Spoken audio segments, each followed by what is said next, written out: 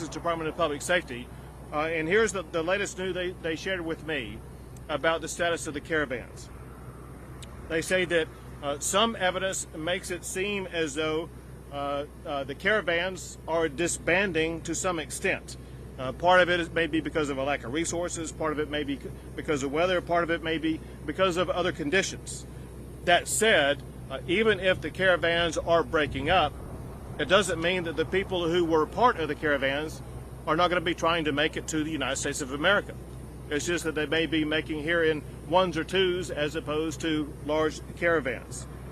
There are some other reasons why the caravans are breaking up, and that is it's a consequence of the agreements that I reached with the governors of Mexico, where they are doing their part to help secure the border from the Mexico side of the border. This includes state police activity on the Mexico side, upholding their end of the bargain to slow migration. It includes internal checkpoints on their side in Mexico, helping to slow migrant movement toward the border, as well as what we call mirrored activity. What that means is when state law enforcement on the Texas side are undertaking military and police movements, on the Mexico side, they are mirroring that operation. One thing that does is it slows or eliminates the cartel activity in that particular region. Whenever we slow or deter cartel activity, that will slow and deter border crossings in that particular area.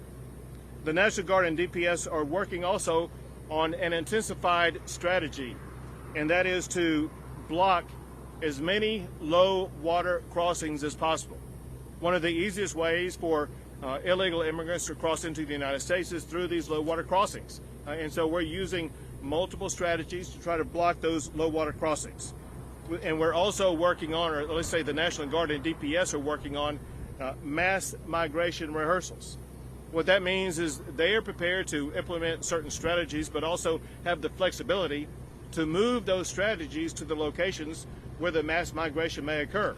It may be that we are fully prepared at this particular bridge to block migration in this particular area, and the cartels learn about that, and they may try to move their activity to a different region. What that means is that we need to have the flexibility to move our resources to another region to make sure that we can block the crossings in that particular region. Also, DPS, as well as the National Guard, continue to deploy all the resources they possibly can to help secure this region of Texas. There are three particular regions of the state of Texas that we're most focused on right now. One is where we are right now, which is Hidalgo County, Maverick County, and Valverde County. Maverick County is where Eagle Pass is, and Valverde County is where Del Rio is. Let's see. That is the main thing I wanted to share with you. I'm going to have both leaders from the National Guard and the Texas Department of Public Safety share with you more details. First, National Guard Major General Burkett. Good afternoon. So as the governor alluded, we've got a task force, maneuver task force here in what we call Task Force East. It's one of 5 maneuver task forces that we have from our southern sector all the way up past Del Rio and just further north to Van Horn and beyond. But what we practice on a weekly basis is we rehearse the mass migration response events, and there's a combination of hasty blocking positions where we can move mass amounts of troops and vehicles in conjunction with DPS and law enforcement agents to have a very heavy presence where we think it's needed to deter or to turn back a migration event. We also practice those routinely without the law enforcement so that we can demonstrate that we have the capability of massing soldiers and moving and establishing blocking positions in the middle of the night. We can do it in the heat of the day. We can do it early in the morning. We conduct boat operations both here in Eagle Pass and in Del Rio as well, provide that deterrence and that early detection and warning along the river. We've got a task force engineers in addition to our maneuver elements that are responsible for establishing additional barriers where we have the land use agreements. We've got nearly 40 miles of standard fencing that's been erected to date, and another 18 miles of concertina wire to serve as that barrier and that deterrence. Thank you very much. And it's my understanding, one thing that the National Guard achieves are what are called turnbacks. And you all have documented about 20,000 turnbacks. Is that correct? Yes, sir. Yes, sir. Absolutely. All right. Thank you. Yes, sir. And now from the Texas Department of Public Safety, Lieutenant Colonel Freeman Martin. Thank you, Governor. 2021 was a record-breaking year in many ways, and none of them good. We saw 1.3 million apprehensions here in Texas, the highest ever. I believe the next highest was in 1986 with 723,000, so almost double in 2021. Fentanyl, we had a 1,268% increase in fentanyl seizures. These are state seizures, not federal government, in Texas in 2021. And if you compare January to May of 2021 to January of May of 2022, we have an additional 58% increase. So obviously, there's a lot of threats that we face here in the state of Texas. The unsecure border with Mexico is at the top of the list. What we're doing right here in Hidalgo County with in Operation, when I say we, I mean Operation Lone Star. That's all of the state agencies that are involved in this operation. With Parks and Wildlife, TMD is very heavy, DPS, and a lot of state agencies. Tremendous amount of success in shutting down the highest traffic areas in the entire southern border is in Hidalgo County, the Rio Grande Valley, and it has always been.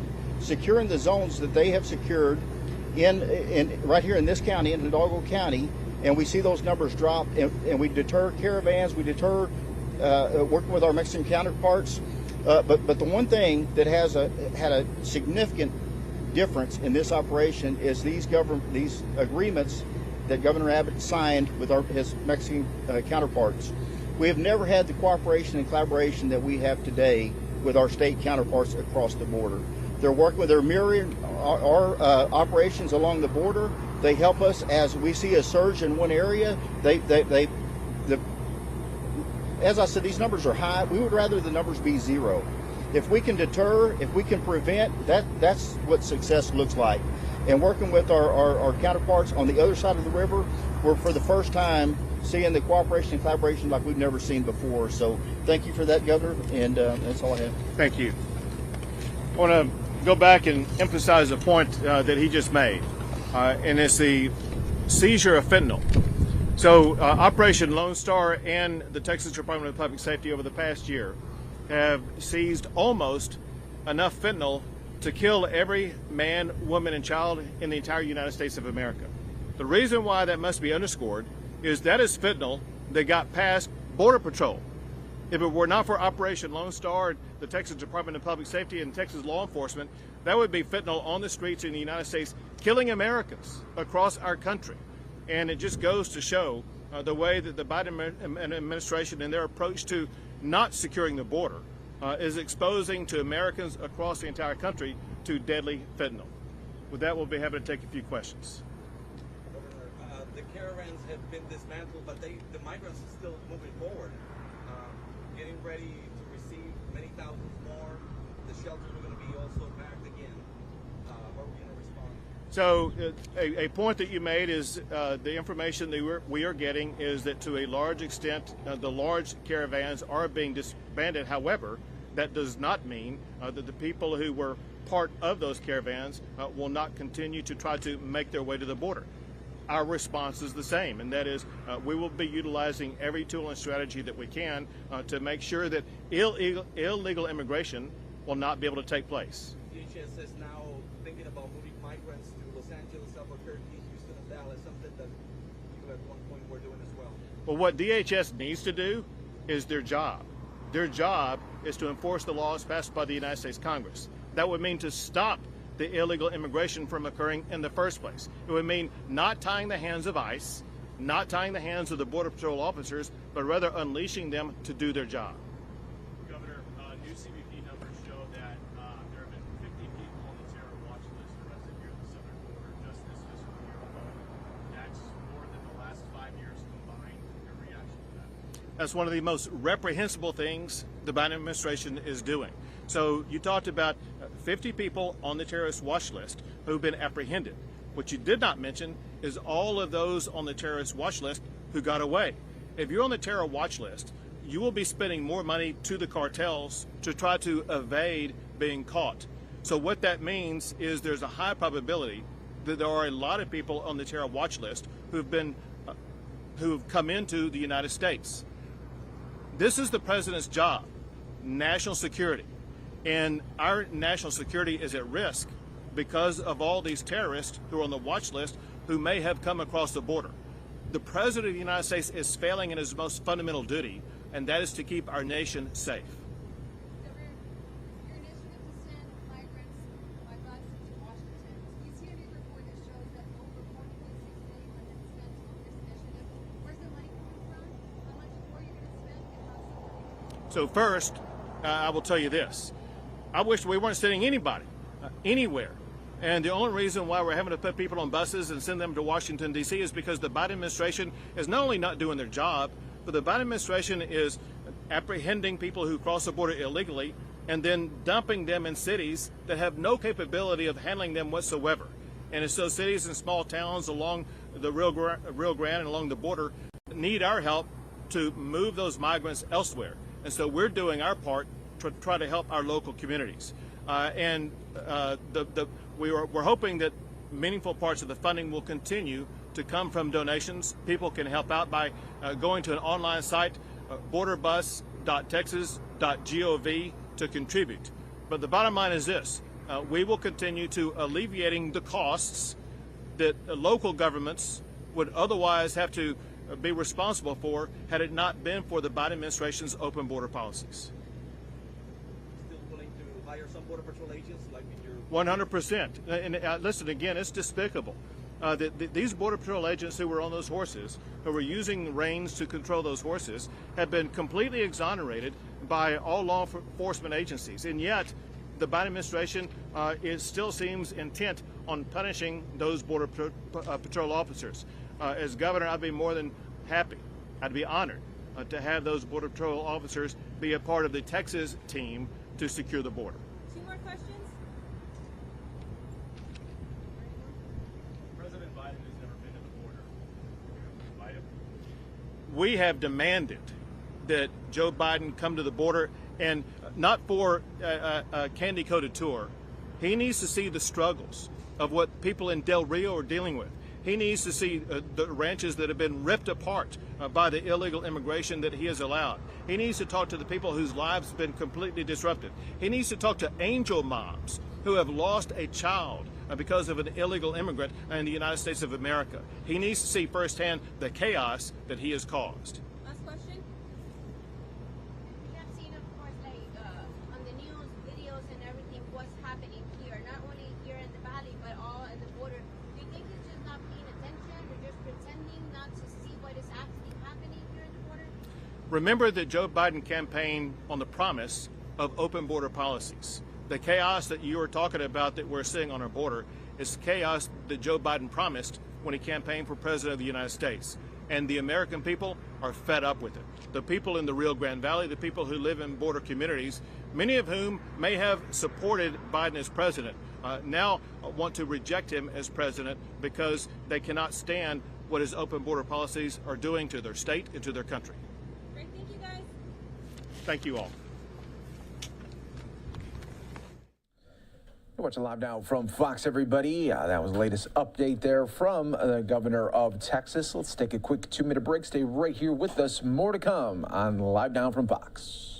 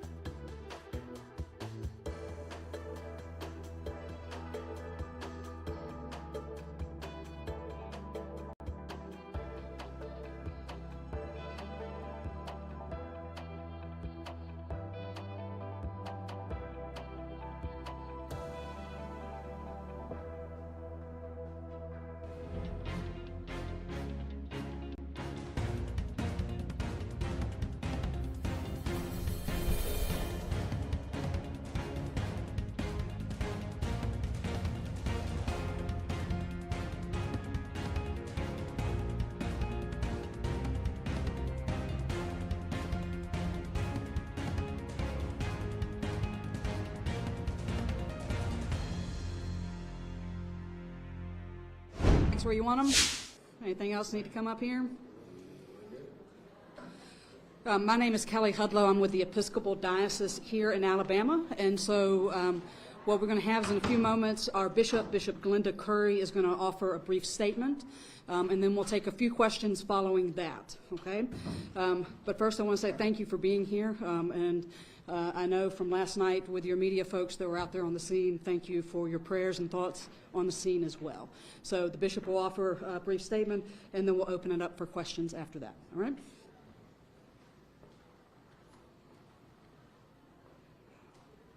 Hey everybody, thank you for coming.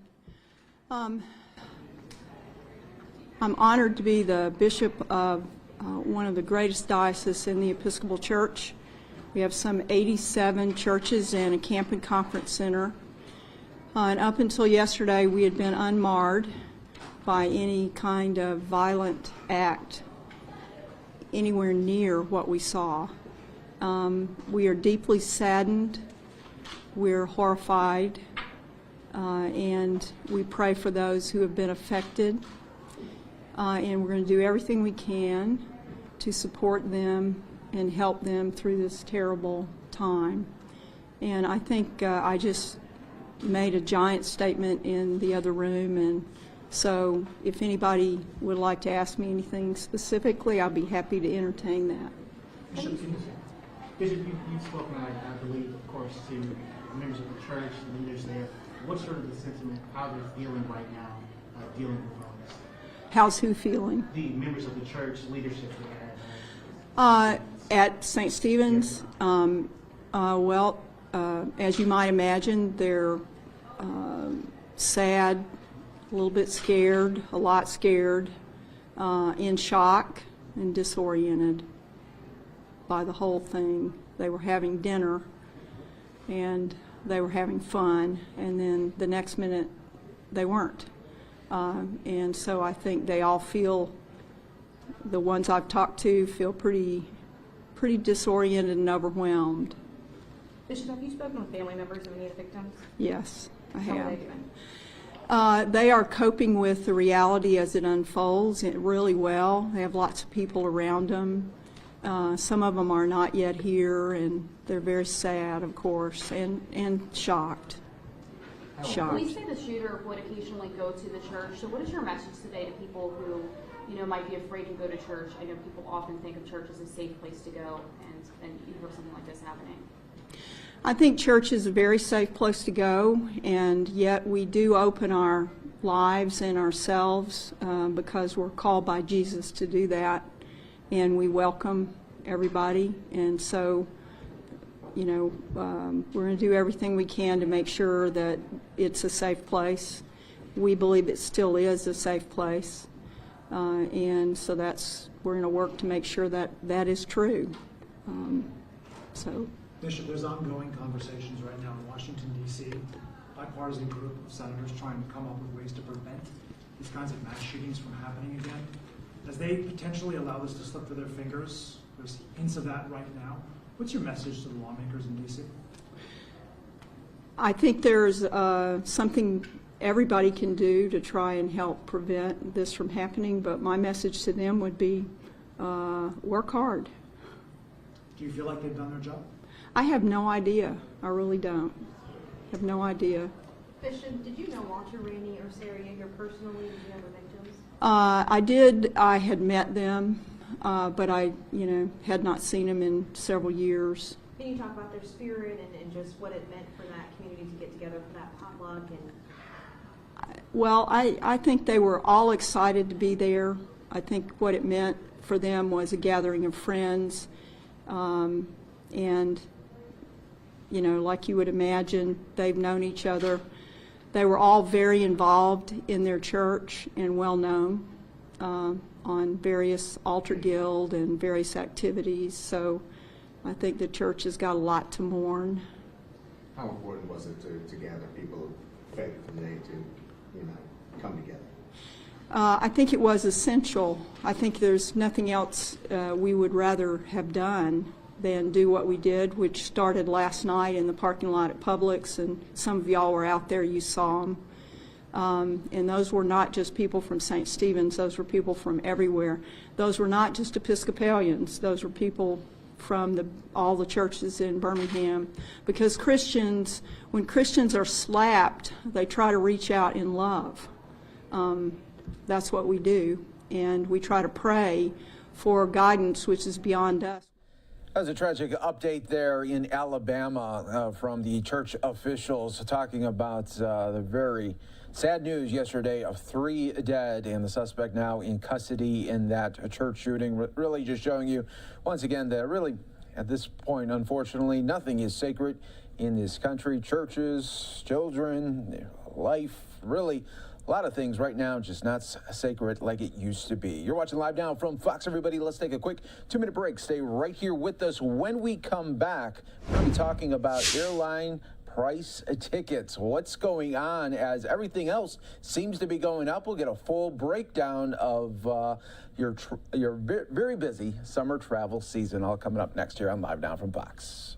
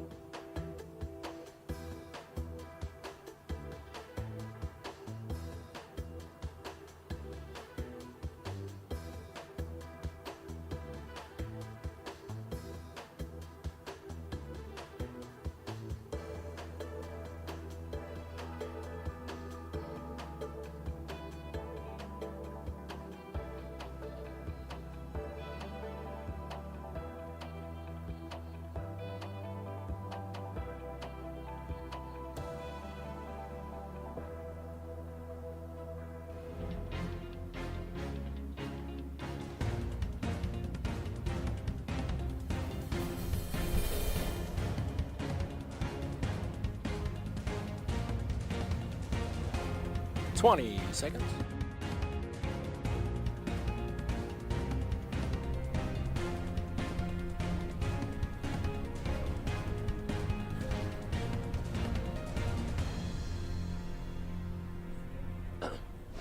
Welcome back, everyone, here to Live Now from Fox. We always appreciate you joining us here worldwide, giving you top stories and headlines from across the country. Well, here is what it's looking like right now. Gas prices, we know they're up. They continue to go up. Food prices, unfortunately, they're going up as well. And your 401k, yeah, that is sliding down there as well. That's the one thing you want up. Unfortunately, the way it goes, it's going down here. But what about travel season here? We're getting into the summer months. A lot of people, they want to go out and go places. And for a lot of the year, from really all of the year, these prices have been going up, up, up. But now There is new reports there that finally the prices are starting to come down just a little bit. So let's go out right now to Charlotte. This is where we find Fox's Austin Westfall with the very latest. And Austin, you say some of these prices are coming down for us?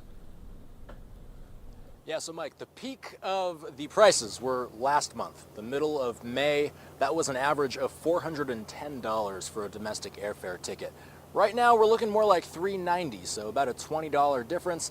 And travel app Hopper says that they expect prices to continue to get lower as the months progress. Now, at a time when almost everything else is getting more expensive, from gas to rent, like you mentioned, you might be wondering why domestic airfare is getting cheaper.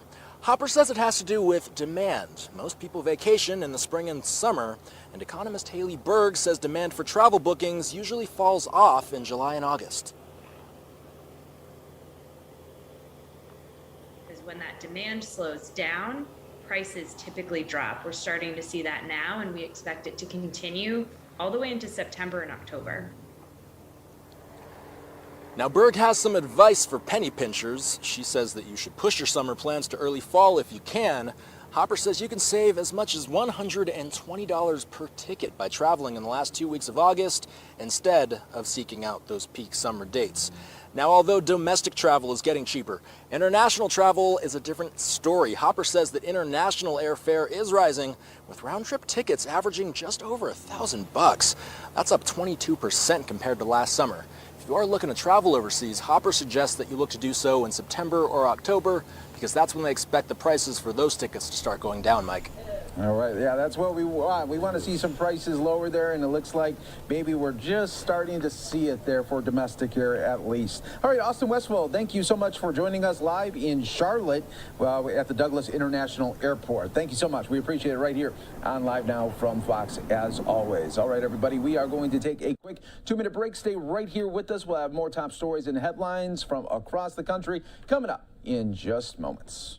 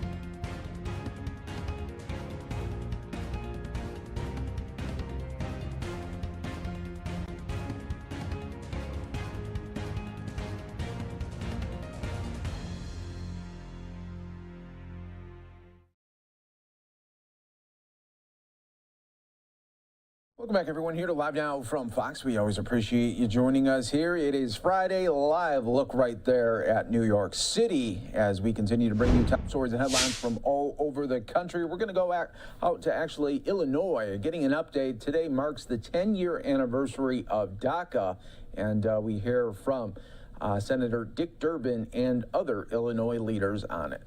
The Business Immigrant Coalition. It's an extraordinary group, bipartisan group, which is reaching out to members of Congress to argue the merits of more immigration into the country at this time. They are making breakthroughs which I could not make as an individual member. They put together an extraordinary coalition. I want to thank John Rowe and so many others who have made it a success. Let me say that this is an anniversary, I'm sure you remember. Yes, sir. It was 10 years ago, when we prevailed on President Obama. It took 2 years to get it, but he ended up creating DACA, and thank goodness he did. I remember because the sign-up date was, I think, in August. In August. 2 months later, yes. 2 months later. And so Congressman Gutierrez called me and said, we better be prepared. There could be 500 people show up just on that day. So let's invite the cameras out and do it at Navy Pier. Now, do we have enough volunteer lawyers to manage 500 people? I don't know. So let's find out if we can put that together. And so we set it up at Navy Pier and invited the press to come out there, and then something extraordinary happened. People started gathering at midnight before the Navy Pier opened. Families standing with their young daughters and sons who realized that this was an opportunity of a lifetime. For once, these parents could have peace of mind that their children would be able to stay in this country without deportation, at least periodically renewing this. And so at the end, they started gathering at midnight, and they gathered all night long. And when we opened Navy Pier the next morning, there weren't 500, there were thousands. 10,000? More, Senator, yes. And we didn't have nearly enough volunteer lawyers or helpers. It showed me something. These were people who dearly loved their children, and they wanted their children to have a chance. And more than their own status and protecting themselves, they wanted to take care of their kids, that natural parent instinct. And President Obama gave them that chance with DACA. So here we are 10 years later, 800,000 protected. And I can tell you the ranks of those who are protected include some amazing stories of doctors and nurses and teachers and engineers and critical infrastructure workforce. They have spread out across this nation and proven over and over again that they are worthy of an opportunity to become citizens. You know, when you're in this business, you think, you know what's going to happen. There's going to be somebody out there who will embarrass you, who will come out, be DACA, and they'll do something which is terrible, and it'll reflect on everyone who signs up. I will tell you as I stand here today, if that's happened, it has been so rare that I haven't even noticed it. The exact opposite is true. Over and over again, these young people tell the stories of given a chance what they will do for this country. And it stands to reason. From their earliest days they were here until this moment, they stood up in those classrooms, put their hand over their heart, and pledged allegiance to that American flag because they believed that they were part of this country, and we believe they should be.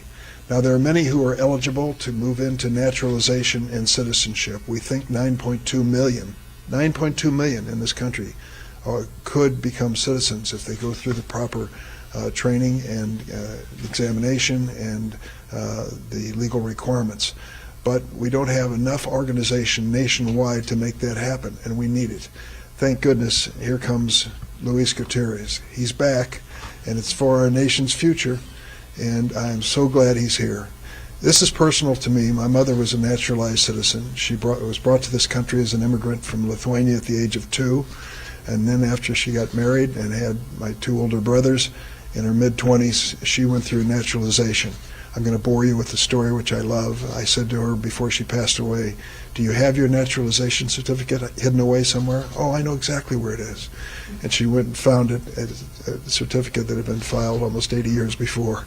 And she showed me her naturalization certificate, and a little piece of paper came fluttering out to the floor, and I picked it up, and I said, what is this? And she says, that's the receipt for my filing fee. The filing fee when she filed for naturalization was $2.50. And I said, Mom, why did you save this? My mom, if the government ever challenges me, I can prove that I paid my filing fee. It's stamped, you see. Well, that was my mom, and that rubbed off on me. But it's with great pride that next to my desk in Washington in the United States Capitol is my mother's framed naturalization certificate. I wasn't born at that time, but I look at it with great pride to think that her son now has a chance to represent this great state in the United States Senate. Now we need to do more. We need to reach out through this organization that Luis has put together to go nationwide and convert green cards into naturalization certificates, to move people through the process in the legal way. There's a lot more that I need to do in terms of changing the laws of the land, which we can discuss. But for the time being, what Luis is setting out to do couldn't be more timely, more important, and more American. It is my honor to introduce my pal, my partner, and a driving force for immigration now for many, many years, Luis Gutierrez. Thank you, Senator. Thank you so much.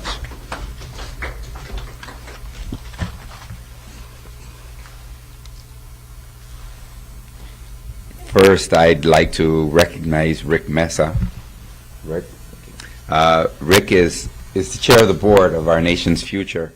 He's the former Inspector General of Illinois and a former Assistant U.S. Attorney and Regional Director of MALDAF, and today is a prominent attorney here in the city of Chicago. And thank you for your willingness to chair our board of directors and to bring, your background to the board of Our Nation's Future. I'd like to say thank you to Senator Durbin. We've been partners in fighting for a better America and specifically for immigrants. And as Rebecca said earlier, there's no greater champion than Senator Dick Durbin when it comes to our immigrant community. So proud that he is the senator from Illinois and our champion on immigration, and is joining me today as we launch Our Nation's Future. Rebecca, I love your mom. I love the way she cooks great meals.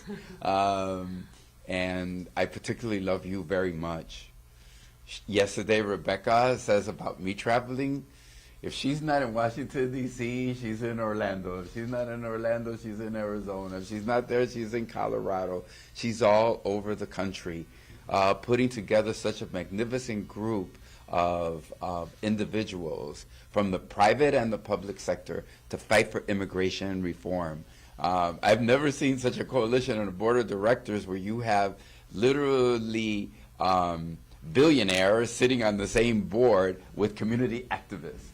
But that's what it's going to take, Rebecca. You understood that early on, that fusion, right, of the business sector with the activist sector and bringing them together. So thank you so much for joining me and helping me put together Our Nation's Future. I'm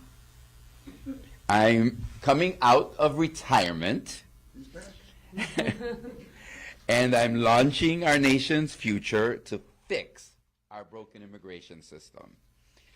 Our work for America, for her immigrants, and the character of our great nation is not done.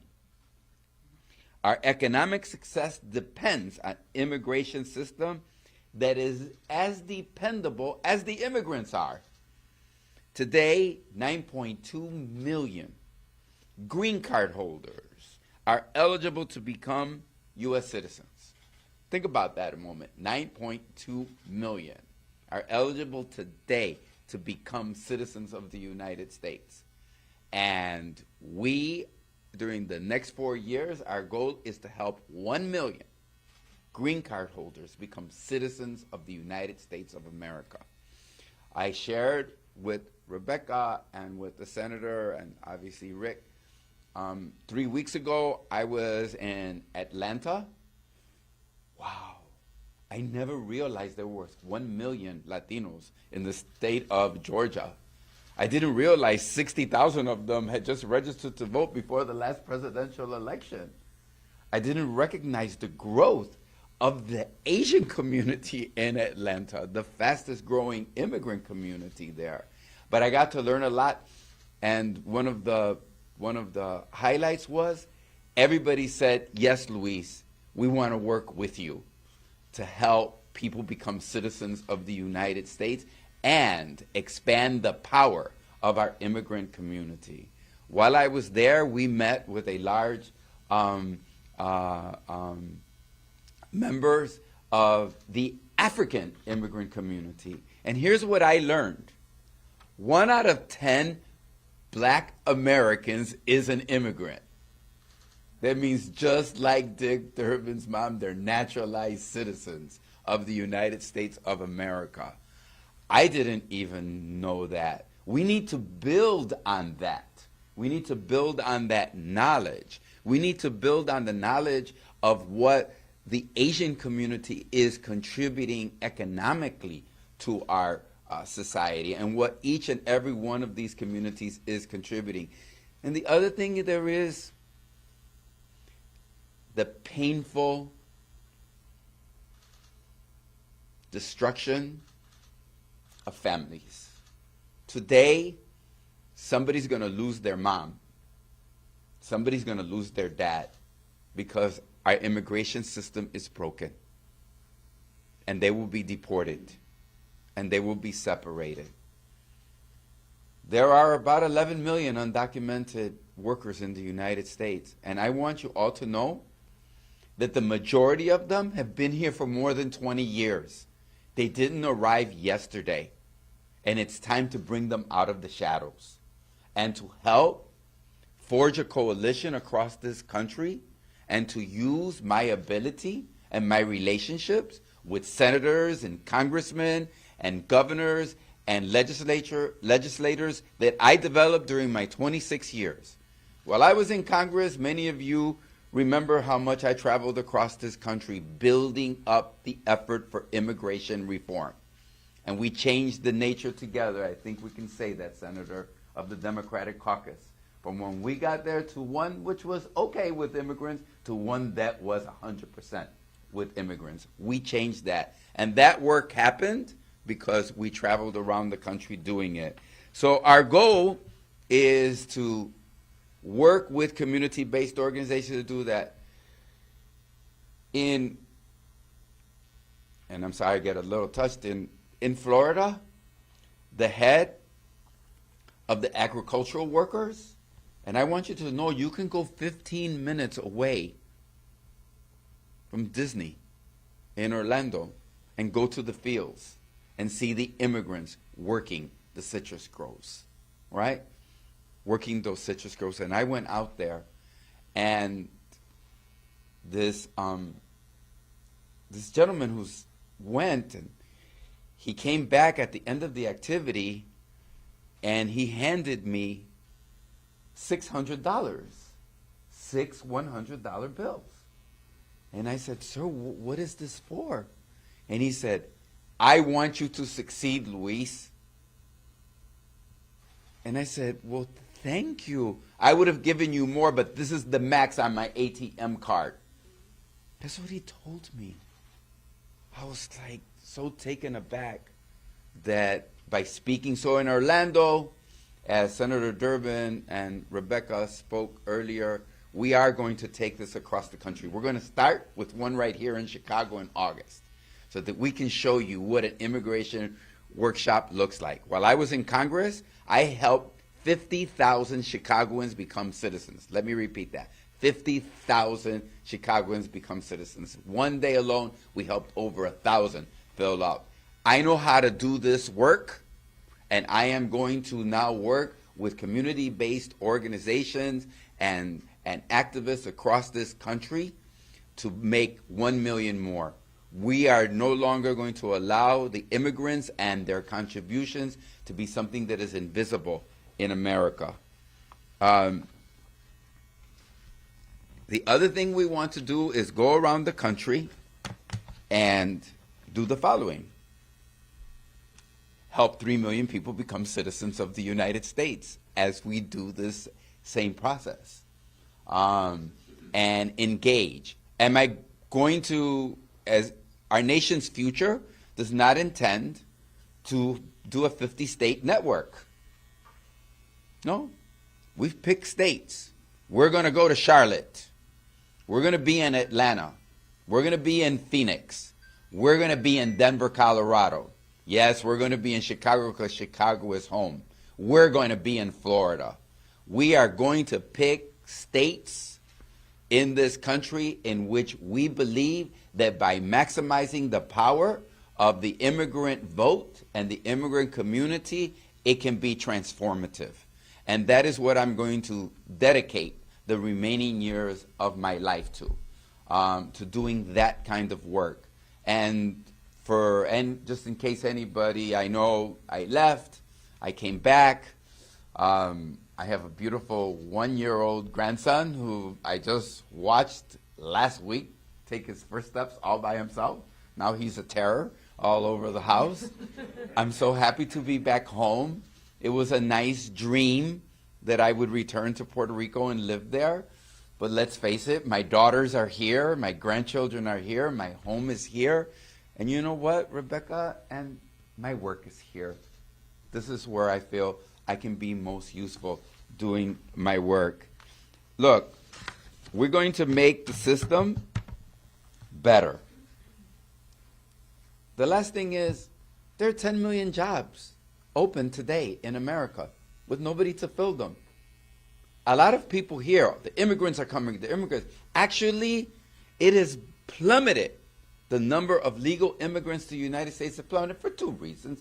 Number one was the policies of former President Trump, and the second one was COVID-19. We need them. They are essential to our economy, and I assure you, and they will no longer be invisible, because I am going to go to the meatpacking plants and talk and organize. I am going to go to make sure that we go to the fields, whether they're in Florida or Texas or California, and that they are seen once again. I'm coming back out of retirement to help 1 million people become citizens of the United States and to grow the power of the immigrant community so that we can help once and for all fix this broken immigration system. It's good for our economy. I'll end with this. Every study will tell you that if you legalize 11 million people, it's $1.5 trillion good for our economy. Think about that. $1.5 trillion. Because you know what they're going to do? They're going to buy houses. They're going to buy cars. They're going to invest. Their life is going to be here in America. Quiero decir, he regresado al trabajo, a mi trabajo para los inmigrantes. Ya no estoy retirado. De nuevo estoy trabajando. Our Nation's Future es una organización que estamos lanzando hoy para ayudar 1 millón de personas a hacerse ciudadanos de los Estados Unidos y de esa manera expandir el poder. Estoy cansado de que somos invisibles, de que nadie ve nuestro dolor, de que nadie ve nuestro sufrimiento, nadie ve nuestra contribución a esta nación. Sí, estamos creciendo en números, pero no estamos creciendo en poder e influencia. Yo quiero pasar los años que me quedan ayudando no solo aquí en la ciudad de Chicago, sino a través del país, ayudar a los inmigrantes a hacerse ciudadanos. Hay 9.2 millones, no es que hay 2 o 3 que estoy buscando, hay muchos.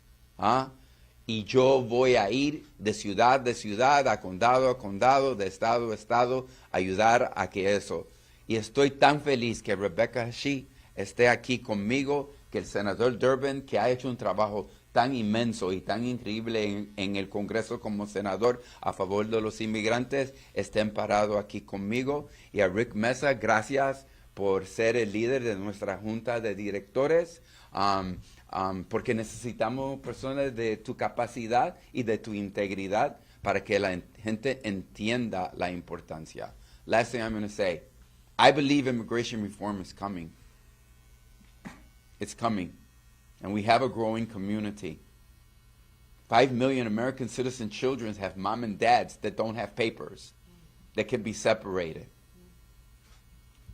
When President Obama came, Durbin here for DAPA, and DAPA was a simple program.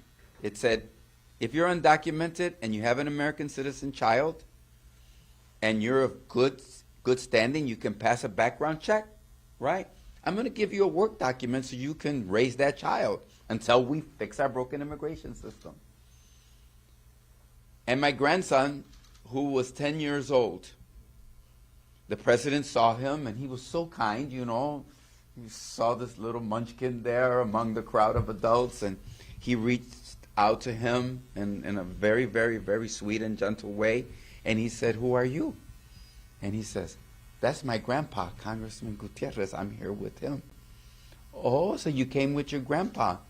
And you know what he said? He said, "I came for my tias and tios so they won't be deported. I came for my aunts and uncles so they will not be deported." I want you to think of the crisis of our immigration system. When the grandson of a prominent member of Congress says to the President of the United States, "I fear for my aunts and uncles." That's how broken our immigration system, and that's how integral they are to who we are as a nation. They are our cousins, they're our aunts and uncles, they're the people we sit down in church, we shop with them, they're our friends. Let's bring them out of the shadows. How do we do that? I think one of the steps is increasing the power and the influence of the immigrant community through citizenship. Let's get that right. And the next time, Senator, if we do this correctly in the next few years, and you, who are a champion of immigration reform, finally get that bill signed by the president, we will be ready to fill out those registration forms for the new citizens of the United States of America. Thank you so much for being here this morning. If there are any questions of our chairman, of the senator, of Rebecca, I'll be happy to take them. Can I ask how you think the growing polarization across the country, where it turns any mention of the word immigration into a flashpoint, how might that affect what you're trying to do? Rebecca?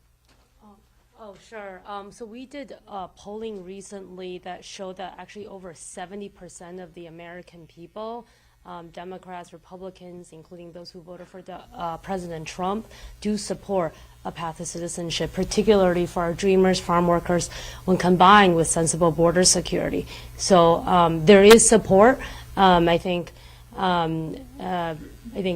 to the congressman's point, one of the things that we're trying to do is to make sure that there is the political will and making sure that more immigrants and the 5 million U.S. citizen children like I was who have undocumented parents do express their views at the ballot box as well. But Rebecca, do you find though that when you get in, because you talk to the politicians, mm-hmm. do you find that support matched? Well, let me just say this. I think it's pretty simple, and I think most people are aware that the backs of immigrants helped build this nation. And I think that's a message that has to be repeated. The backs of immigrants, and not just Latino immigrants, not just Asian immigrants, but immigrants across the board helped build this nation yesterday. And they also know that they're helping build this nation today. They're out there. We all know that. And our message is simple. Our nation's future is helping normalize these immigrants from where they are now, which is in the shadows, to be productive members of this community. And it's going to help all of us. And I think any politician should know that. And it's not a very complicated message. It's very simple. Take a look at the growth in the population of America. The overwhelming growth population is Hispanic. And even a conservative Republican can count. And if they can count, they know that in future elections, their fate may be decided by those same Hispanic Americans. So I think many of them are coming around to the belief that they don't want to be seen as an enemy, they want to be seen as an ally, and they are stepping up to join us in this effort. And we have to have them. In a 50-50 Senate, I can't do anything without 10 Republicans, as we learned recently with the framework on guns. So I'm in conversation with several very conservative Republicans now, and I'm hopeful. We haven't quite reached the point where I would say I'm confident, but I'm hopeful that we can do something even this year. I think that I'd be right. I think that it's like a lot of things. The American people are for it. They're for immigration reform. They're for gun control. They're for codifying Roe versus Wade. We all know what the obstacles are. Minorities in this country, a minority group of politicians, right, in this country. And I just want to piggyback on what Senator Durbin said. I have spoken to thousands of undocumented immigrants and listened to their stories individually, literally. And one man said to me, he said, Luis, you know what? That stuff about voting, I like that, thank you. Me being a citizen, I like that, thank you. My having all the rights that you have, I like that, thank you. But you know what he said? Get me my papers. I need papers so that I can raise these children of mine who are American citizens and born here and be a good husband. And the reason I piggyback on what you said is this is what he said right after that. And he said, don't worry about me. I don't need to vote. But these kids, they're going to remember who treated their dad and their mom with such cruelty. So I think in America, we need to understand something, right? The American population grew by 7% between 2010 and 2020. The Latino population grew by 23% to over 60 million. Do the math and see what happens in 2 decades. Look, America is changing and it's transforming, and immigrants are changing America, and they're coming to America, and they're changing it both from the Latino perspective and non-Latino perspective. So I just wanted to piggyback on what that man said to me. He said, my kids will take care of this. They'll remember who treated their mom and dad with such cruelty. Other questions, please. Yeah, I was going to say, Senator Durbin, can you talk a little bit about what immigration reform could look like if that's possible this year? I know there were a lot of immigrant groups here in Chicago who were hopeful last year. They protested outside of your condo and were really trying to push for it. So I'm wondering what you would say to them. And then my other question is also in talking about people becoming naturalized citizens, we've also heard about backlog at USCIS since the pandemic, and if you could talk a little bit about what's going on with that. Well, let me start with that. It's my job to make sure that this Biden administration provides the resources to make sure that people have an opportunity for naturalization and citizenship. It is my highest priority. I believe it in this president's heart. He agrees with this completely, and I will do my best as a member of the United States Senate to urge my friend Joe Biden and his administration and to make sure they provide those resources. In terms of what to include, you know what I want. I want comprehensive immigration reform. I want the bill that passed the United States Senate with 68 votes. I want to take the whole system on and let's get it right, because it's been 30 years since we've lifted a finger to change this system. But I'm a realist. And when I sit down at the table with many Republicans, they say, don't do the big bill. We can't do the big bill. Too much opposition to the big bill. And I say, what can I do? Tell me where the opportunities are. I have colleagues of mine whom I respect very much and like very much who say when it comes to immigration, it's all or nothing. Well, with that approach, we've come up with nothing for 30 years. And sadly, a lot of people are suffering because of it. I want to get as much as possible along the lines of comprehensive immigration reform. Now, I will tell you, and be very blunt about this, the Republicans who sit down and say we've got to include conversation about what's going to happen at our southern border. We're being overwhelmed by the number of people who are showing up there. There has to be a change in that process. Well, the administration agrees with that, and so do I.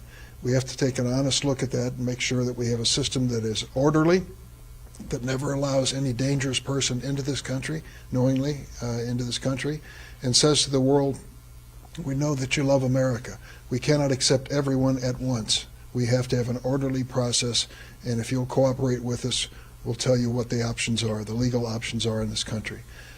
Those, I think, are the guideposts, and I hope that we can move along those guideposts into something that includes dealing with the undocumented, as well as helping those who want work visas and opportunities to be here. Yes. Congressman, I understand. I see your passion. We've missed it for a while. It's good to see you again. Well, thank you. And also hearing that maybe you are also thinking about a mayor's race. Oh, well, let me just say this. I'm a resident of the state of Illinois. I'm registered in the city of Chicago. I filed my income tax return again this year in the state of Illinois. They were happy to take my money once again. So I've reestablished myself here in the city of Chicago. This will be my home. I will participate as millions of other Chicagoans in the next mayoral campaign, not as a candidate, but as a voter. I look forward to listening to the ideas and the proposals that are going to be made. I'm not necessary in that field. Here's what I believe I have a passion and a role to do, is that to make sure that the next administration, right, expands in terms of its generosity and its protection to our immigrant community. So if you want to know what role I'm going to play, is making sure that that is part of the debate, not as a candidate, but as a citizen and as a leader of our nation's future. You probably remember 1985, Maria Cerda, the Mayor's Office of Employment and Training. Harold Washington was the mayor of the city of Chicago. She was stopped by immigration agents and asked to prove that she was a citizen before she could enter City Hall. Y'all remember what Mayor Harold Washington did back then? He made Chicago a sanctuary city. People forget how advanced in his thinking Harold Washington was. And from that day forward, the city of Chicago has been a place of shelter for immigrants. We want to expand on that. So no, absolutely not, categorically not. This is what I'm doing. And secondly, I would say to you, it would be a lack of respect to the work of Senator Durbin, to the work of Rebecca, to the work of Roberto, and to all of the hundreds of people that are helping me. This is my passion. This is what I love to do. I am not going to rest. There will be a mayor of the city of Chicago. I don't want to rest until every dad can leave their house the way I left my house to come here to the Union League Club. My wife knows I'm coming home. My grandson knows he's seeing me tonight. There are millions of people, right, who left to go to work today who don't have that same guarantee. To me, that's my passion. That's what I'm going to dedicate my life to. And Senator, could I ask you, next week we're going to see here in Chicago a visit from Mike Pence and a visit from Donald Trump. Pre-primary. What do you make of that? Well, it's interesting. I'll be waiting to see what they do when they arrive, and whether they talk to one another, because the January 6th committee has come up with some revelations that are really heartbreaking. To think that this president of the United States turned on his running mate, on his vice president, a man who had been loyal to him for 4 years, and basically threw him at the mercy of the crowd that he had created to mob the Capitol. I will never forget that day, January 6, 2021. And I remember watching the Secret Service come in and yank Mike Pence out of the chair as presiding over the Senate to take him to a safe place, and then told us a few minutes later, leave as fast as you can. So I believe the January 6th committee has made it clear that he not only did not have the support of the President of the United States, he did not have his protection.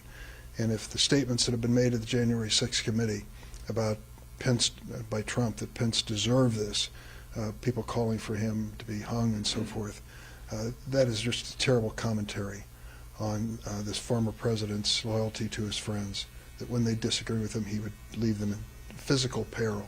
And that appears to be the clear situation on that day. Okay. Any further questions? Yes. Can you answer in Spanish about your no candidate, please? Oh, mira, hay muchas personas que me han llamado, que me han escrito para que me lance para alcalde de la ciudad de Chicago. Y me alegro que hagan la pregunta. Así que, porque mi teléfono ahora va a sonar menos. No soy candidato. Mi pasión son los inmigrantes y la justicia para la comunidad latina y para la comunidad inmigrante. Yo quiero dedicar mi vida a unir la comunidad asiática, la comunidad afroamericana, la comunidad latina, la comunidad europea. Ahora hay miles de ucranianos que tienen TPS, ¿y quién le va a llenar los formularios? Yo prefiero estar llenando esos formularios que buscando votos para alcalde. I would rather and make my commitment in uniting African American immigrants, Asian immigrants, European immigrants, Asian immigrants, right?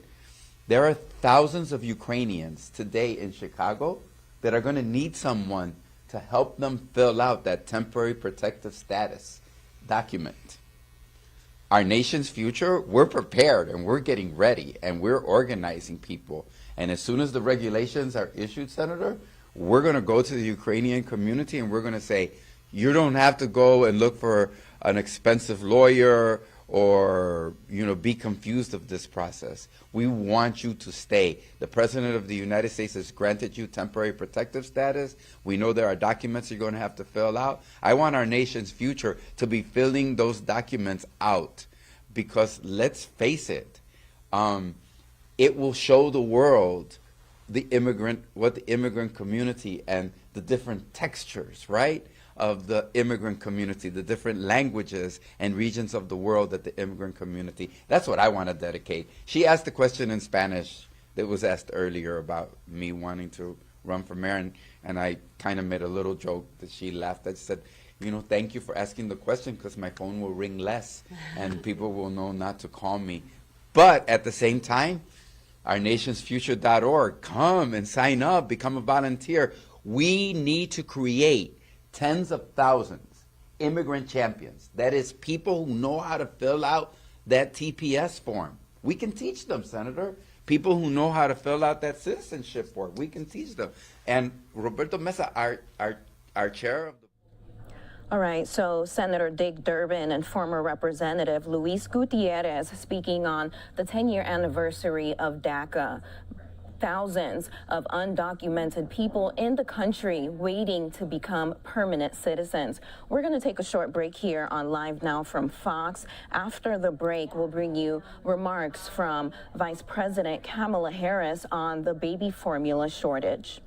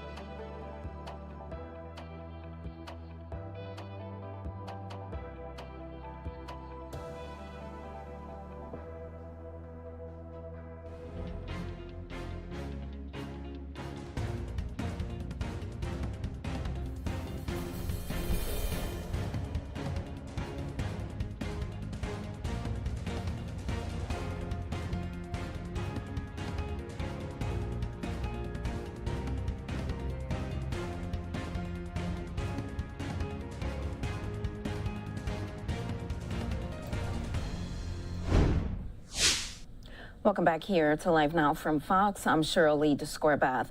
A flight just arrived from overseas carrying baby formula. Obviously, the shortage has been impacting a number of families from across the country. Vice President Kamala Harris making remarks about this. Let's go ahead and hear what she has to say. And babies need most right now, which is to know that the food that their children need to consume will be available when the children need it. So I want to thank everyone, and Amy, you have a beautiful daughter who just smiles and is clearly a very happy baby. Last month, President Joe Biden invoked the Defense Production Act, And that was to make sure that U.S. manufacturers can access the ingredients they need to fill the shelves. And in addition to that, we are working closely with the U.S.-based formula manufacturers to ramp up production, because obviously that is a part of this issue. We need to ramp up production and get it to the shelves. We also launched an historic effort to airlift baby formula, which is what this is, into our nation so that we can do it with speed, but also do it in compliance with the safety standards that we, as the United States of America, have and apply to baby formula. So that has been done. This flight that just arrived is one of 10 flights that will land this week alone by Father's Day, and happy Father's Day to the newest dad in the room, or in the hangar. By Father's Day, we will have delivered the equivalent of 13 million 8-ounce bottles of formula. So that is obviously significant in terms of the success thus far of this initiative. And again, I also want to thank United Airlines not only for the planes, but also for the cargo space within the planes, which is obviously a valuable asset that you have given to this effort. The Department of Agriculture has also played a very important role in securing a nationwide waiver to allow WIC recipients to be able to access formula shipped from abroad. And that is no small issue. There is work that needs to be done to make sure that in particular our WIC recipients who are low-income parents do not suffer in any way in terms of being able to satisfy their basic needs and the needs of their children. So that was very important work that happened, and it happened in a way that was to meet the moment and to get rid of the bureaucracy that otherwise might have applied to that issue. So I congratulate them. There's no doubt there's more work to do. There's no more work to do. We have seen progress, but the work that we need to do is to continue to move the formula as quickly as possible and get it on the shelves. And so we will continue to do this work and do it in a collaborative way, guided by the leadership of so many, including the moms and the dads, who are absolutely our highest priority because, of course, they are the ones who are raising the babies who will lead the future of our country. So with that, I thank you all very much. Thank you.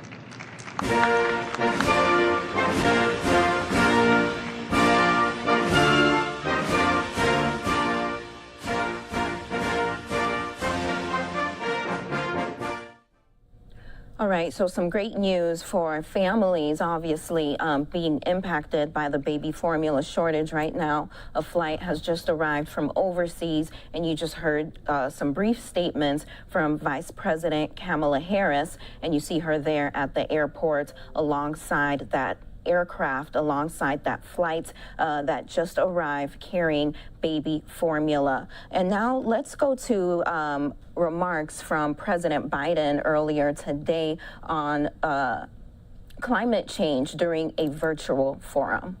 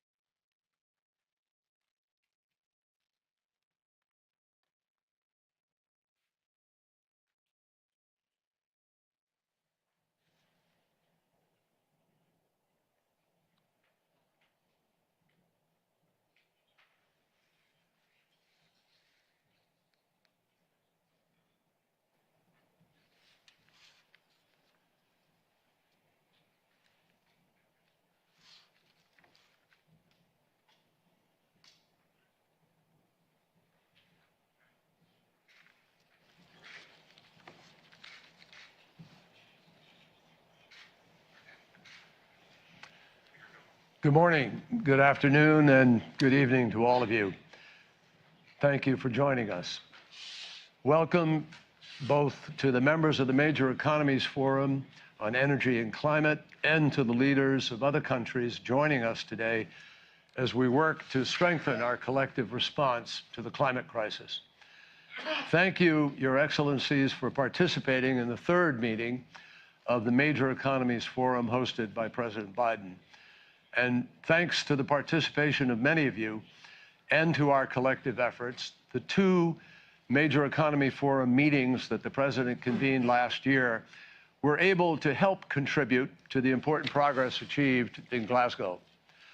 Among the many accomplishments at COP26, we all agreed on the urgency of deploying clean energy and the importance of scaling up adaptation support for vulnerable countries. We made commitments and launched initiatives that brought the world much closer to keeping the 1.5 degrees Celsius warming within reach. We also agreed that this is the critical decade for accelerating our efforts to be able to reach net zero in time to spare our people and our planet from the worst consequences, the most serious consequences of the climate crisis. Your presence here today signals your collective commitment to building on the progress and to taking the lead in ensuring the further success of COP27 in Sharm el-Sheikh. It's my honor to welcome you all here today. It's also my privilege to serve in an administration working full-time to make up for our absence of several years and determined to meet the climate crisis head-on. President Biden has taken unprecedented steps, more than any before in the history of our country, to accelerate our own efforts. And it's my pleasure now to introduce you to the President of the United States, Joe Biden. Thank you, John. Hello, everyone, and thank you for whatever time zone you're in, making the time to be here. I appreciate it very much. You know, we're meeting today at a moment when where there's urgent global issues impacting all of our nations, all demand our immediate attention and our close cooperation. Russia's brutal and unprovoked assault on its neighbor Ukraine has fueled a global energy crisis and has sharpened the need to achieve long-term reliable energy security and stability. And with Russia's war driving up inflation worldwide, threatening vulnerable countries with severe food shortages, we have to work together to mitigate the immediate fallout of this crisis. In the United States, I'm using every lever available to me to bring down prices for the American people. And our nations are working together to stabilize global energy markets, including coordinating the largest release from the global global oil reserves in history. But the critical point is that these actions are part of our transition to a clean and secure and long-term energy future. And the good news is climate security and energy security go hand in hand. For example, back in March, the European Commission, with President van der Leyen leading the effort, and I announced the U.S.-EU Task Force on Energy Security to help the EU rapidly reduce its dependence on Russian gas and reduce the EU's overall demand for gas by ramping up clean energy technologies.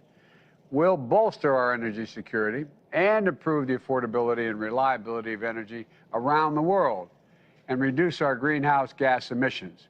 Because we cannot afford to let the critical goal of limiting global warming to 1.5 degrees Celsius slip out of our reach. And the science tells us that the window for action is rapidly narrowing, rapidly. Glasgow was just a kickoff for a decade of ambition, action, and innovation. And we look forward to COP27. We have to dedicate ourselves, as we look forward to it, to delivering on existing goals and undertaking additional efforts to boost our progress. So I urge those countries that have not yet gone to a set of 2030 emissions targets to align with the Paris temperature goal and to strengthen their targets for COP27. And at the same time, we need new initiatives to accelerate our progress toward our goals and bolster our resilience. Here's what the United States is proposing to maximize efficiency and reduce emissions across the energy, transportation, and agricultural sectors. I hope that many of you will join us in these efforts. First, we should build upon the success of the Global Methane Pledge, now more than 115 countries strong. To do that, we're announcing a Global Methane Pledge energy pathway to ramp up the speed at which we reduce methane leaks from oil and gas sector, and also helping bridge our energy needs. Each year, our existing energy system leaks enough methane to meet the needs for the entire European power sector. We flare enough gas to offset nearly all of the EU's gas imports from Russia. And so by stopping the leaking and flaring of this super potent greenhouse gas and capturing this resource for countries that need it, we're addressing two problems at once. Second, we're investing in innovation and hastening the scale-up of new technologies like carbon capture and advanced nuclear and clean hydrogen. The International Energy Agency says we need $90 billion worth of demonstration projects for this decade. And thanks to the bipartisan infrastructure law that was passed here in the United States, we're stepping up with $21.5 billion contribution toward this goal. For example, we've launched a multi-billion-dollar effort to create hydrogen hubs all around the country, and using the Defense Production Act in our system to boost the manufacture of electrolasers, which are used to produce clean hydrogen. We're doing both these things. Our Department of Energy also just issued a loan guarantee to construct one of the world's largest clean hydrogen storage facilities. And I challenge us together to hit the full $90 billion target by the Global Clean Energy Action Forum that the U.S. is hosting in September in Pittsburgh. Third, Russia's war is driving up prices of gas. Everybody knows that. Hurting people in all our countries. It's an immediate problem that I expect all of you, and I know I'm working every day. Over the long run, we can remove the pain of volatile gas prices and reduce transportation emissions by putting more zero-emission cars on the road. In the United States, we're building a nationwide network of 500,000 electric vehicle charging stations. We're strengthening our supply chains for the critical materials that go into those batteries. And we've set a goal of ensuring that half of all passenger cars sold in the United States in 2020 will be 2030, I should say, will be zero emission. I urge all of you to join us in a similar goal. Fourth, if ocean-based shipping were a country, it would be the 8th largest emitter in the world. It's critical we do more to promote zero-emission fuels and green shipping corridors in this sector. And it seems to me we ought to be able to do that.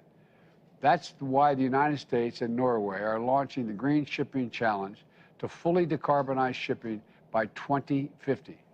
And finally, Russia's war in Ukraine is worsening food insecurity, in part due to the skyrocketing price of fertilizer.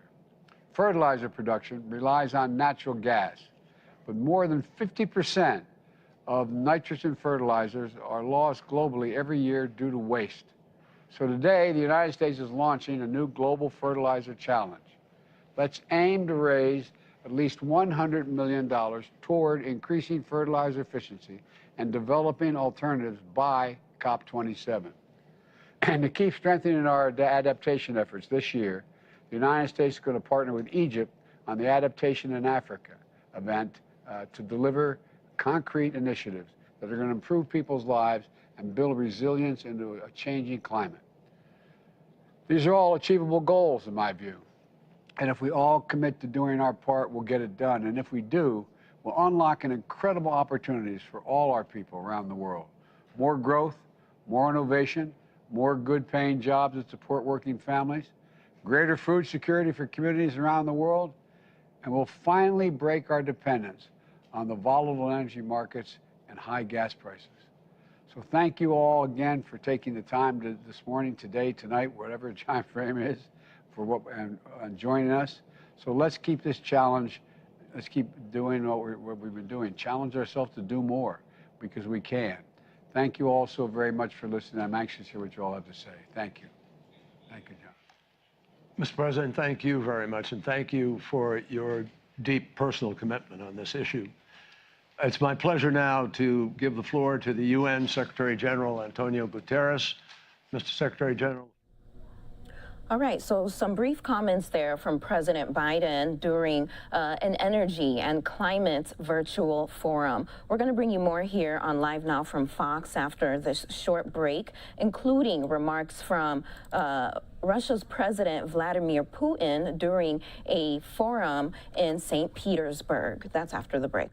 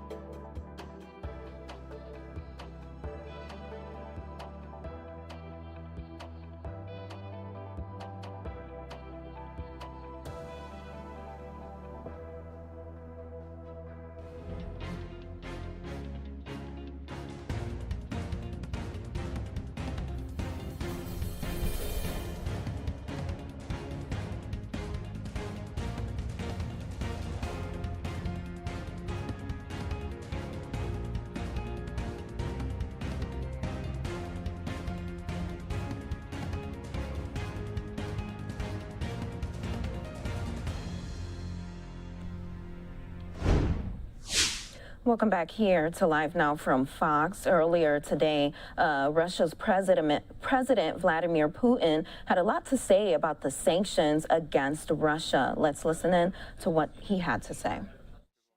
That brings us together. It is more than 4,000 kilometers in length. Everything produced in Kazakhstan, be that commodity or consumer products, chocolate, oil, plant oil,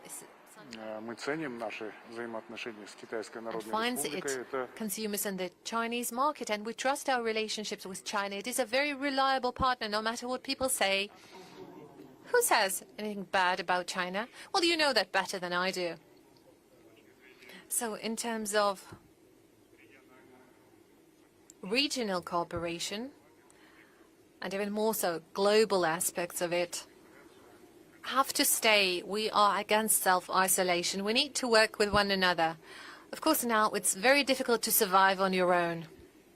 Certainly, Russia has much greater opportunities because the economy is relatively large, the country is large. We have less opportunities. I have to be open on that. Although the potential of the Kazakhstani economy is extensive.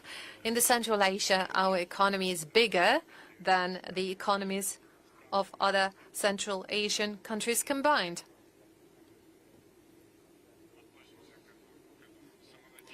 But we don't want to be too hopeful here. We want to remain in shape, and we are always on alert, because one thing is to achieve success, but it's something very different if you lose everything you've conquered, and that can be done very quickly. All the strengths you've gained can get lost. So under the circumstances of global competition, we have to stay in good shape, and that's exactly what we're focused on. Thank you very much. Now let's move on to another topic. Inevitably, we have to talk about Ukraine. I guess no discussion can happen today without addressing this matter. But before I ask my question, I'd like to make use of this opportunity, and I'd like to remind you, if I may, that we've met a year ago with you and the representatives of the Russian media. We just got back from Donetsk with our colleagues, and we were very affected by this trip. And we asked you whether Russia has any plans to support those deeply troubled people. They looked at us with hopes in their eyes. They had nobody else to hope for. And it felt very difficult emotionally. We had a lot of compassion and sympathy for them. And you told me back then, well, don't worry, Margarita, we are not quitting on Donbas. And many people, well, luckily not that many. There are some people who are saying that they are ashamed of being Russian, ashamed of coming from Russia. Well, back then, we felt ashamed. Now we are ashamed no longer. We can be worried, concerned, not because of the sanctions. I'm sure we'll overcome sanctions. We are concerned because people are dying, but we are ashamed no longer. And on behalf of my colleagues and millions of people who share my feelings, I would like to thank you.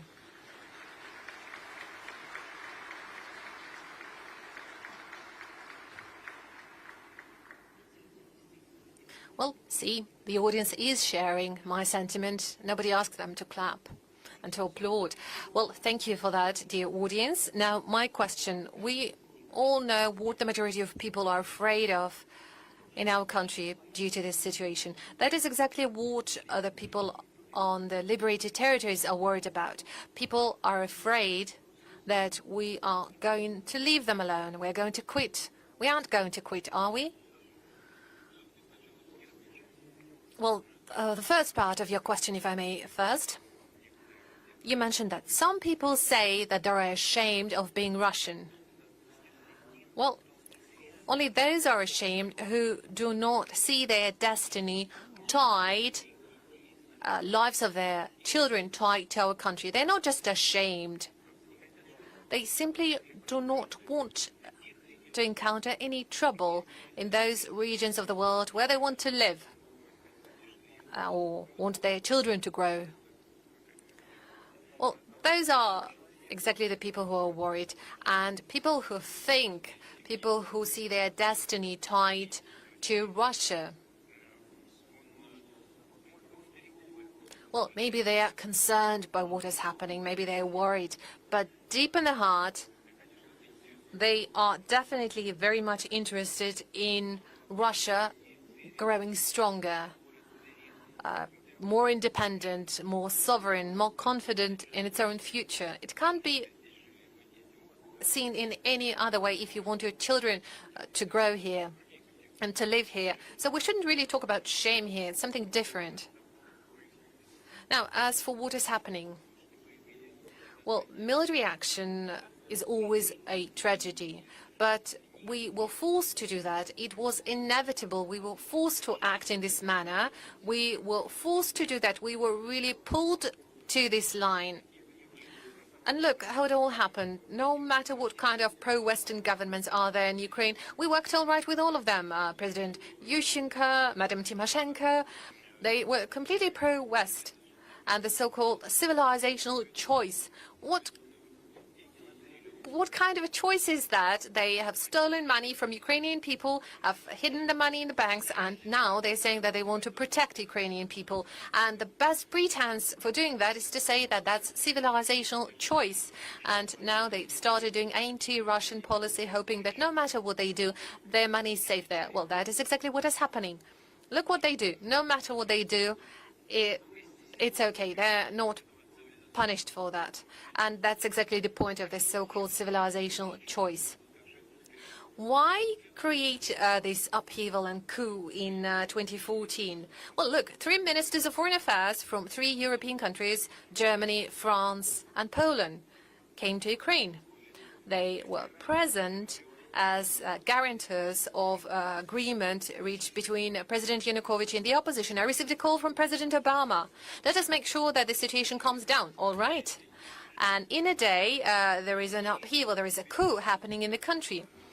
Why? Why do that? The opposition would come to power in a democratic way. Why not do it this way? go to the elections, volunteer and win the elections. Why create all this bloody mess, this upheaval? And now they're saying, well, we shouldn't remember that. Oh no, we will always remember, because that is the root cause. The reason for what happened are those people who made this upheaval, this coup, and they signed a paper of agreement between President Yanukovych and the opposition. What have they done? They've created a coup. They've promised a peaceful process. What were they supposed to do? They were supposed to come and say, no, it can't work this way, guys. You have to come back to a proper political process. We need elections. And that would be it. No, they started giving cookies to the protesters and supporting this coup. Why? And hence what was happening in Crimea. No, they didn't want to respect the choice of the Crimean citizens. And then the first sanctions were slapped on Russia. Twice, thrice, there were big-scale operations in Donbass, firing on people. No one blinked or batted an eye.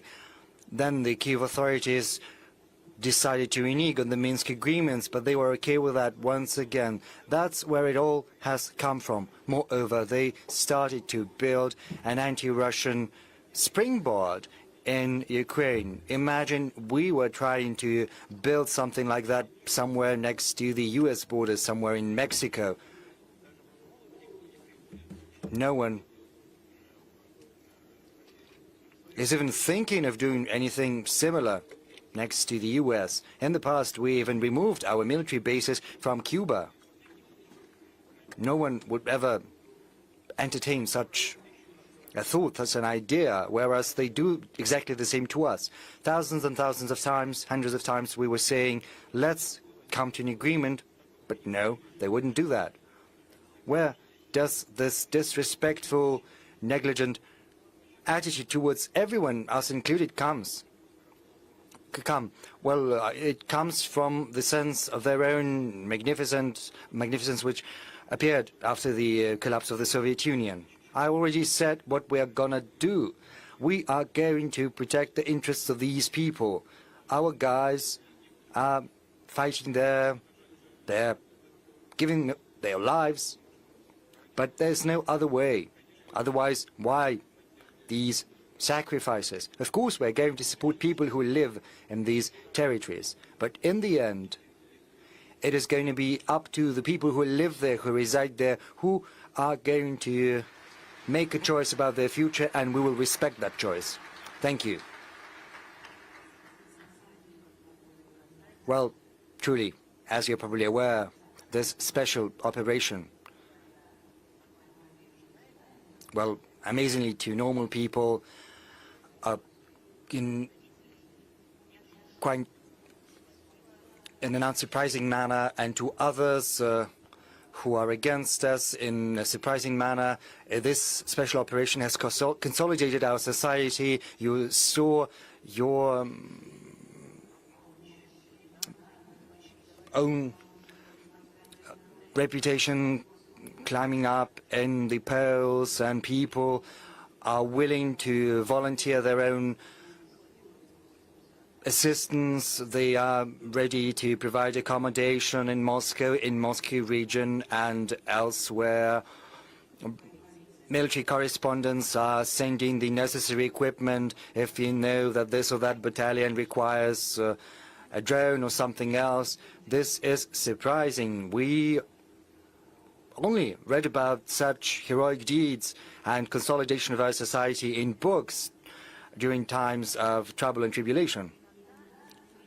At the same time, sometimes, especially in Moscow, one comes under the impression that we live in the final part of, a drama by Bernard Shaw, where broken hearts are, where heart breaks.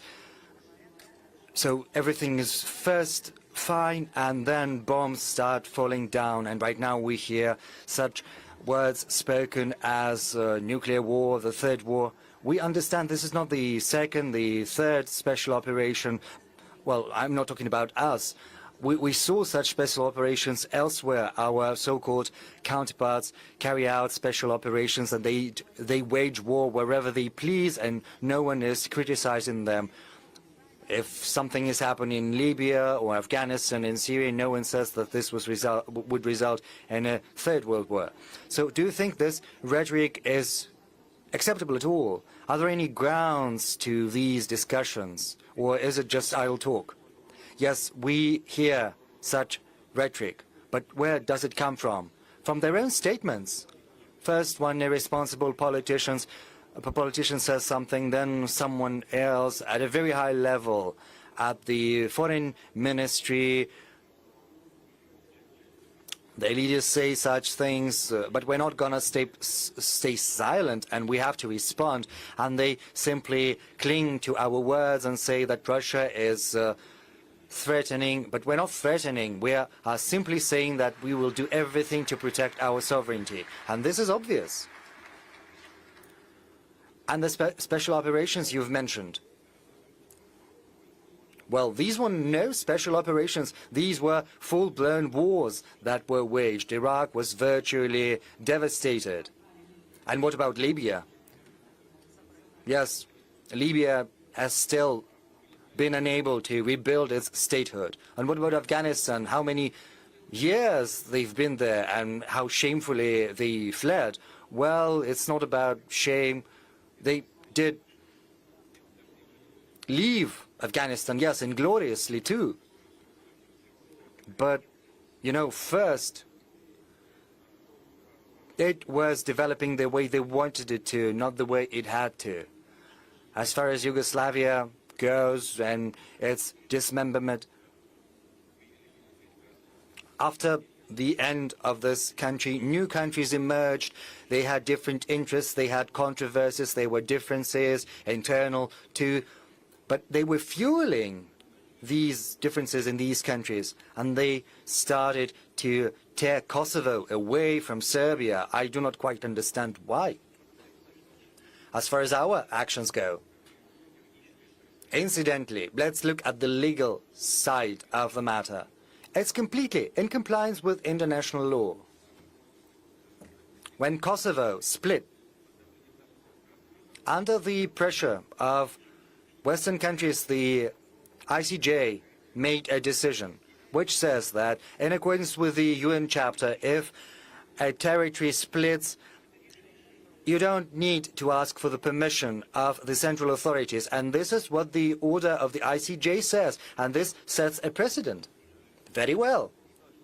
And the same should apply to the Donbas republics. They should not ask for a permission from the Kiev authorities. They've declared their independence. Did we have the right to recognize them? Yes, we did, and that's what we did.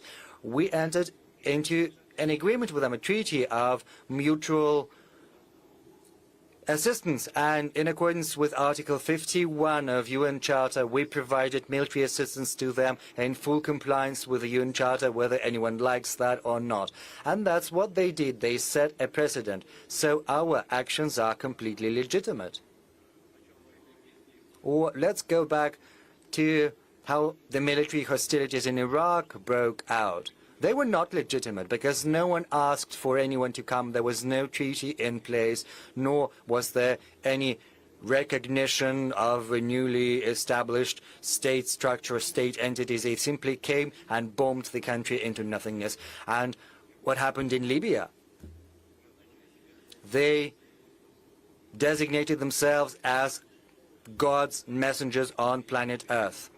Right now they say it should be behavior or life by the rules. But what are these rules? It's just absurd. There are only rules that have to be observed, namely international public law. But what are these norms of the international public law? These are agreements between different countries which constitute a compromise and to which countries have subscribed.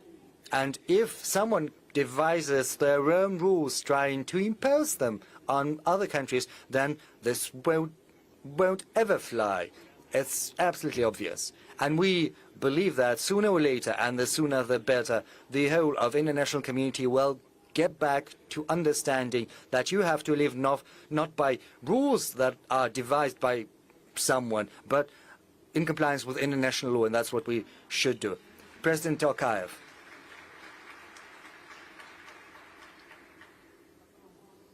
I understand this is a tricky question. You can give different answers to it, but I can't but ask what you think about our special operation. Do you think it was inevitable? The way we think, was it legitimate? And what do people in Kazakhstan think about it? There are different opinions on this matter. I will be frank with you. We have an open society. Civil society has reached maturity, and therefore different points of view are put forth. But I would like to point out that the current international law is based upon UN Charter. But there are two core principles enshrined in the Charter. And these two principles have come into controversy. On the one hand, there is territorial integrity. On the other hand, there is the right to self-determination. The founding fathers of the United Nations, for some reason, overlooked this matter. Maybe they did it on purpose, introducing these two principles at the same time as a compromise. And right now, these two principles have come into confrontation. And given this confrontation, there are different interpretations that are given to them. Some say that territorial integrity is something sacrosanct, whereas others maintain that any nation that finds itself within a different country, any people, have the right to establish their own country, their own state, and can split of their own volition. Well, it's been calculated already that should the self-determination right be implemented, then instead of 193 countries that are currently members of the United Nations, the world would see the emergence of more than 500, or maybe even 600 countries, which is going to be complete chaos. That is why we do not recognize either Taiwan or Kosovo or South Ossetia or Abkhazia. And I think the same principle is going to be applied with regard to these quasi-state territories, which in our view are Donetsk and Luhansk. This is a frank answer to your question. Thank you for the sincerity. Mr. President, coming here, I decided to ask my subscribers on social media about what they wanted to ask you. And ranking high, there were two things, one question and one wish. First, I passed you the wishes of health, fortitude, and all the best. This was the first thing they wanted me to translate to you. And secondly, it is a question. They are hitting Donbass on an every day. This week they hit a maternity ward, and we see images when women have to give birth somewhere in the cellar. You know, people are asking, isn't it time to hit them straight and hard? What do you mean when you talk about this red line after crossing which you'll start to hit them straight and hard into the centers where decisions are made? Well, look here. We are talking about this special military operation. When carrying out this special military operation, we should not raise the cities and settlements we are liberating to the ground the way it happened to Stalingrad. And this is a principle by which our military guided. Secondly, with regard to the senseless strikes against Donetsk, the line of contact was established 8 years ago. And of course, it was heavily fortified. And at this particular sport, local citizens are fighting one another. These are military units recruited from Severodonetsk and also somewhere from near Luhansk, and they are fighting well. And according to military specialists, despite the strikes against the very town, it's senseless to try to storm these fortified lines of contact because it would result in heavy casualties. And that is why, as you know from the media, they are sticking to a different tactic. They are trying to get to the rear, trying to circumvent these lines of contact, these fortifications, and this is happening slow and steady. We have a significant advantage in terms of artillery, so it's inevitably going to happen. Now, as far as these red lines go, let me say nothing on this for now. But I have to tell you that we would have to take harsh measures with regard to decision-making centers, as you have said. But this is something which we should reserve for the military and political leadership of the country to make a decision on. And of course, people who deserve such level of reaction from us have to make their own conclusions. They have to understand what they might come against if they go beyond this red line. And also I have to say that strikes against residential neighborhoods constitute war crimes, crimes against humanity, but this is a humanitarian matter which is going to be addressed, I'm confident. Just yesterday, there were reports that the EU was planning to accept Ukraine very swiftly. There were 3 European leaders. They went to Kiev and they were frightened by sirens blaring, as I was told. And right now, a decision has been made saying that Ukraine is going to be in the EU. Is it good for us? Is it bad for us?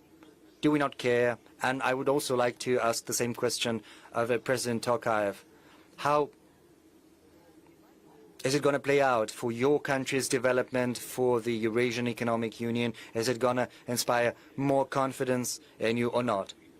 The EU is not a military bloc nor a military organization, unlike NATO. So I've always said, and in this regard our position is consistent and clear-cut, it's a sovereign decision for any country to either join or not join any economic association, and it's up to this economic association to decide whether to accept any new members. So whether that's good for the EU, it's up to them to decide. Whether it's going to benefit Ukraine or it's going to be harmful, it's up to them to make a decision on that, and it's up to the current Ukrainian leadership. But the economic structure of Ukraine will make it inevitable that it's going to need subsidies, and it will secure Ukraine in the status of a semi-colony, as it were. But at the same time, it is going to enjoy significant support for current needs. Maybe, I don't think it's going to help them rebuild such sectors as they lost, such as electronics, aircraft construction, or shipbuilding, because the European Union will be loath to create rivals. Some things will be done, but not everything.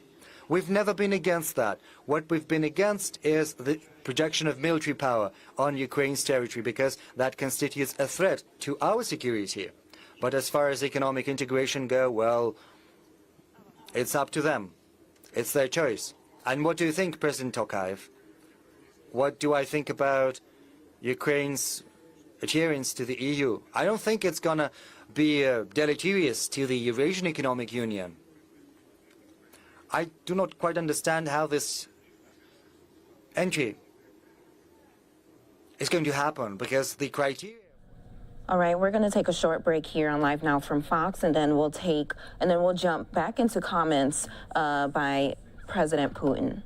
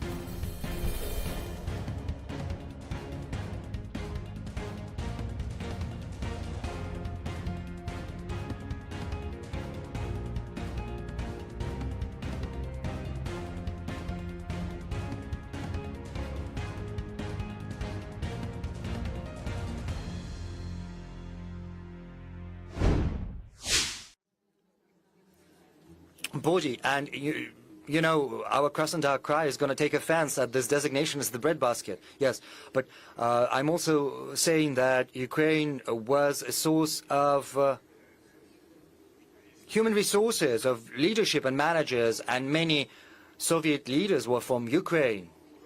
Right now, these realities are changing. So getting back to your question about the European Union, a decision has been made to help Ukraine join the EU, and as President Putin has rightly mentioned, this is an economic union, and if they deem it possible to accept Ukraine into this economic association, this is how we should treat it, as economic reality. Yes, and I've written that and I've spoken about that in public. Over the recent decades, Ukraine has squandered everything that was built in previous decades. The main economic sectors virtually disappeared, and it's sad. And let's just set aside the current special operation and the situation in military affairs, but let's look at the structure of Ukrainian economy. Agriculture still exists, but the rest is in a deplorable state. And there is a very slim potential for rebuilding. They would require dozens of billions in investment to rebuild normal economy. You see, Russia has seen introduction of sanctions, and these sanctions are quite harsh. The central bank had to increase the key rate to 20%, but right now this rate has been brought down to 9.5%, so it's decreasing. We saw a spike in inflation. It was 17.8. Right now it's 16.7, and there is a decrease in trend. Yes, I heard promises of a deflationary spiral. Yes, some specialists keep this threat in mind, and this is something we have to give some thought to, because over the recent months there was almost zero inflation rate. And of course we have to think about deflation. We have to take that into account. But see how stronger ruble has become. Something it's bad that we need ruble at a dollar at 70, 75, yes. For any who studies economy, you understand you sell something, you export something, you get dollars back into Russia, and if a dollar costs 80, 75 rubles, then you get 75,000. And if dollar is at 50, 56, then you get fewer rubles, and you have to spend rubles inside your country. And of course, for importers, it's not that exporters is good, for importers it's bad, but there is also the risk of a very cheap import flowing into Russia, but there are also some benefits. And we see that the Russian economy is far more resilient than our so-called friends anticipated. In other words, this has been achieved through a sustainable macroeconomic policy we've been pursuing over the recent years. And the key industries have also got our support. We understand full well there are difficulties with the supply chains. We're waiting for spare parts, and we expect new difficulties to arise. We are fully cognizant of that. But let's look at agriculture. It's grown by 3.2% over 4 months. It was 2 and 3, and right now it's 3.2. Let's look at construction. In April, it saw an increase of 7.9%. And since the beginning of the year, the growth rate has been 5.8% in construction, but they say that the market has collapsed. But that's true. That is the increase in construction industries, around 5%. Yes, we see a drop in the car industry and in some other sectors. Some say that there was a bubble in this industry or that, and we have to take that into account. But be that as it may, the enterprises are still resilient. I wish economic health to our neighbors, despite all the difficulties that are currently transpiring. So the question is whether adherence to the EU can give an impetus to the development of key industries in Ukraine. I don't know.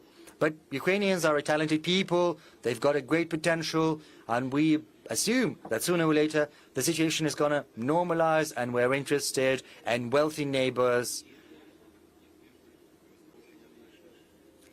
And it's inevitable that relations are going to be rebuilt. We are still sending gas in transit through Ukraine. They still get the money for the transit, incidentally. And everyone is trying to make us send even more gas and pay even more money for transit. Well, it might seem ludicrous and somewhat illogical, but it's happening. But why? Because they don't want to pay to Ukraine. They want us to do that in their stead. And that's been happening for dozens of years. So I do not know whether advantages weigh heavier than disadvantages. It's up to the Ukrainians and to the EU to decide, but they don't want to pay. No one wants to pay. It is always the case, Mr. President. That's how the world works. No one wants to pay. It's also true that relations are very volatile and they are rapidly changing. If we talk about normalizing relations, you know the thing. What was the problem with 2014 and the coup d'etat in Ukraine? The problem was that former President Yanukovych said that he needed some time to think about the principles of the associated membership of Ukraine in the European Union. The question is why. If you take a look at the principles and demands put forward to Ukraine in order for it to be a membership, to associated member, many of those demands are redundant. They were redundant, and many of them were harmful. They were bound to destroy certain areas of Ukrainian industry. They opened up the customs gates of Ukraine to cheap goods from Europe, and it would be impossible to work in these conditions for Ukrainian entrepreneurs. It was the case. Yanukovych didn't say that he didn't want to join the European Union. He said that it was necessary to work on the parameters, but they wanted Ukraine to join immediately. And it led to those crises in airplane construction, navigation, etc., etc. But no one needs Ukraine manufacturing competitive aircraft production. In the past, civilian and military aircraft were equipped with Ukraine-produced motors, and now no one needs those motors. And it leads to the collapse of the aviation. No one needs Ukrainian aviation. Boeing doesn't need competitors from Ukraine. Neon is needed from Ukraine, everyone says. Well, apart from the forest, from the Carpathians, and wheat and corn, no one needs any other resources from Ukraine than that. This is a very subtle matter. Nevertheless, they want to join it. Okay, it's up to you, but there are a lot of problems. Regarding relations, you said that the relations will normalize, but relations are volatile. Let's imagine 20 years ago our relations inside our country with the Chechen Republic, and now the Chechen people are fighting hand in hand with Russians. So we see that the relations are changing. Let's take a wider look. When it all ends, whether the world will it become more safe, secure? Will it become safer and secure, more secure for us? Because on the border with Ukraine or Poland, no one knows what the border will be. So on our border there will be a more reinforced and unfriendly NATO at our borders. Will it be more secure? Or, as you have said, it is impossible to agree on anything with them. It's impossible to respect commitments reached. And as you said, we are just taking back what is ours. I know a lot of people, they really wanted you to say that, and you said it. Yes, indeed, it is the case. I publicly stated that the Soviet Union is historically it is Russia, but it happened that it collapsed, and I would like to stress that we treated the sovereign processes in the former Soviet Union with respect. We have always treated them with respect. We are allies, we are brothers with Kazakhstan. We are members of the same military bloc, the CSTO. We are members of the same economic organization. Who in Russia can even imagine spoiling relations with Kazakhstan on any issue? This is nonsense. We are in favor of strengthening our relations with Kazakhstan. The same would be the case with Ukraine. If we had had allied or partnership relations with Ukraine, no one would have never thought, and there would have never been problems with Crimea, because if Russian-speaking population rights had been respected, then no one would have thought that what we see would happen. But they all did it with their own arms. And the nationalism that was cherished in the Soviet Union, and this nationalism after the collapse of the Soviet Union, it was actively galvanized despite our supply at a very minor prices of energy resources to Ukraine, despite us subsidizing the Ukrainian economy. Those nationalism was constantly growing. And why? Because of the ambitions of a narrow group of people, of those who follow the ideas of Bandera. And that's it. If we had had normal relations, that this tragedy would have never happened. I assure you. But we are not the ones to be blamed for it. As for the future, first of all, we are ready to build relations with everyone, despite what's happening today. And secondly, our security guarantees are our army and our fleet. They are the main guarantors. As we remember, they are our only allies. Mr. Putin, it's unpleasant to think about it, but why is it so hard for us to build relations with the Axis? It's always difficult to deal with the Axis, but is it about Ukraine? So is it the problem was that Ukraine was charmed from outside, or we can also be blamed? We are also guilty. And I have also a question to the president of Kazakhstan. Do you have the impression that Russia could have paid a lot more attention, or something like that? It's a question to you both. Of course. Firstly, you have just said that we are taking back what's ours. Historically, the territories on the Black Sea coast, we're not claiming that they should go back to Russia, but this Novorossiya region, it emerged after a few wars with the Turkish Empire. What Ukraine are we talking about it? What does Ukraine have to do with it? It has absolutely nothing to do with it. Western parts of Ukraine joined Ukraine after the Second World War. Stalin took those parts from Poland, Romania, and gave it to Ukraine.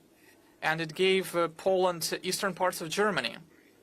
Territories to the left of Dnipro. How it emerged? Ukraine came to Russia having three territories: Kiev, the Kiev Oblast, Zhytomyr, and Chernigov. It was 1,545, the year 1,645 or something. And everything that happened when the USSR emerged in the 20th century, all the territories that Ukraine has now, they were all presented as a gift by Lenin. Donbass was first decided to be part of the Russian Socialist Republic, but then the decision was overruled, and so they gave it to Ukraine in order to increase the proletariat share in Ukraine. But the situation has changed. Yes, we have agreed to it. We respected everything. You say maybe we should have acted differently. Well, maybe, but when the USSR collapsed, people proceeded from the assumption that the friendship would last, that we would have normal relations between former Soviet Union countries. But unfortunately, despite our desire to cooperate in these frameworks, we have only received, all we have received are the demands to step up our economic support. We did everything we could. In the 1990s, Russia was in a very difficult situation, but nevertheless, we provided loans, cheap energy, and from decades to decades, we were ready to cooperate in the key industrial areas: aircraft building, naval construction, and I don't think that we could have done more. And despite all of it, a group of people who de facto came to power forcefully or influenced the leadership, it determined the development, the way for development, and then they declared a certain civilization choice in order to preserve the green they have in foreign banks. Excuse me for this expression. And then they faced prosecutions even in their own country. They are blamed for everything as part of the internal political struggle. You have asked about Ukraine joining the EU. They may join it, but do not pose any threat to us. And we don't want them to harm those people who believe that they are part of a Russian culture, of a Russian language culture. We have never interfered into it. We have never done it. But everything that was done in this regard was done to create the most, by them, was to create the best possible conditions to protect those money that were stolen from the Ukrainians.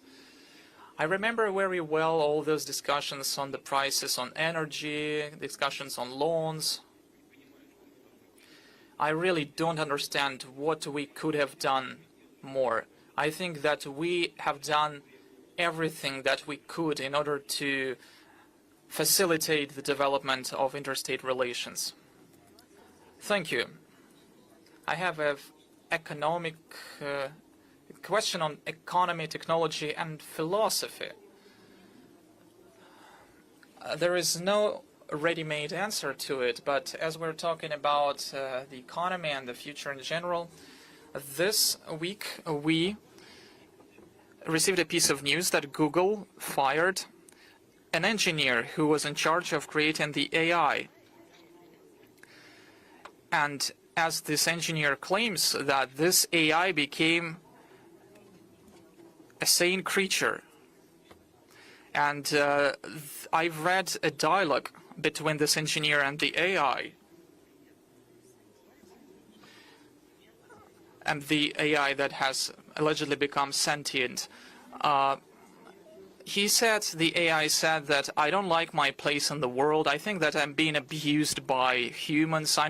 He said that he understood that he was much more intelligent than people. So this was a very independent creature indeed. So this engineer was fired, but the technical director of Google says that by 2030, there will have been a massive market of introducing chips to human brain, and that humans will cease to be humans, and they will become the artificial intelligence. And by 2045, the world will have reached technological singularity, meaning that people will cease to control and to understand the artificial intelligence that they will have created. By that time, I will have been 65 years old, and I don't want to live in this kind of world. So the question is, for thousands of years, humanity thought that progress was good.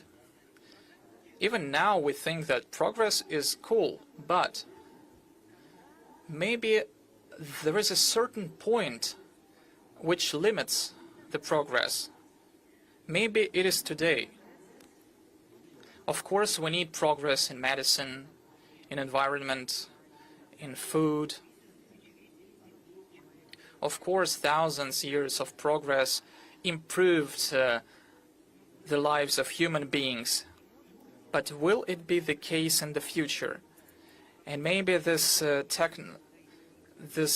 technologically lagging behind, maybe it's not that bad. Maybe we need to take a step back technologically to take a look what's going to happen with those creatures, and then to decide in which way we would like to develop. The question to both of you. I am completely confident that the progress will be developing in the future. And many years ago, representatives from Kazakhstan to reach St. Petersburg, it took them 3 months. It took them 3 months to get from Kazakhstan to St. Petersburg on horsebacks.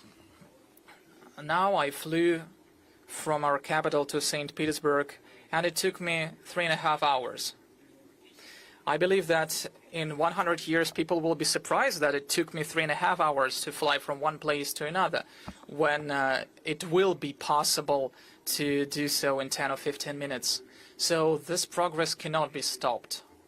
And of course, there will be robots who will be much superior in terms of... All right, so a number of remarks from Vladimir Putin on Ukraine, also how he feels regarding the sanctions his nation is facing right now. Now, coming up after the break, we'll have a live report on the challenges food banks are facing because of rising costs across the country.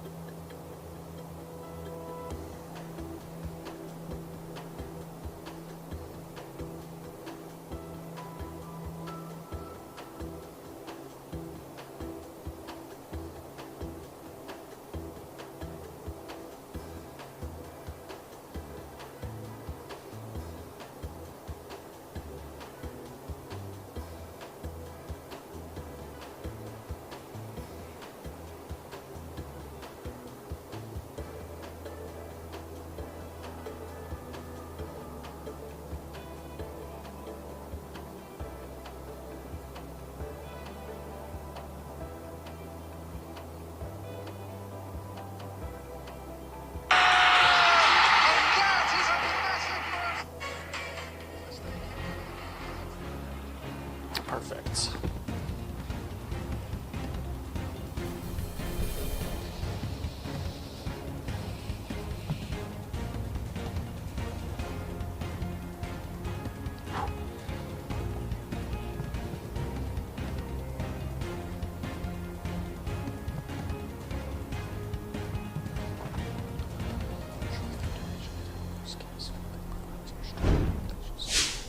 Welcome back here to Live Now from Fox. Well, record inflation numbers have made it more expensive to feed families across the country, and it's now becoming a challenge for food banks because obviously families are turning to food banks to help feed their family members. For more information on that, here is Fox's Jake Caralexis with more. Hey, Jake.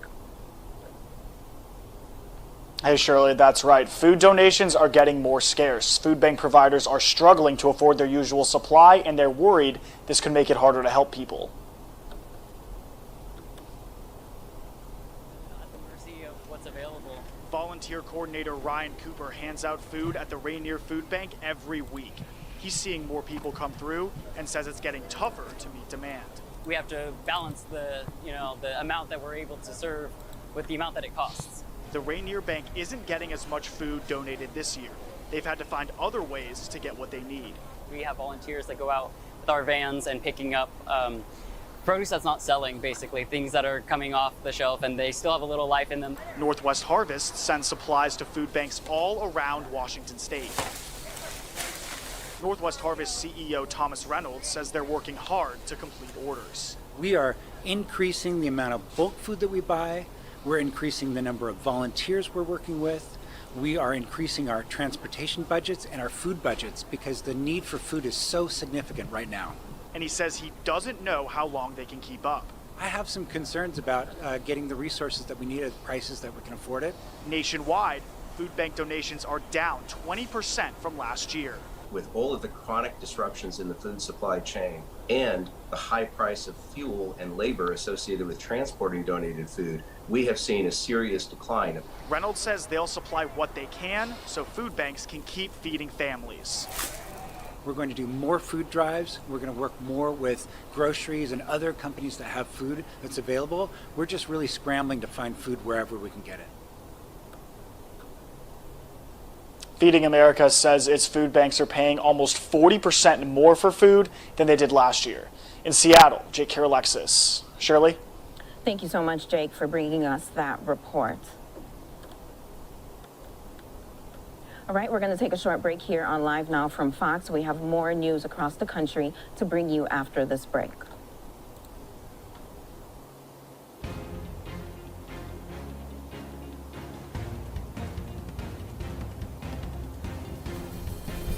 Thank you, Shirley. Appreciate it. Have a great weekend.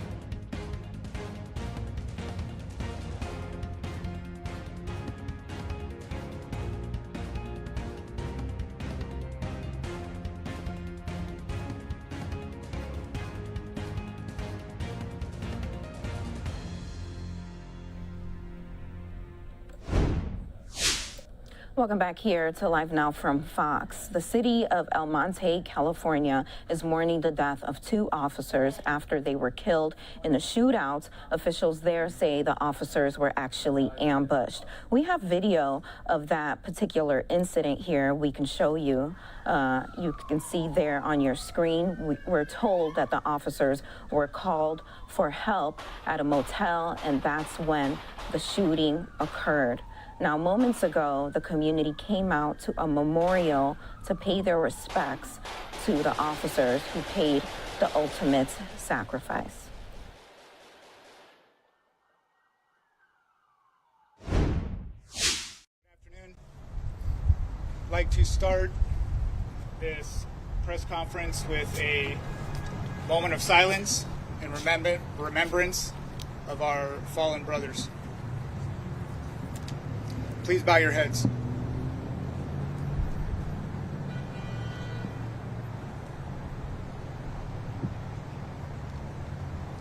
Thank you. Corporal Michael Paredes, Officer Joseph Santana. These 2 were my brothers, my colleagues. Corporal Paredes and Officer Santana did not show up to work today. I expected to see them walking through the door at the station with their smiles. That didn't happen today. Instead, I'm standing here trying to make sense of the unthinkable. My name is Ron Dannison. I am the president of the El Monte Police Officers Association. First, I'd like to share that today's gathering is happening with the blessing of Michael and Joseph's families. I ask the public to pray for them, especially for the children of Michael and Joseph. Corporal Mike Paredes was born and raised in El Monte.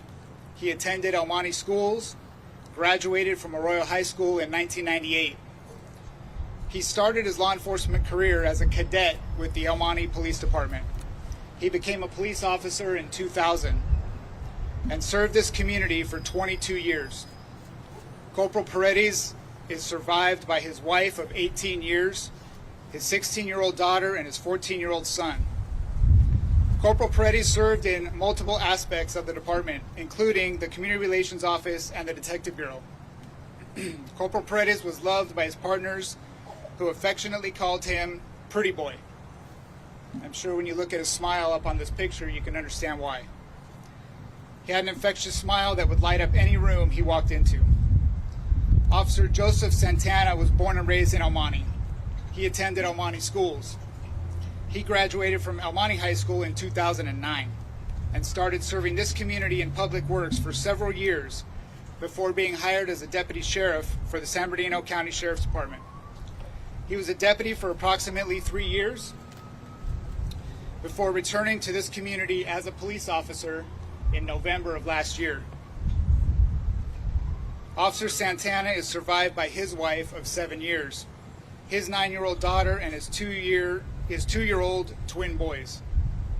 Officer Santana's dream was to be an officer for his community and was so excited to be a part of this family. He fit in immediately and was beloved by all he worked with.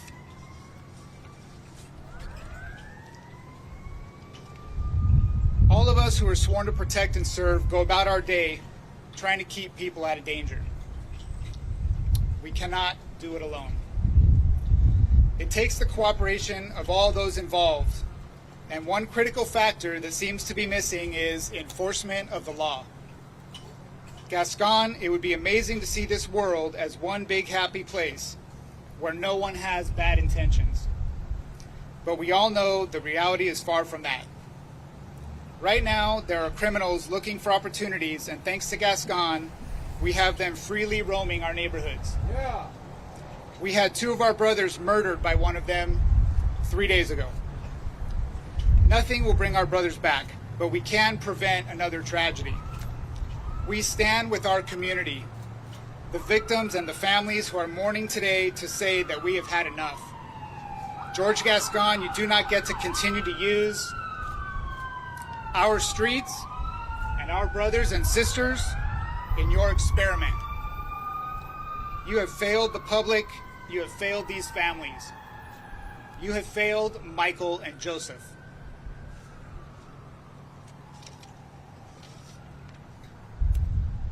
I would now like to have Olga Garcia, mother of slain El Monte police officer Joseph Santana, come up and speak.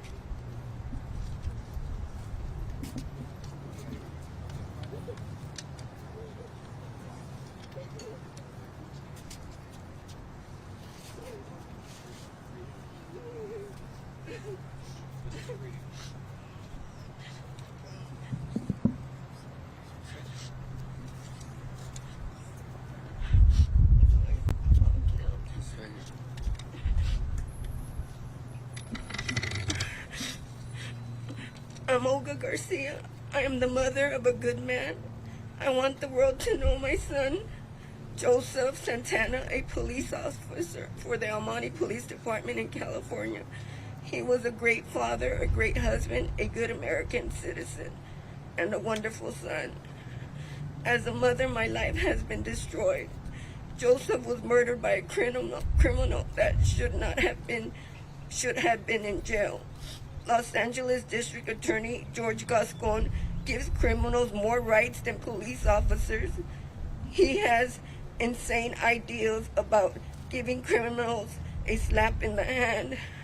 Police officers are afraid to do their job, to defend themselves, because Gascon will not put them in jail. We need death row and 3 strikes law to come back. We need to enforce our laws so more police officers don't die. Yesterday I was slapped in the face when I was told that Gascon is going to pay for the criminal's funeral. I blame the death of my son and his partner on Gascon. Gascon will never know how I feel. Gascon will never know how he destroyed our families. He won't know how his children feel. Crime is so high in California because criminals don't stay in jail long enough. We need to make criminals responsible for their actions. We need law and order. Thank you.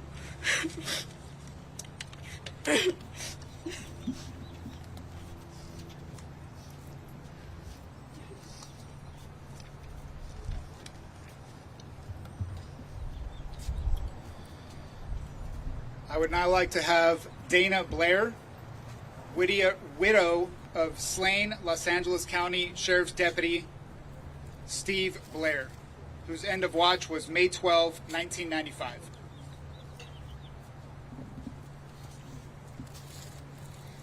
My name is Dana Blair, and I'm the widow of LA County Deputy Sheriff Steve Blair, who was shot and killed in the line of duty by a known gang member, Freddie Fuyava, while exiting the patrol car in a gang ambush on May 12, 1995, in the city of Linwood.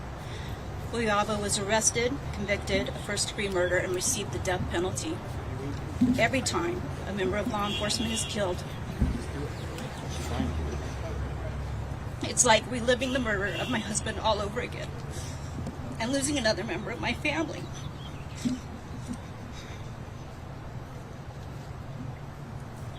I flew down from Northern California this morning to lend my support to the families and members of the El Monte Police Department. My heart and prayers go out to the families, friends, and co-workers of El Monte Police Department's Corporal Michael Paredes and Officer Joseph Santana, who were brutally shot down while doing their jobs and saving someone that had called for help in fear for their lives. Just like my husband, these brave souls ran towards danger to make sure that the public was out of harm's way. I am here for you. Justin Flores was a cold-blooded killer who shot and killed 2 police officers who had responded to a 9/11 call from his wife, who was in fear for her life. Justin Flores was a convicted felon who had a lengthy history of committing crimes against others. Flores was a known gang member and felon who was illegally carrying a gun and used that gun to shoot and kill 2 police officers in cold blood. He had been caught carrying the firearm prior to this and walked away with a slap on the wrist, with probation only. If he would have been given a 3-year prison sentence for this, as he should have, it's my belief that we would not be mourning the murder of these 2 heroes today. For this, Gascon, we hold you responsible. The public deserves to live in a safe environment. When will District Attorney Gascon stop supporting the criminals and start holding them accountable and prosecuting them to the fullest extent of the law? When will he proactively start considering the public safety and supporting the victims? My guess would be never. His track record shows his focus is on assisting the violent criminals and not seeking justice for the victims, trying to keep the public safe. The only way to change this is to hold Gascon accountable for his negligence and suspect actions and get him out of office as soon as possible. If not, I truly fear how much worse the crime against innocent people will become if he is left to continue on this destructive path. I recently learned that my husband Steve's killer, Freddie Fuyava's case, has been sent back down to the LA County DA's office, and I fear what the outcome will be. I want to say that I'm hopeful, but unfortunately the man who holds the power has no consideration for the public nor its victims. May God help us all.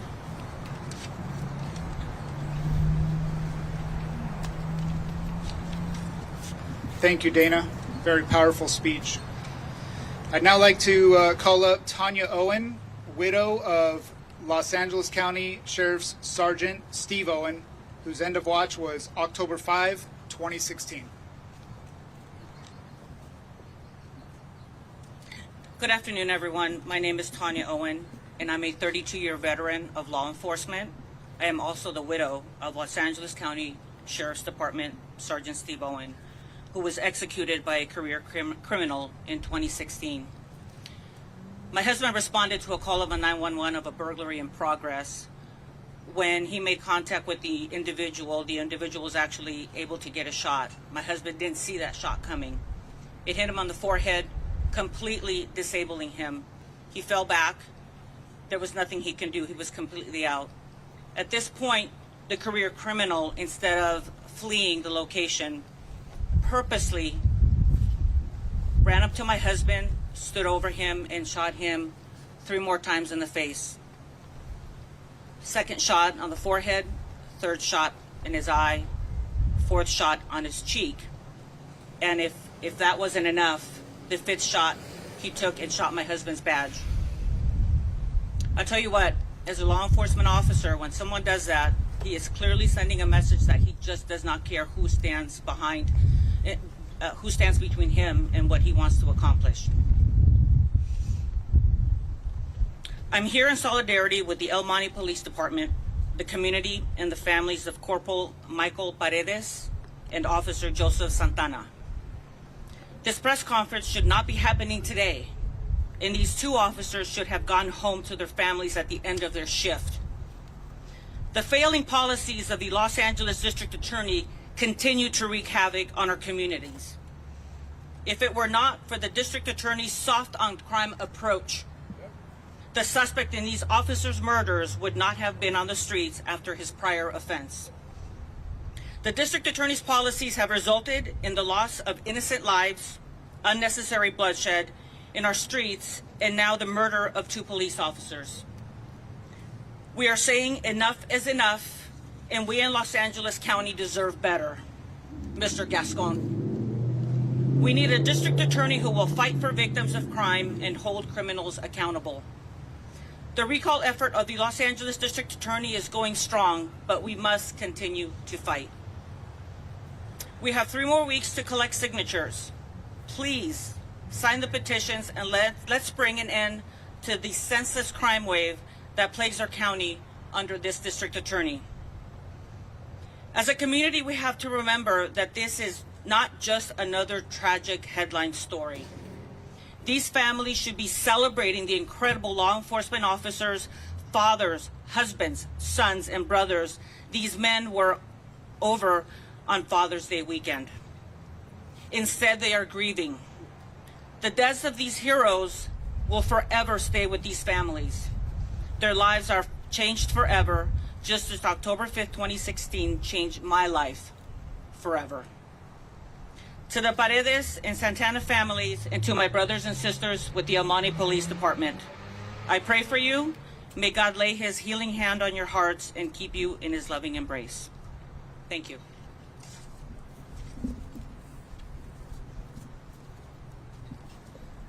Thank you, Tanya. I would now like to have Angela Mendoza come to the stand, girlfriend of slain LAPD officer Fernando Arroyo.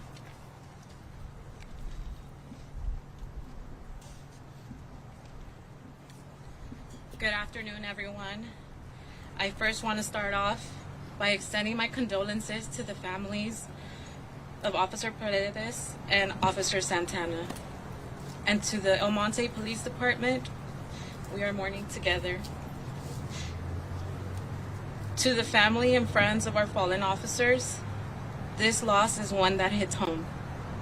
Earlier this year, my boyfriend, Officer Fernando Arroyo, was taken from his family and I in an attempted robbery that ended in gunfire. It was his first day off, or rather night off, from 4 graveyard shifts that week. He had just been pre-approved for a loan 3 days prior. We were sitting in his mom's kitchen table, and he was excited about checking out a home near the Watts area. We went, and then we went to see a second home in which he stated that it was perfect. His exact words were, "I think this is it. It's perfect." Little did we know that tragedy was going to strike a few minutes later. He was only 27 years old, 1 month shy of his 28th birthday. That night, he was taken from us. A future with him was no more. All the plans and goals we would talk about were no more.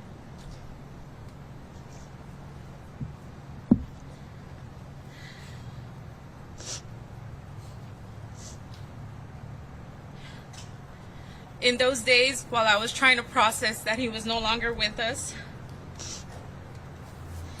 I was also thinking of the worst, that the individuals that took his life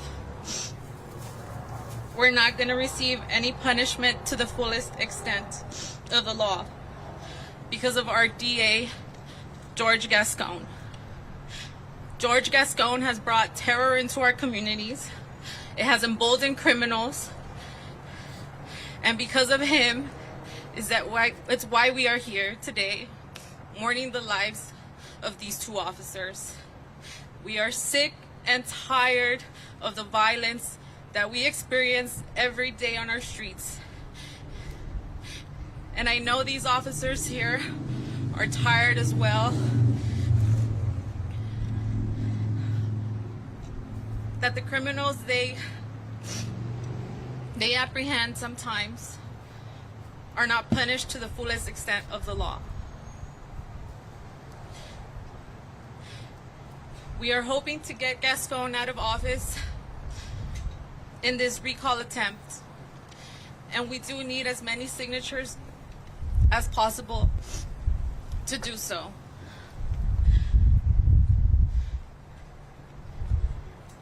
We are sick and tired of the violence we experience every day. To the family and friends of these two officers, we are in solidarity with you guys.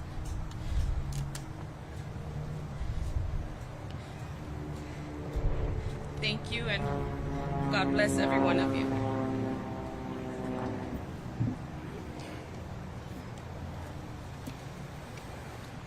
Thank you, Angela. I'd now like to call up James Wheeler, Association for Los Angeles Deputy Sheriffs.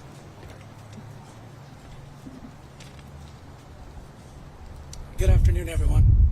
My name is James Wheeler, and I'm the president of the Association for Los Angeles Deputy Sheriffs.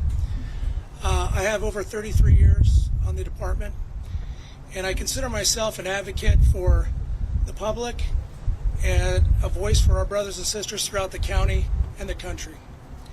I'm here today to make sure that you do not forget Corporal Michael Paredes and Officer Joseph Santana, because this community won't forget what the two meant to them. This is not just about protecting peace officers, but it's about the public living with a sense of safety. Peace officers go out every day and bring people to justice. But with the pro-criminal policies of Deputy DA or DA Gascon, justice is not served, and the public is placed in danger every day. The criminals are emboldened by his policies and his rhetoric, and the criminals are running the streets, and the outcome is deadly. These two officers' death cannot be in vain. Michael and Joseph should be here today with their families. Instead, their families will be attending their funeral. Our heart breaks every time a peace officer is killed in the line of duty. We have a saying: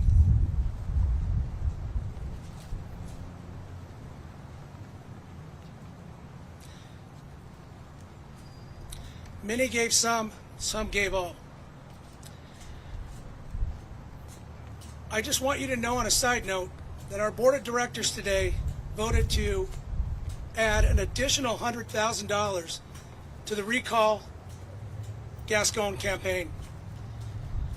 My hearts go out to your law enforcement family and to the families of the victims. Thank you very much.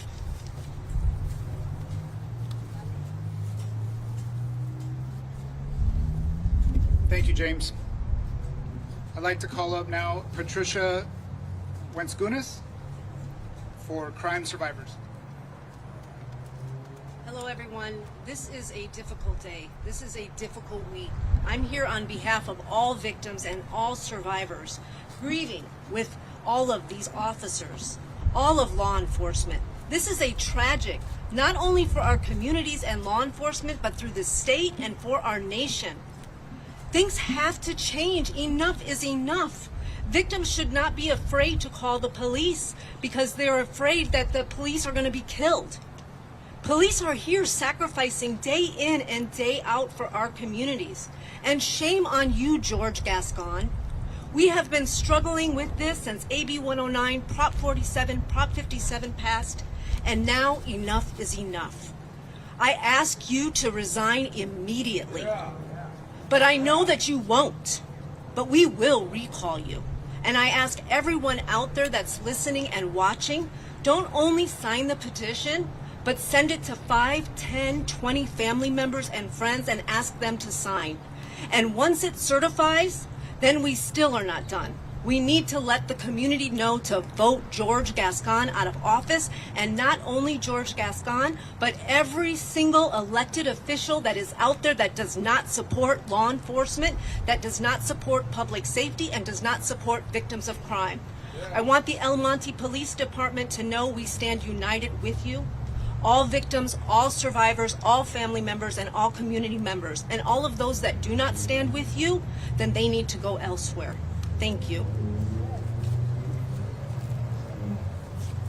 Thank you, Patricia. Couldn't agree more with every single word you said. I'd now like to call up Eric Sadal, Association of Deputy District Attorneys.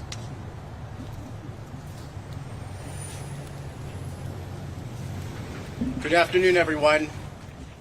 My name is Eric Sadal. I'm the Vice President of the Association of Deputy District Attorneys. And I'm not here to mourn these two fallen officers, talk about their bravery. I'm not here to talk about why George Gascon should be recalled. But I do think that the record should be straight. The record should be clear. That on June 14th of 2022, Flores should have been in a prison cell. He should not have been out on the streets. He should not have had a gun. And the only reason that he was out on June 14th was because of George Gascon's policies. According to the law of the state of California, Flores should have been sentenced to prison at a minimum of 32 months in state prison on February the 10th of 2021. Now, I'm not great at math, but according to my math, that means he would have been in a prison cell on that day. And there's only one person who is responsible for him not being in custody, and that is the current District Attorney of Los Angeles, George Gascon. Thank you.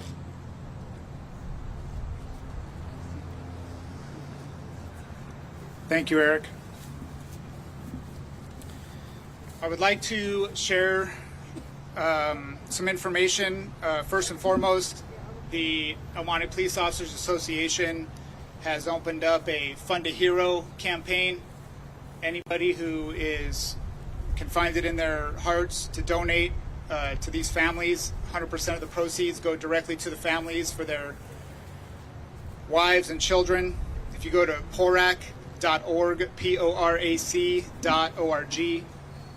click on Fund a Hero, and you will see El Monte Police Officers. I'd also like to share information about our candlelight vigil that we are holding tomorrow night, 7 p.m., right here where we stand today. Any and all community members are welcome to attend. We would appreciate it if you all came. These were two fine men, husbands, fathers, sons, friends, family members of our association. And I would like to say that our logo, which I believe is on the front of this podium, says, "In solidarity with the community."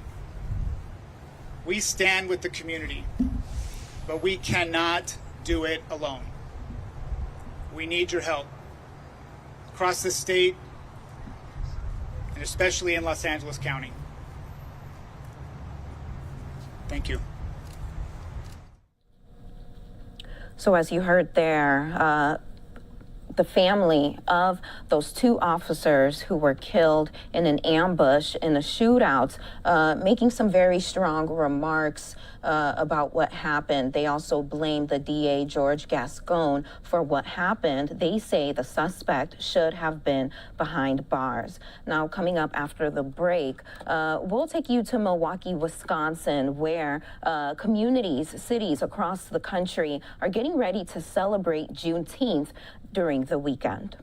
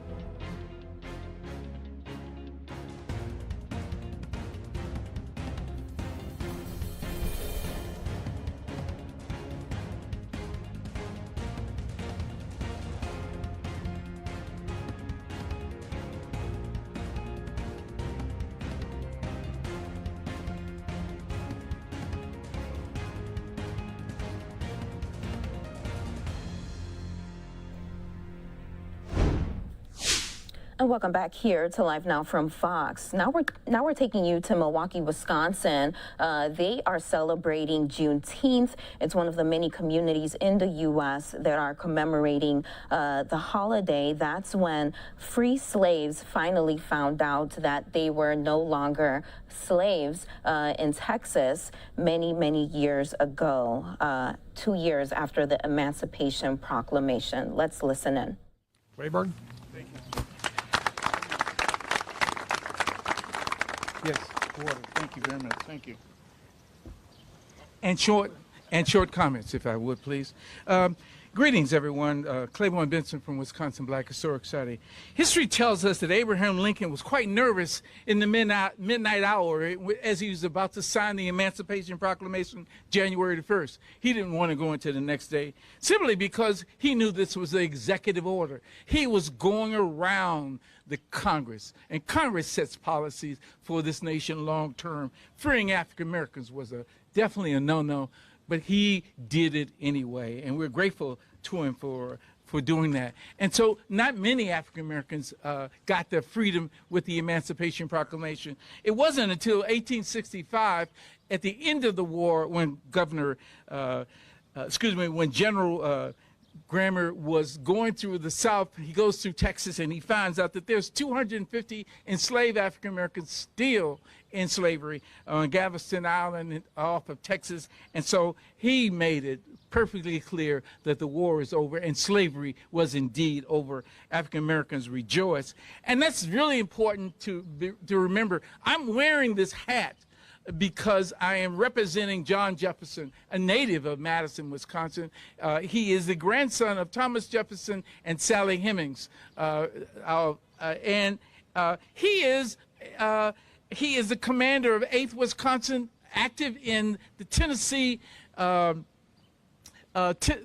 and Mississippi Valley area. And so he becomes very important to General Grant as he seizes Vicksburg and makes his way. And so I celebrate him and all the other thousands of African Americans who took up the fight when white soldiers decided that Juneteenth Day, the passage of Juneteenth Day, January 1st, 1863, meant no longer the end of the separation of the North and the South, but the ending and the creation of freedom for African Americans. And so John Jefferson, many thousands of other African Americans became soldiers. This being Father's Day, we want to give recognition to them who worked and did carrying bodies, providing food, being dallies, and a whole host of other tasks, yet they still served because they knew that for African Americans, freedom meant them having to fight.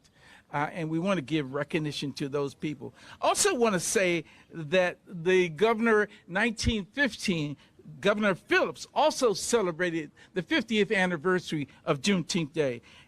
50 years, he created an exhibit and built it in Chicago and talked about the uniqueness of African Americans coming to the state of Wisconsin and how important that was. And so I will now do the libation, please.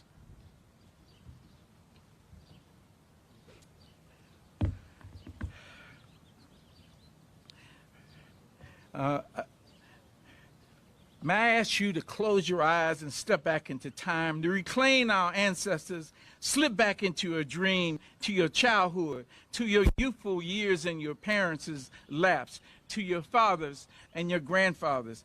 Face them, name and unnamed. I say Ashe. And so with me, repeat the word Ashe. That is just simply saying, so it is said. Catch a cloud and float over the motherland, tower over the pyramids, watch the ancestors and chart the skies, the stars, and watch the medicine men heal the sick. I say Ashe.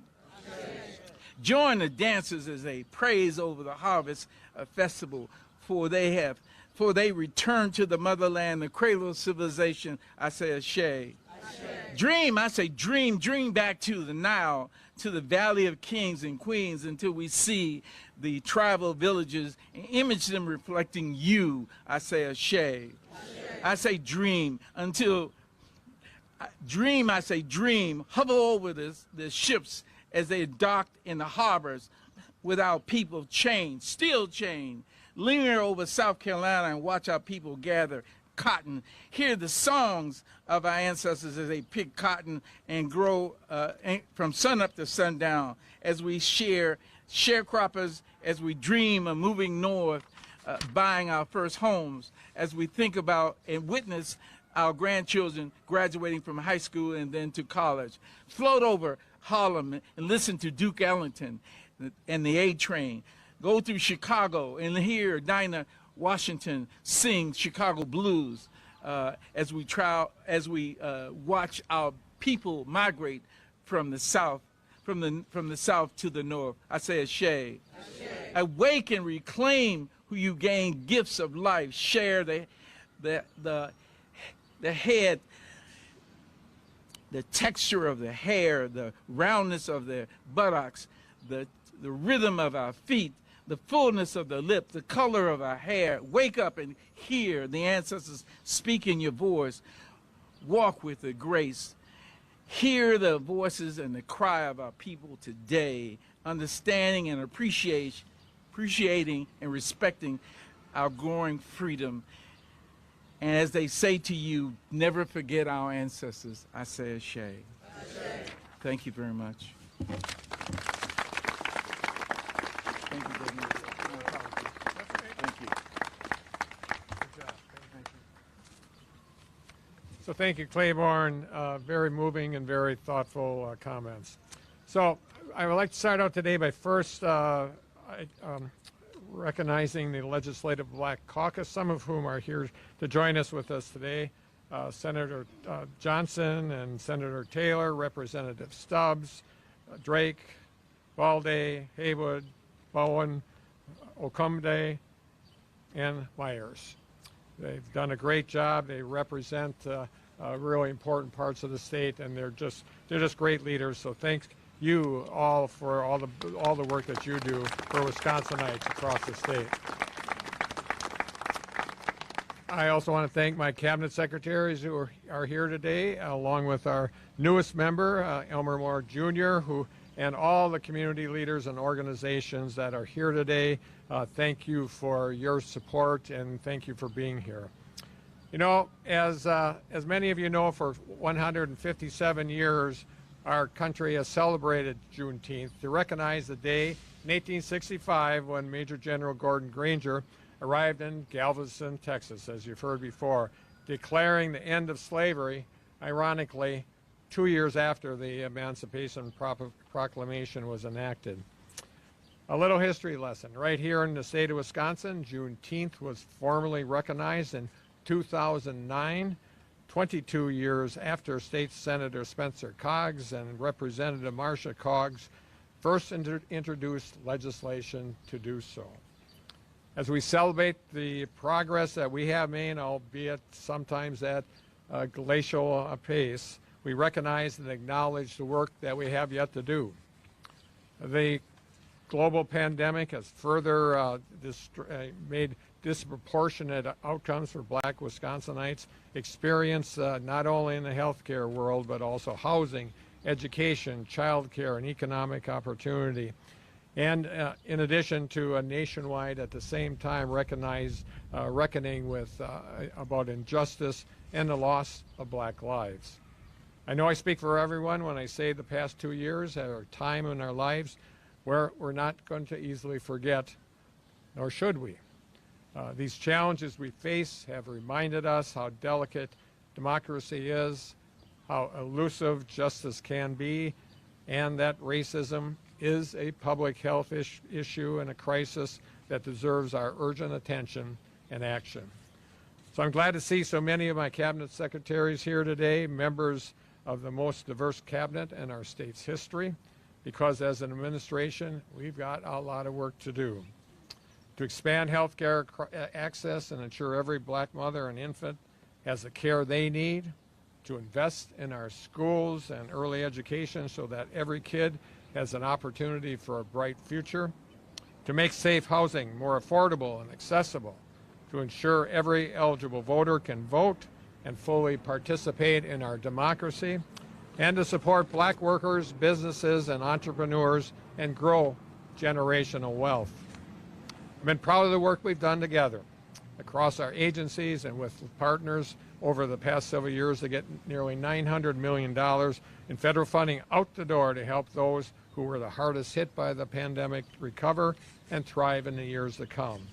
This has included investments to build the Black Business Hub and the Center for Black Excellence and Culture here in Madison South Side, to provide more than $18 million for chambers of commerce and organizations working with Black entrepreneurs, and to support organizations working in communities with more than $82 million for our equitable recovery grants. This has included folks like Today Not Tomorrow, working to address disparate outcomes in infant and maternal health. Rebalance Life Wellness Association, helping Black men and boys take care of their health, and the Literacy Lab, promoting early learning, mentorship, and representation in the classroom. And of course, we made sure that folks could make rent and to invest in community violence interruption and supporting our kids' mental health. These are just a few of the ways that we put our federal money to work to support communities across the state. And we're not going to slow down. We can't and we won't as long as I'm governor. We're going to keep taking real, meaningful steps towards the sort of future we want for our state. In 2020, I was proud to raise the Juneteenth flag over the Wisconsin Capitol for the very first time in our state's history. And I want to make this clear. Today, as we raise the Juneteenth flag over the state capitol for the third year in a row, I want to acknowledge that I know a flag is not a policy solution, and it's not an investment, but it is a message to Black Wisconsinites across our state that we celebrate you, and that as a state we are committed to building a future that we dare to dream of for our kids and our grandkids and generations to come. With that, thank you. With that, once again, thank you for joining us today to celebrate Juneteenth, to celebrate Black history and culture, and to celebrate how far we have come, and to figure out we've got a lot more to do. So thank you, and now I'd like to introduce and welcome up to the podium Elmer Moore Jr., CEO and Executive Director of the Wisconsin Housing and Economic Development Authority. All yours.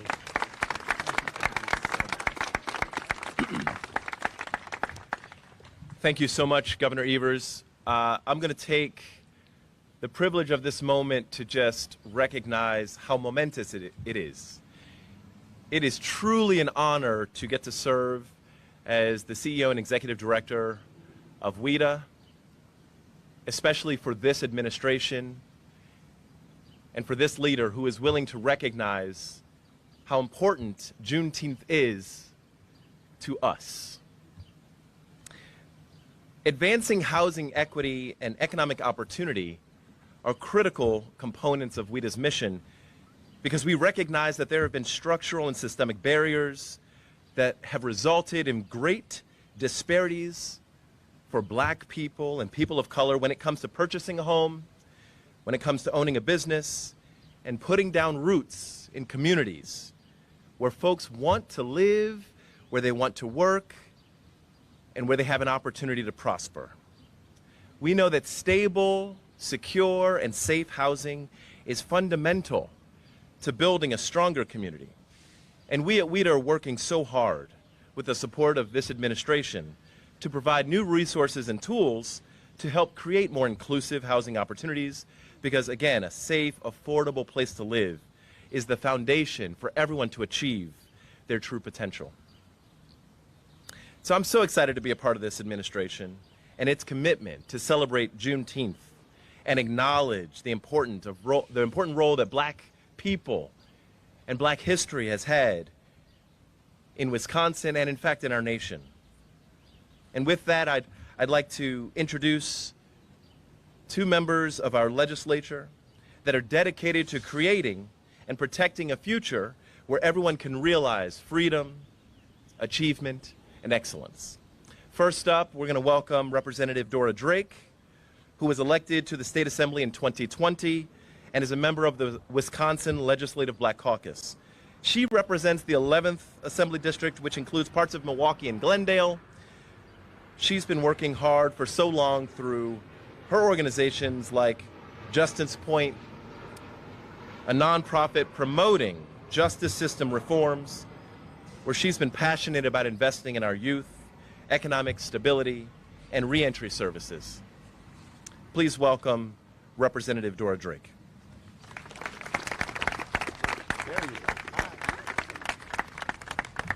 Thank you. And hello, everyone, and good afternoon. Despite it being warm outside, I think it is well-deserved that we're here for an important occasion. What's already been talked about, the importance of Juneteenth, the history of how we've come to here, and thank you to our governor and our leadership for knowing the importance of raising the flag on this day. And I simply want to say that it's important to continue to talk about this because there are forces that will try to diminish, erase the history that has happened in this country, specifically for Black Americans. And I think it's important that we realize on this day that Black history is not just Black history, it's American history. Just last year, Juneteenth was made a federal holiday, and that's something to celebrate. That is something to celebrate. And so as we are here today to raise again the Juneteenth flag, my simple ask is to continue to push and to continue to speak about what is the truth in our country. All of it, the good, bad, and ugly. And today is one of the amazing parts of the history in our country, and we should celebrate it all. And with that, thank you.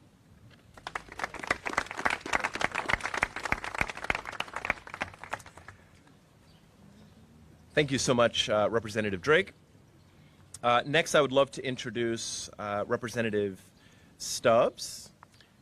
And I want you to know that Representative Sheila Stubbs has been in the Assembly since 2018, is a member of the Legislative Black Caucus. She became the first African teacher and Dane County Supervisor, where she gained a wealth of personal experience on systems that adversely affect communities of color and resolved to improve them throughout her career. So we're going to welcome Representative Stubbs and thank her for her comments. Thank you. Thank you so much. Well, good afternoon. Thank you so much for such a welcoming introduction and welcome to your new position. I want to thank Governor Tony Evers for holding this wonderful, important event and for continuing to recognize the importance of Juneteenth throughout the state of Wisconsin. I would be remiss if I did not take this moment to recognize two people. My mother, Elder Linda Hoskins, who has been a trailblazer in my life. And the reason that I stand here, and Miss Annie Weatherby Haynes, who certainly has been the one who has requested that our flag be raised throughout Dane County, the city of Madison, and the state of Wisconsin. I'm so honored that we have worked so closely with Governor Evers' office.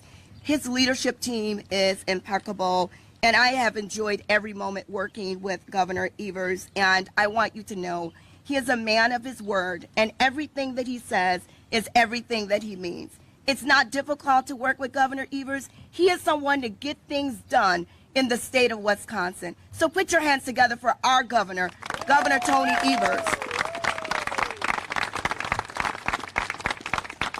Next, it is my honor to introduce and welcome Dr. Rakita Moore-Ware, who is the founder and CEO of My Process Incorporated, a nonprofit that creates outreach and develops curriculum to help young people go through their life processes. In addition, Dr. Moore-Ware is a public servant who works for the United States Department of Agriculture, Forest Research as a research scientist. So it is my honor to welcome Dr. Moore.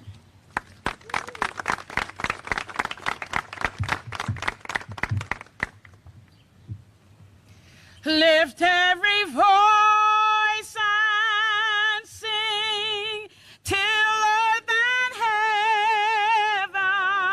heaven ring, ring with the harmonies of liberty. Let our rejoicing rise high as the listening skies. Let it resound loud as the rolling seas. Sing a song full of the faith that the dark past has taught us. Sing a song full of the hope that the present has brought us. Facing the rising sun of a new day begun. Let us march on till victory is won.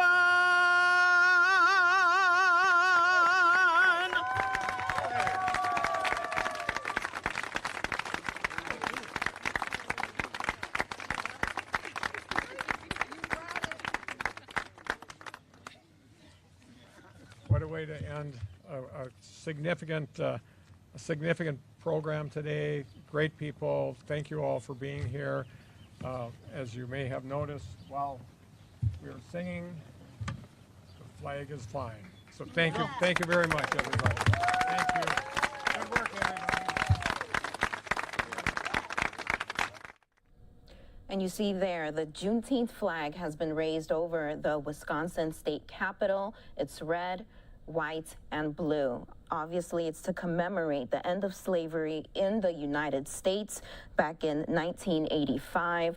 This didn't happen until 2 years after the Emancipation Proclamation, and that happened because the slaves didn't find out until someone went down to Galveston, Texas, to let them know that they, in fact, were finally free. Now, this weekend, we will bring you ceremonies from across the country. Obviously, Juneteenth is a federal holiday now. President Biden officially made it a federal holiday last year, and we will bring you those live ceremonies this weekend, specifically on Sunday here on Live Now from Fox. We'll have more news for you after this short break.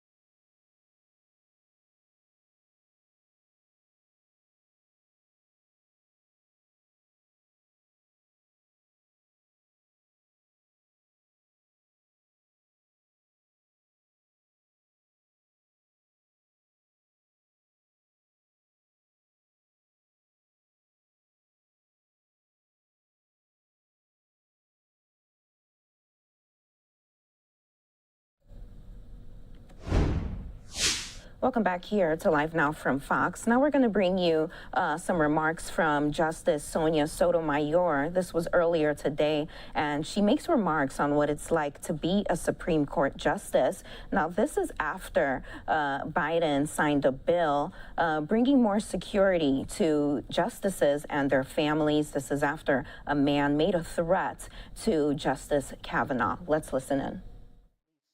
Directly appoint the other branches. And to that end, when we as institutions have made mistakes, other parts of the branches, because the four work in tandem, remember I created the people as the fourth now, the people have worked to make changes. Think of, and I've just recently done a very close study of Dred Scott, because I've done a talk about it for the Parks Department just in the last week, and I took a deep dive in a way I never had before. Dred Scott is reputed to be, and I happen to agree, one of the worst decisions of the Supreme Court. It's hyperbole to say that it caused the Civil War. It didn't cause a war. But it is the decision used on both sides of the Civil War to motivate their respective adherents to fight a just war. The North used the Dred Scott decision to tell the northern states that the southern states were looking to spread slavery throughout the country. The southern states were talking about the Republicans undoing the Constitution by not following it and not respecting the southern states' rights to have slaves, and we ended up in a civil war. And the Civil War in the 13th, 14th, and 15th Amendment directly undid the three rulings of the Dred Scott case. Took a war. But it took nearly another century before Brown versus Board of Education and a pit stop of incredible impact, Plessy versus Ferguson, blessing separate but equal, for civil rights leaders in 1954 to have finally won the battle of freedom and civil rights, started in Plessy versus, in Dred Scott, and ended in Brown versus Board of Education to make all people equal under the Constitution. But that was all four branches working together. And it took the efforts of all of those branches in different ways to secure the equality that we're still seeking to defend today and to promote. But it can be lost if we don't all play our part. And I think for my motivation that I want to give you as young lawyers is Dred Scott lost his 11-year battle for freedom in the courts.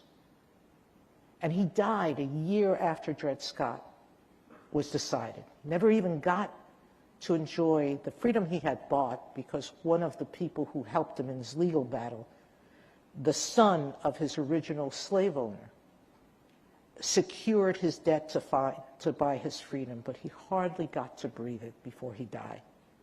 Yet he won the war. And so that's why I think we have to have continuing faith in the court system, in our system of government, in our ability, I hope not through war, but through constitutional amendment, to change in legislation, towards lobbying, towards continuing the battle each day, to regain the public's confidence that we, as a court, as an institution, have not lost our way. We, as a society, have taken steps some may disagree with. But if we disagree, we will continue to battle to do justice. I truly believe in the magical words, the arc of the universe bends towards justice. And I can't keep going unless I continue to believe that, and I have to inspire all of you to continue believing in that. This is why I love you. I asked that question looking for exactly the wisdom that you just gave to all of us. So thank you. One of the reasons when I talk to my students and talk to other folks for some of the lack of confidence or feelings of representation is that the court has not often looked like the population that is governed by its opinions. And so you are the first Latina. We just saw the Senate confirm the first Black woman. What is the significance of women on the court and the significance of diversity in general? When Justice Kagan induction day arrived, President Obama visited the court, as most presidents do, the moments before the induction. And he bent over to kiss Justice Ginsburg and said to her something like, "Are you happy I brought you yet another sister?" And Ruth paused and said, "I'll be happier when there are 8 others." That's right. All right. That was my friend. And I also remember, and I think I may have told you this story, that one day we were either at lunch or at a conference, but a group of the justices were together, and we were discussing a book, Scorpions. And Scorpions is a book by Noah Feldman that talks about the really poisonous relationship among justices in the 1930s and 1940s. And someone mentioned that that had changed dramatically, that wasn't our court today. And someone else asked, what do you think caused that change? And the other justices around the room were attributing it to this Chief Justice, that Chief Justice. And silently in the corner, Ruth said, "It's when Sandra came to the court." And they paused, and she said, "Do any of you remember that Sandra was the one who forced us to resume our lunches after conference and oral argument?" And she was. She also introduced movie nights, and we just celebrated one with one of my other colleagues, a male, recently. She introduced the concept of civility, of disagreeing agreeably. And she literally took it upon herself, and I heard this from the chief judge when I came, that she insisted that everyone attend the lunch. And if you didn't, she would come to your office, sit in front of your chair, and say, "Why aren't you coming?" And when you gave a bunch of excuses, she would say, "That's not acceptable." And she would pick you up and walk you to the lunchroom. There is a civility that women introduce, and not all women. I don't want to presume that all women are the same. Some, I've been tarnished or painted with the brush of being brass and too assertive and too aggressive. So I don't buy, it just comes with the game, okay?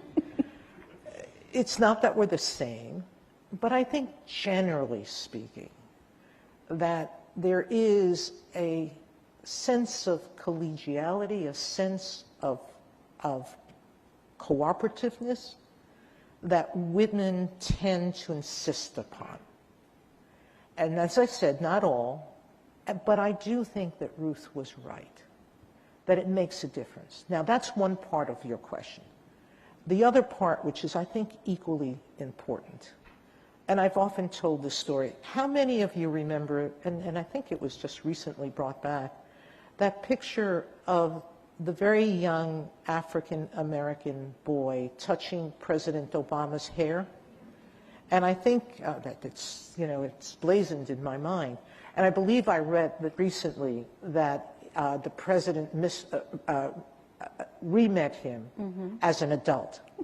And so it was a touching moment in and of itself.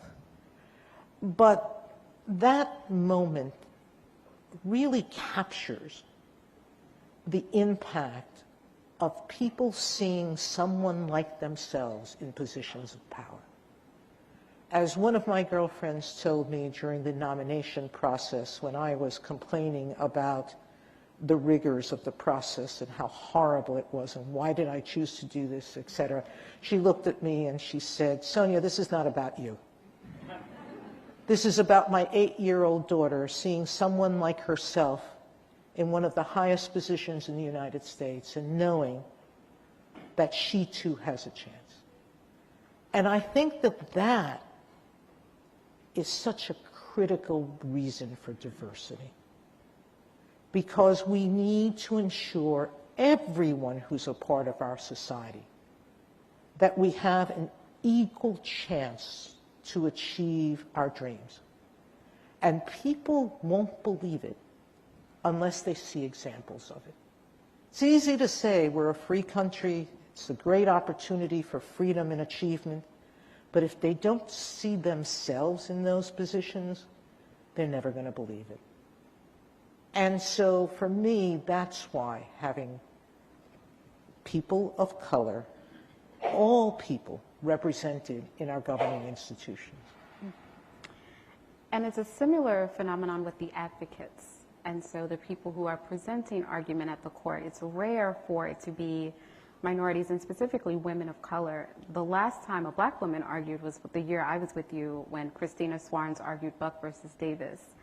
And so that is a problem as well, that we are governed by decisions and are not often in a position to put our case directly before the court as advocates. So how can we change that?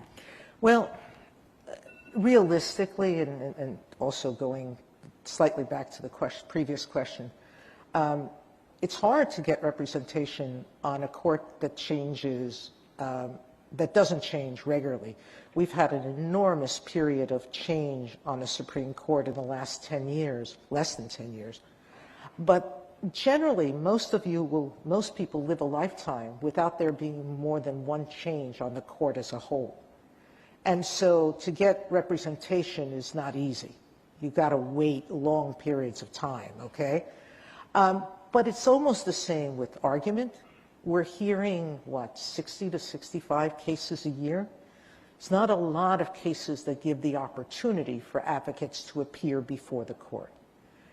It's also important to remember that it's not a training ground for lawyers either, because we're dealing with the most important legal questions facing the country. And every case we grant, it's not the individual case that is at risk. It's the rule of law. And it's the rule of law that's going to bar or give permission to whole swaths of the society. And so you need finely or refined lawyers to argue those cases well. That takes training. And I can't tell you the number of cases where I've sat there and put, figuratively, my hands over my head.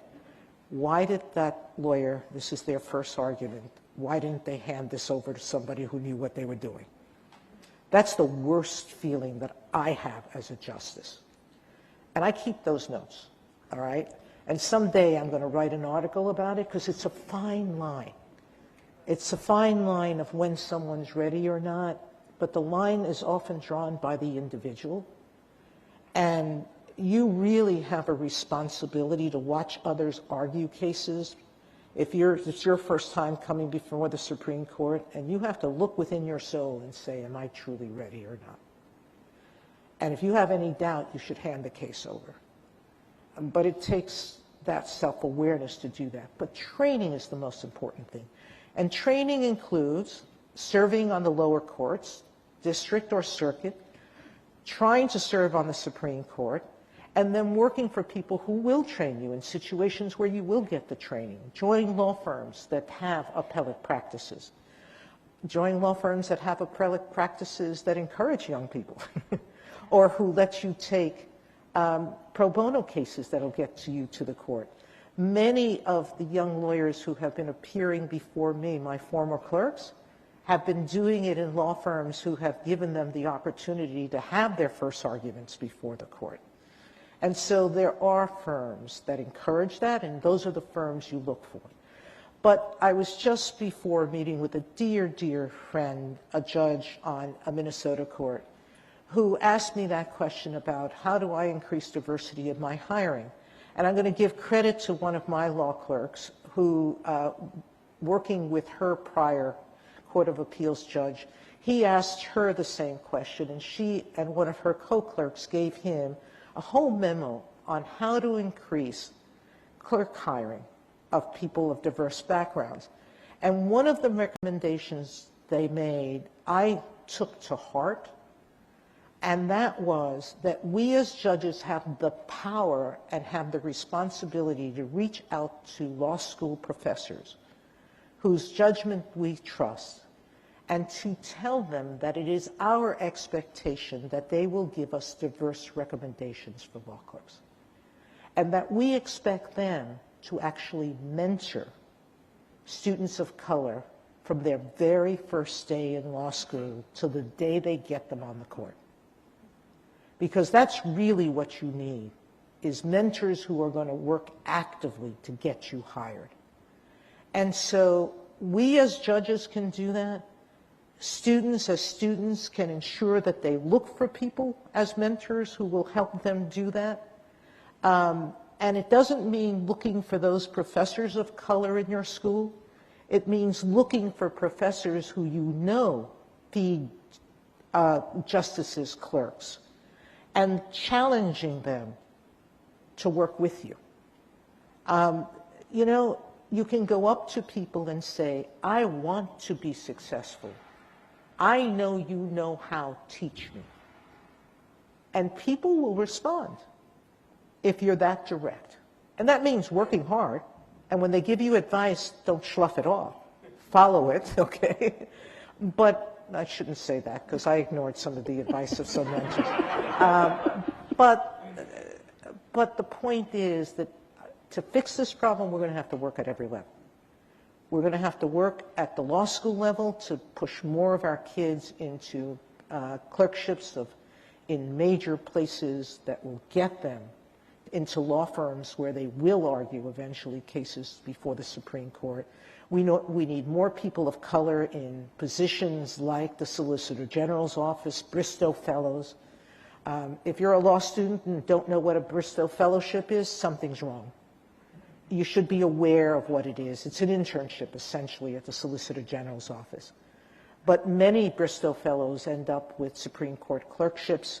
Others end up in those appellate advocacy courses.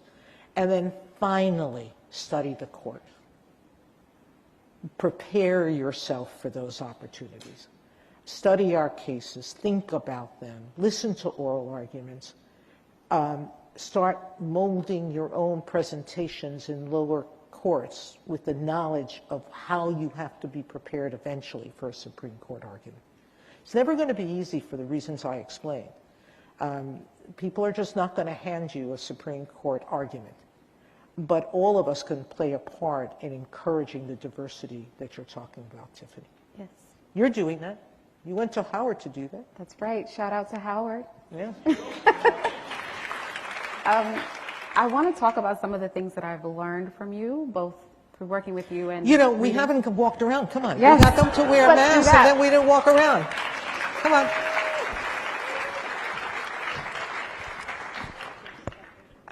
And do you mind if, as we walk, I ask you this No, question? I want you to ask it. I All can right. actually multitask a little bit. Great. All right. Go So, ahead. the I'm going to go question- on one end and another. We I'll go won't this way. scream, but, you know, Yes. we'll talk. The question was, stems from a quote that I heard some time ago in an interview, and the quote is, "What punishments of God are not gifts?" And it speaks to learning to appreciate things that we really wish hadn't happened. And so the reason I thought about you when I read this quote is, I was reading your middle school book with my son, and you write about things that are difficult. Losing your dad at a young age, having a chronic illness, growing up in the projects, but shout out to girls from the projects because we run the world. And But you write about them not from a place of pain or negativity necessarily, but an appreciation for what you've gained from them. So can you talk about the value of adversity and how it has made you a better person, a better justice, a better judge? You know, Tiffany, your question shows me how much more educated than you are than I am sometimes. When you said the words, I was thinking of that song.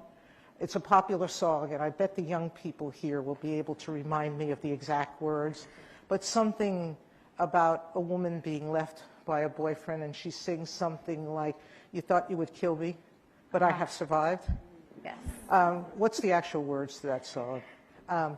But it's the same concept. If it doesn't kill me, if it doesn't kill me, it makes me stronger. That's right. Thank you. That's it. You see, I told you one of them. If it doesn't kill me, it makes me stronger. And so, yeah, that is what adversity does to you. It forces to find the best and strongest part of yourself. It forces you to be inventive about ways to face the problem and get around them. It forces you to look at your soul and say, will I survive? I will. Now, can you do that without adversity? And I will say to every parent in this room, because most of you are affluent, you have one heck of a challenge. Because that is the 100% question that all of my relatives who came up in circumstances similar to mine are asking about their children. Will they be able to do as much as we did? Because they have not grown up with our hardship. And I don't know, but I think so. I say I don't know because I don't know if you don't suffer a little bit, whether you realize, and maybe a lot, whether you realize and accept how much that helps you become a better person. And it does. It helps you to forgive weaknesses in other people. One of the biggest things that I realized was the people who loved me the most, particularly my father, because I knew how desperately he loved me. But that love wasn't enough not to let it kill himself. He died of alcoholism.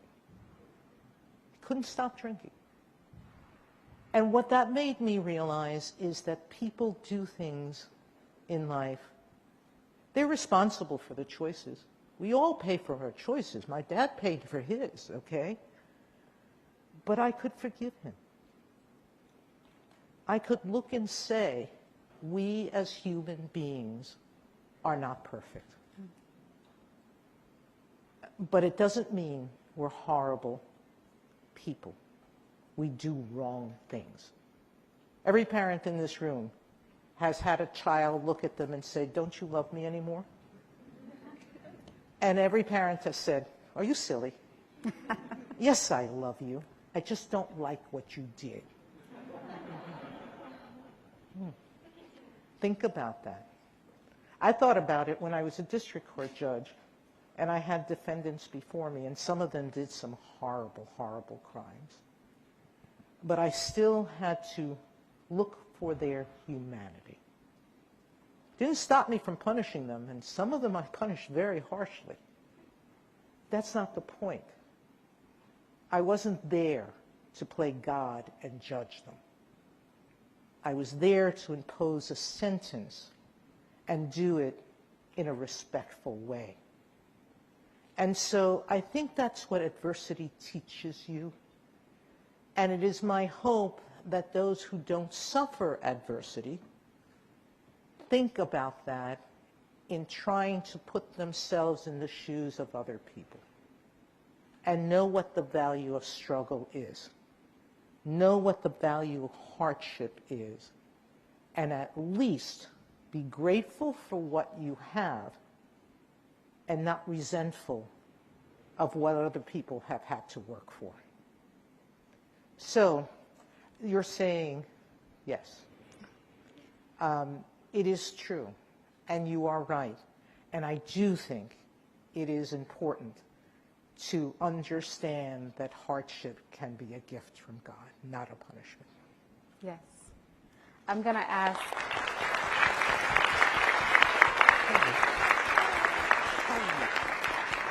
You have babies here. You're not babies, you're grown young men and women, but I'm very happy to see you all. That's not going to be a very good picture. Hello, you guys. Hello. I'm going to ask you one more question, Justice, and then I think we'll turn it over to a couple of audience questions that we have.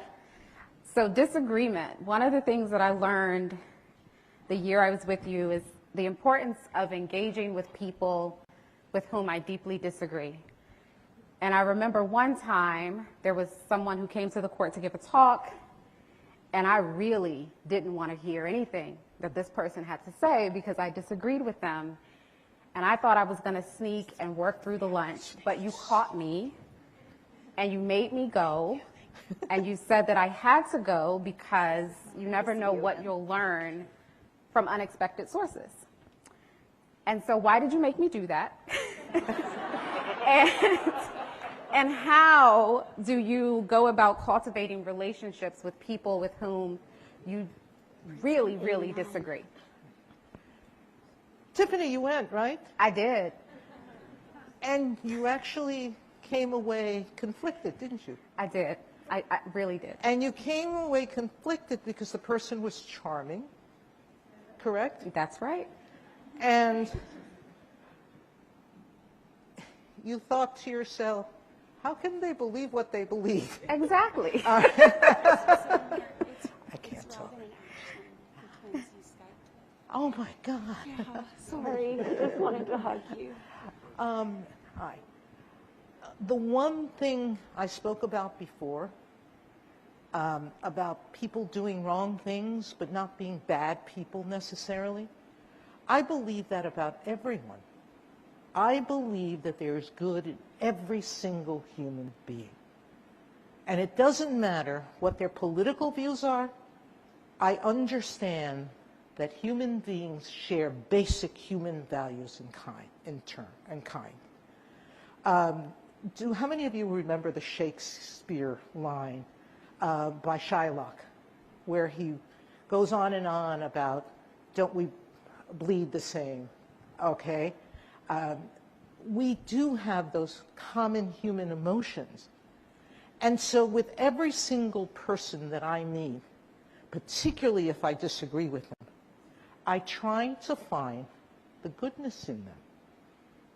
I try to find what part of them can we communicate with together. And so I may have used, and I have used as an example, my relationship with Justice Clarence Thomas. I suspect, maybe this is not true anymore, but I suspect I have probably disagreed with him more than with any other justice. That we have not joined each other's opinions more than anybody else. And yet, Justice Thomas is the one justice in the building that literally knows every employee's name, every one of them. And not only does he know their names, he remembers their families' names and histories. He's the first one who will go up to someone when you're walking with him and say, is your son okay? How's your daughter doing in college? He's the first one that when my stepfather died, sent me flowers in Florida. He is a man who cares deeply about the court as an institution, about the people who work there, but about people. He has a different vision than I do about how to help people, and about their responsibilities to help themselves, I've often said to people, Justice Thomas believes that every person can pull themselves up by their bootstraps. I believe that some people can't get to their bootstraps without help. They need someone to help them lift their foot up so they can reach those bootstraps. That's a very different philosophy of life. But I think we share a common understanding about people and kindness towards them. That's why I can be friends with him and still continue our daily battle over our difference of opinions in cases.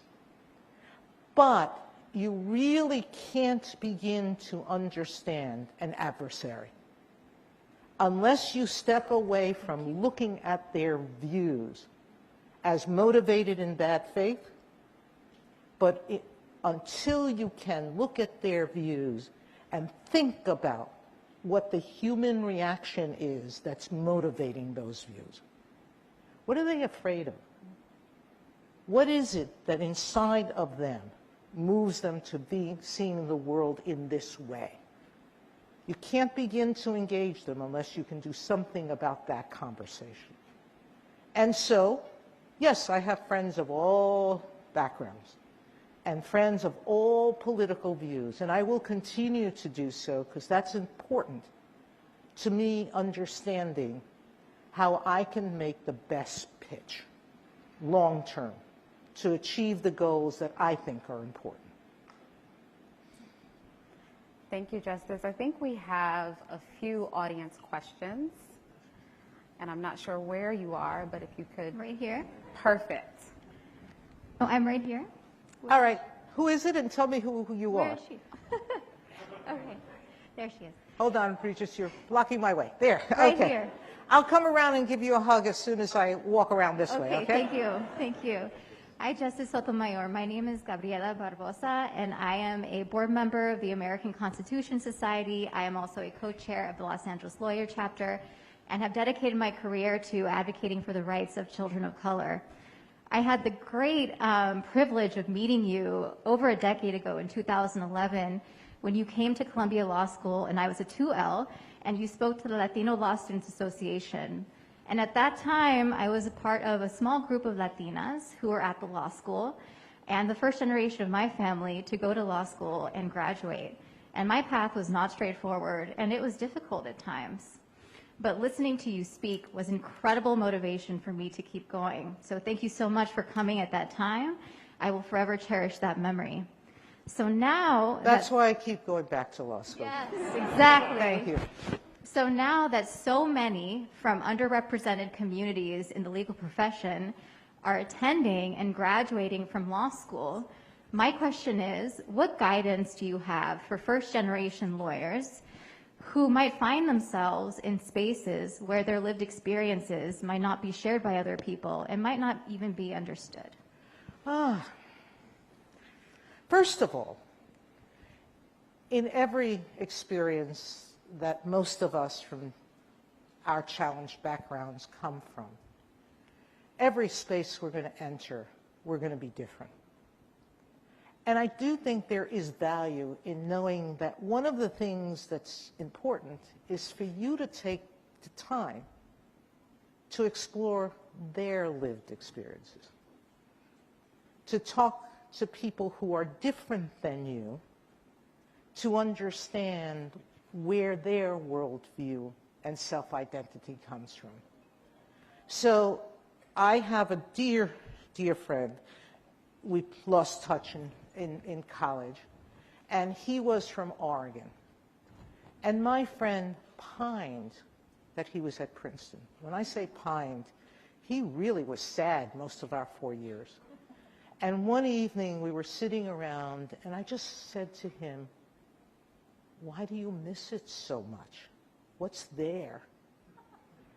And he just sat there for over 2 hours talking about the physical beauty of Oregon.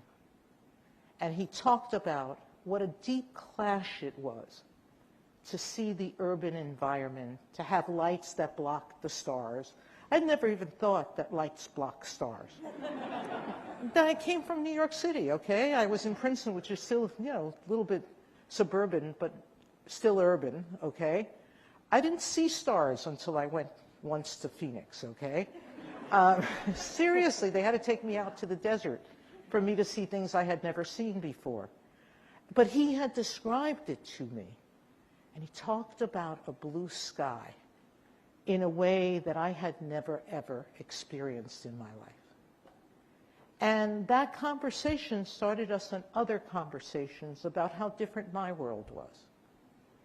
And so I think when you're in new environments, one of the hardest things to do is to seek out people who are different from you, to learn about them, and in that learning be open enough to share with them your different experience and to talk about how that affects you in your life and in the work you're doing.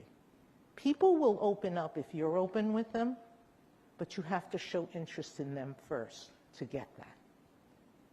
And so I do think that one of the opportunities that kids from our environment have to go to places like I did, Princeton and Yale, is that I got to meet these people who were so different than me, and that I got the ability to call many of them friends. And I hope that that will be what you will do in your life and in your environments. Make friends of them. Thank you, Justice. So I think we have time for one more. And we'll take one of the audience questions. Yeah. Hi, can you hear me okay? Yeah, we can hear you. Okay. My name's Taylor McLean. My pronouns are she and her. And like you, Justice, I'm also from the Bronx. And I'm a rising third-year law student at the University of Georgia School of Law and the former president of our chapter, our student chapter. So before law school, I chose an interdisciplinary major for undergrad. And I see a lot of value at looking at a problem from multiple different perspectives and disciplines. So my question for you is, outside of the field of law, what field do you recommend that progressive lawyers look to for inspiration or for a new perspective on their work? You know, that's such a fascinating question. And I don't think that I have had time or have reflected on that before. So maybe over time I'll think of a different answer, but I'll give you the one that I think of today. Go study religion. I don't mean go study Catholicism or Judaism or Muslims issues. Study them all. I think the tensions that we experience in our society, the wars that are being fought, virtually all of them are religiously motivated. And I do think that there is something about religious doctrine that inspires passion in people in a way sometimes that's not rational, by the way. But it's understanding how that happens and why that's important as a perspective that we need to have. Because it can be what leads a society into wars. We certainly have that already occurring. And unless you understand what those motivations are, you really have no way of knowing how to combat or try to diffuse them to help the society avoid that kind of mechanism for dispute resolution. I didn't do that in college, but that doesn't mean that today I wouldn't. And in fact, for years, I've been encouraging students to take religion courses, comparative religion courses in college, because I do believe that's a perspective that we need. And if you think about the entrenched partisanship that we're living in, it's almost religious in fervor, isn't it? And so I think that that study might be helpful. So you may be a little bit too far along to go back to that. But I do have a lot of other young people around here. By the way, I told all of my nieces and nephews and godchildren to do it, and none of them followed my advice. Thank you so much. You're welcome. It's wonderful to meet you. Thank you. Okay. So Now, Justice, where was the other? I said one more question, but I'm going to add one more. Okay. And one of my favorite questions to ask you, which is, we started the conversation talking about public confidence. Yes. In institutions. But as lawyers, a lot of us came into this because we are committed to social justice. We want to do good in the world. And it's gotten really hard. And so why should we, as lawyers, continue to have hope? You have any choice? I have none. Right. That's the answer for everyone in this room. You can throw up your hands, you can lie down and let the truck run you over. Or you can get up and build the barricades, and I don't mean this figuratively. I don't mean this literally, I mean it figuratively.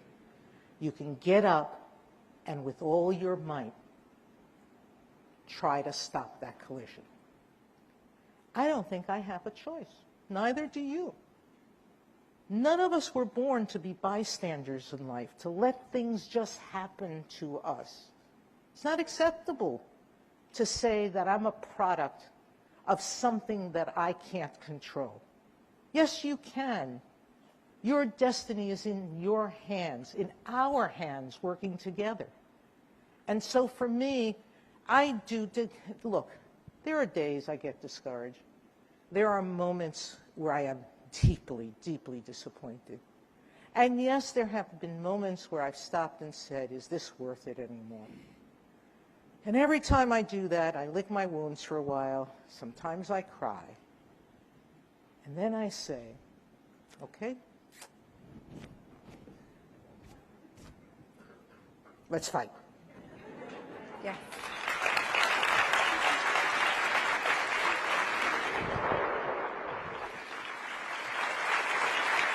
You go back up here. My mask. Strong words by Justice Sotomayor as she speaks and answers questions from a number of these people, audience members, about her time on the bench there. This is so significant as she has experienced so much there, ruling on so many different bills and actions.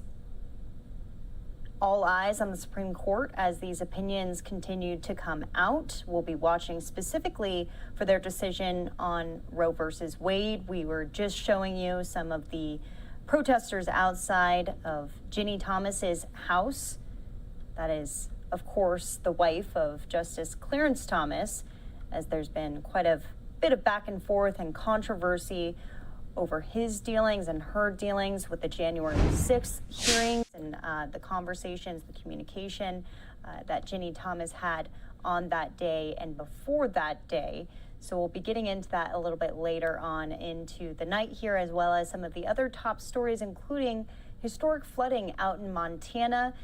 We know that Yellowstone National Park, parts of it have been shut down for the foreseeable future. Some shut down for quite a while here. Few are going to be opening back up in the next week. We spoke with a small business owner who was flooded by these high waters. We'll hear from her after the break.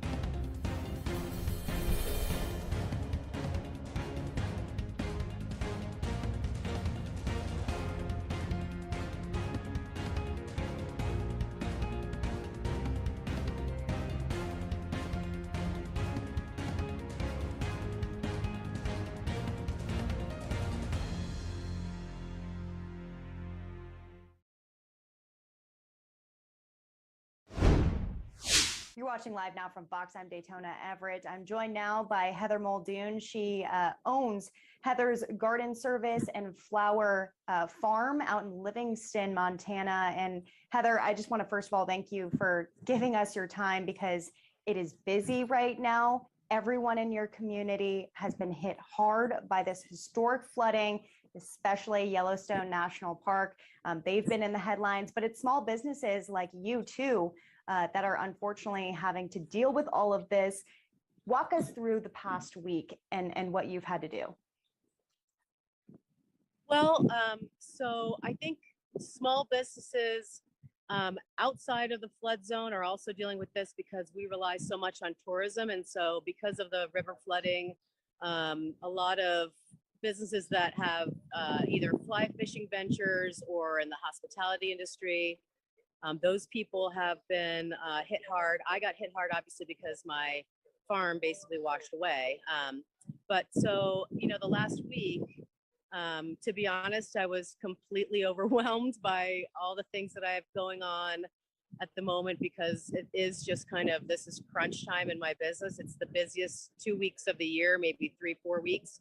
And so we had a cut flower operation going on, which was the farm. And so just tons and tons of trays of seedlings that we've been seeding for months. We had 2 greenhouses full of material for jobs and for our retail operation at the farm. And so it was already kind of a scramble time. The flood hit Monday, and Sunday I got the biggest plant order I've ever received on the island. So my greenhouse is on an island. It's surrounded by the Yellowstone River, and semis can't come to my greenhouse. So I have to have them drop racks at the end of the driveway, and then we shuttle things to the greenhouse. So I got the biggest plant order I've ever gotten and scrambled all day Sunday into the night to put that up and away when I started getting the flood information. And then we had just a ton of specialty containers. We do custom containers for all kinds of clients. We did baskets for downtown Livingston, actually. So we had a crew come in Monday morning, and they came in with trailers and pickup trucks, and we got tons of stuff out of there. And then I spent the day Monday, as the water was coming up, kind of trying to move things to higher ground, and the water came up by 1 o'clock. I mean, the driveway between my 2 greenhouses was flooded. We were floating plants with pallets across the driveway to try to get them to higher ground. I mean, Monday was crazy because not only did I get this just humongous plant order, but another semi came with a plant order that is now in my front yard. But so there was already scrambling going on. But so Monday, I spent the entire day there moving plants, just trying to get things up if I could. And I mean, to where I thought was going to be okay. I mean, the tops of tables. And I left about 6 p.m. because the water was flooding the road and I wasn't going to be able to get out. And, Monday night, I still thought, well, there were pallets floating in the greenhouse. I was in there in knee-deep water, evening out the weight so that the flowers on the pallets would float. And I was thinking, well, they'll just get bottom watered. And so Monday night, I actually I cracked a couple of jokes. I was like, oh, we're like Tom Sawyer floating these pallets across, like a raft on the driveway. But when I got back there Tuesday morning, I was not laughing anymore because the river rose. From what I understood, when I left on Monday night, it was supposed to crest within a couple of hours, but it rose another 3.5 feet after I left. And so, I mean, when I tell you everything was gone, everything floated away. We had some heavy tables with heavy pottery and plants on them. They literally just floated away. The property that I lease from, it's a 12-acre property, and I lease part of this for my greenhouses and the farm. And so literally pallets of flowers floated all the way to the back of the property, an acre away.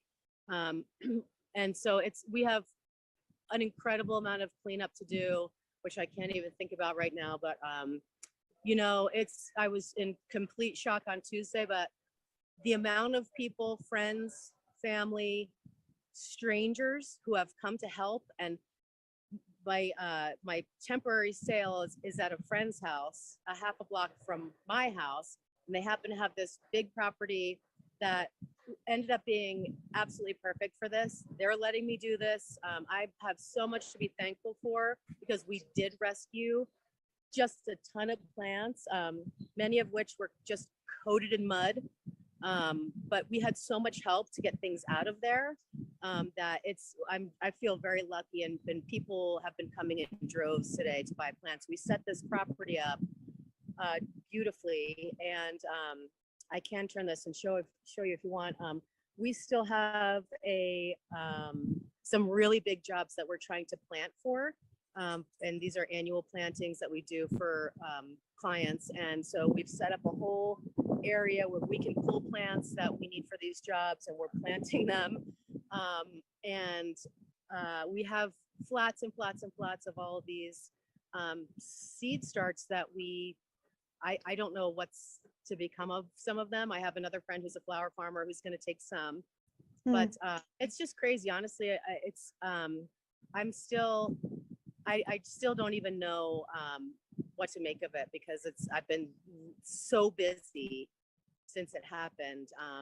Yeah, I'm sure you haven't even been able to breathe yet. You've been working so hard and trying to salvage anything that you do have. If you could, yeah, give us a look around. There you go. Okay, so this is our area where now we're pulling plants and we're planting all these beautiful containers for a client. As you can see, there's all those two-tiered beautiful baskets back there. So ironically, this property has a creek running through it. So there's the sound of running water, but you cross this little bridge and come to what we're calling sunny annual land.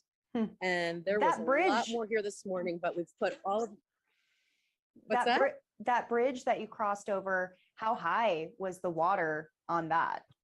Well, so I'm not at the greenhouse, I'm at this temporary property, and they happen to have a creek running through, but the water they didn't get any flooding here. They didn't get any flooding but there. So this is all, it's just a mass of color. There's just a lot, just gorgeous annuals. And then we set up, I'll take you over here too. Crossing the bridge again. We have a whole other setup for our perennials. It took us, so all the plants arrived here with mud and just willy-nilly. It took us 2 solid days to organize everything. So we did end up getting some racks from the greenhouse. We got these big tables. So we've got perennials out in this section. We rescued our retail counter. And so we've got, if you can see this, we've got some beautiful pottery, but it's absolutely caked with mud. And so people are just buying things that are, mud soaked. But, a lot of the plants fared incredibly well. Yeah, this is an emergency sale that you're doing, Heather, in order to kind of sustain some of the business that you've lost because you lost a lot of your product in the flood. I did. And to be honest, I don't know how much I lost. I mean, literally as I go through things, I'm remembering, oh, we had 6 flats of this, we had 4 flats of this, and it's just not here. So it's somewhere on that property. So this is not only, it's definitely to kind of continue the sale. I don't have any place else to sell stuff, but I have to recoup some money I have a lot of money out on plants and all kinds of things right now. So just to be able to keep this going and have people come in and buy is huge. Well, there's been a state of emergency that's, been put out from Montana, the state of Montana, and hopefully a lot of that aid is going to hit businesses like you who were hit hard by the flooding. What kind of resources have you been hearing about? What is everyone saying in the community that's been struck by this? Well, I'll be quite honest. I have not had very much time at all to even, I'm getting all kinds of information about funding available. We do have a couple of community foundations, both money to give grants to people. and what's out there yet. I haven't even been able to think about it, but you know, the thing for me is that the property that I'm at, I do lease it, but it was neglected property. And so I've been working for 4 years to get it to this point where we're just trying to create something beautiful there, and this whole cut flower operation, and now it's dilapidated again. So, you know, 4 years of sweat equity that you can't get back. You know, you're never going to get money for that, but I do have a lot of, you know, I did have infrastructure and things that I have to somehow figure out how to, you know, recoup some money for that. And then of course, you know, the cleanup's going to be enormous, you know, and this is not something that you can hire somebody to do. So that's all those things are going to cost money. And I do feel bad because I know that there are so many people in this community that have been affected by this as well. But I've had blinders on and a watering wand in my hand to try to keep these plants alive. So, but you know, this community is so resilient and honestly, just so generous. I feel like I couldn't ask for a better community to live in. So many people have come to help that it makes me, it's incredible. Yeah. Well, Heather, I know that you're busy and I appreciate you taking the time out of your schedule to share your story, because I'm sure there's a lot of stories across town that are sounding similar. And we've been showing the videos of it. It's incredible to see the raging waters moving through, taking off full houses and structures.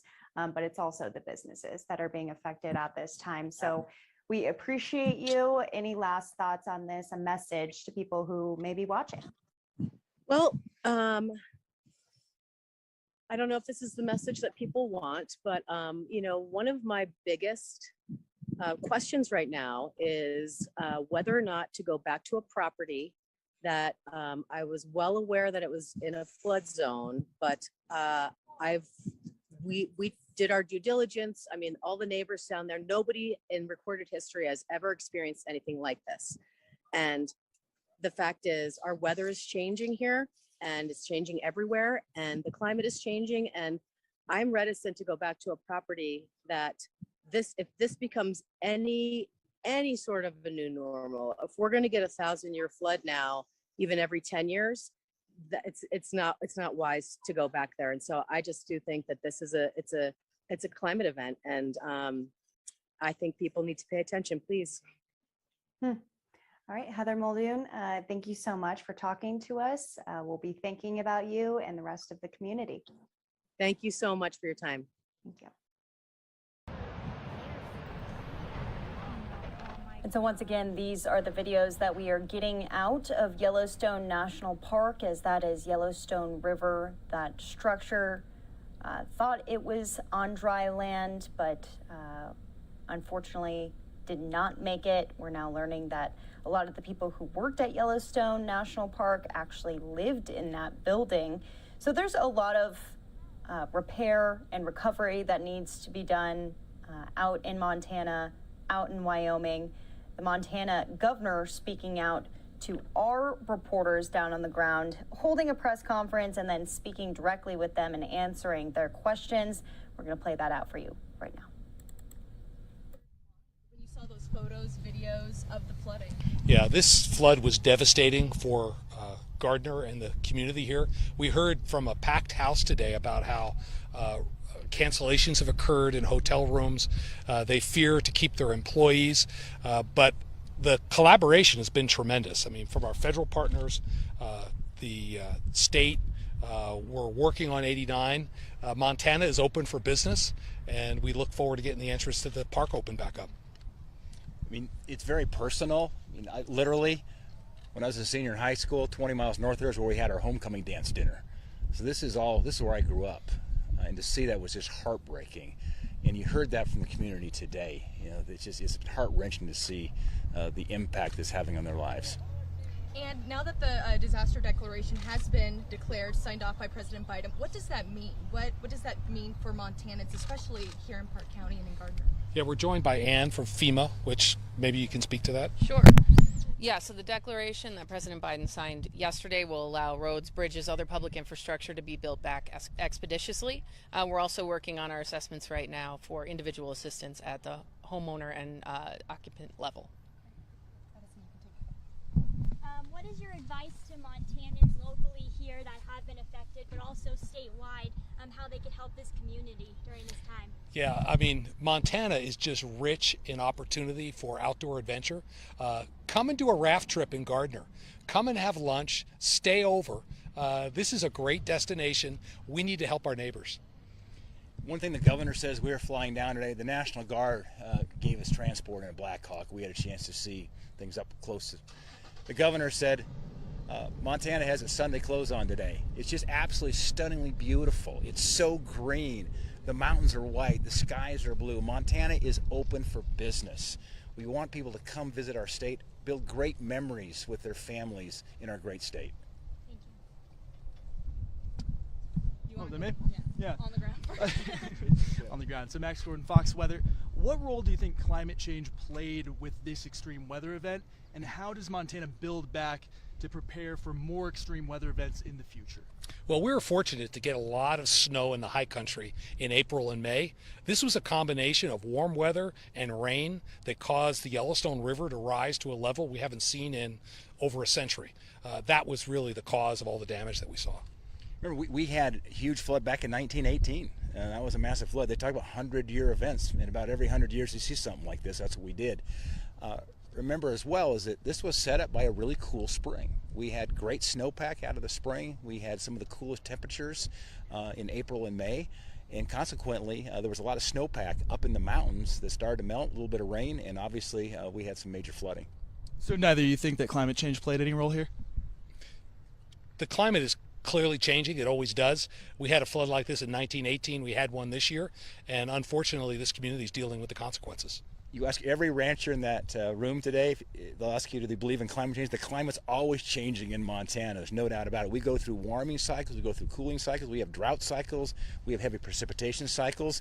We had heavy snowpack this spring. We had droughts last year. And that's just part of the climate cycles we see here in a place like Montana. How does the state rebuild in a more resilient way?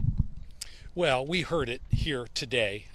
We need to get the boat ramps open up so we can get the rafts back on the river. We need to get this road built back into the park. And we need to be cognizant that if homes are in the floodplain, they're more susceptible to flooding. And so I know FEMA's been working on some national standards in that regard. But right now our focus is helping individuals get back into their homes, businesses get back open, and getting this entrance to the park open. You know, I co-chair the National Parks Committee in the United States Senate. I've already been in contact with Angus King, the senator from Maine. We'll be working together here to make sure we have all the resources we need to not only rebuild it, we'll build this better than it was before. Yeah, that goes into, go If I could just add, Montana is still a great destination. And we are open for business, and for anybody that's thinking about coming and recreating here in Montana, we have hotel rooms, we've got raft trips, we've got trout that'll be rising in the rivers. Come and see us, and if you have a reservation, don't cancel, confirm it, and come on out and see us. How serious of an economic blow do you think this is to the state, having Yellowstone closed right now? Yellowstone is a lifeline for Gardner.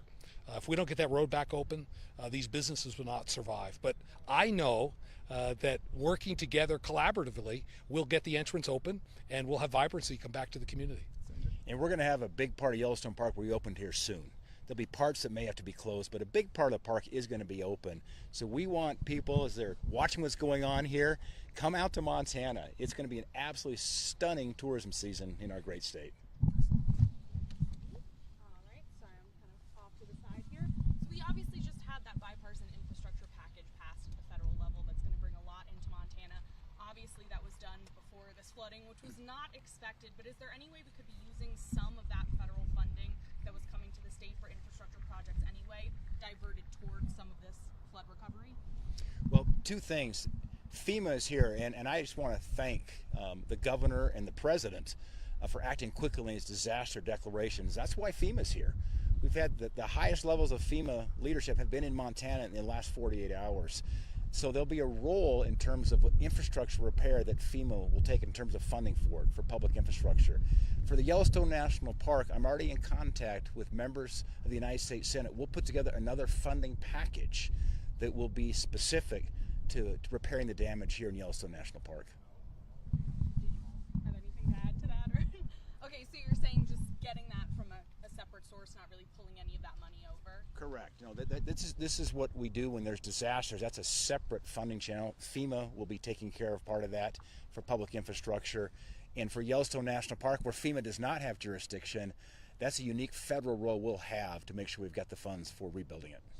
I would just add, the funding we've received has been targeted to rural, municipal water and sewer, getting broadband in every community. We have a disaster here, and that's what FEMA's for, is to help us in disaster situations. And again, working with our federal delegation and our federal partners, we'll get the money to rebuild here. The E stands for emergency, remember that, in FEMA.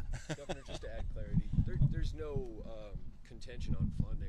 What happened here with the disaster declaration, we're going to build the infrastructure back to its pre-disaster levels, probably from the sounds of things better. What's going to happen to homeowners who don't have insurance, who don't have the ability to access their property, who can't get their cattle in? What happens to those people that aren't infrastructure related? Where does funding come for them? Grants for businesses, grants for people who can't stay in Montana now, they moved here for a seasonal job. What happens to those people in the next week, 2 weeks, who need money in their bank account now? Yeah, first I want to just recognize that so many families have been devastated. We've lost homes. We have people with basements filled with mud. There's been debris scattered on fields that won't allow us to grow feed for cattle next winter. Working with FEMA, there are programs in the USDA, particularly to help with irrigation and agriculture. We're pursuing those. The details will be coming out over the course of the next week. The declaration that we've received at this point is targeted towards public infrastructure, and that's our current focus as we assess the needs in the community and then look for other programs. There are programs, for example, that might be available to help small businesses keep their employees during this difficult time, so they can keep the wheels on, so they can open back up when we get all our visitors coming back to Montana. Governor, I've heard from people who have lost renters, people who have had house deals fall through in just the last week, especially here in the Paradise Valley. Is there anything like with COVID relief that gets them money in the next few weeks? Well, people that are in a position where they've lost business, and we heard from one hotel owner here about cancellations. First, I want to say to people that were planning to come to Montana this summer, don't cancel. Come out and see us. There's plenty to do. You'll have a world-class adventure. Small businesses that are facing some cancellations, we're going to come alongside them with unemployment programs to make sure their employees, to keep the association in place. And again, we're still in the assessment phase. We don't have every answer today. We'll put up a website here in the near future for all small businesses to access the resources that are available. I was just curious to know, one, kind of maybe a rough timeline on things like when money could get in, when shovels are going to hit the ground, when roads are going to be worked on, and then kind of secondarily to that, will there be grants available either at the state level or through FEMA that could help businesses, and kind of jumping off of his question, that could help these folks that really don't have that flood insurance, that aren't necessarily in that area of coverage? Well, first I want to say we're already rebuilding.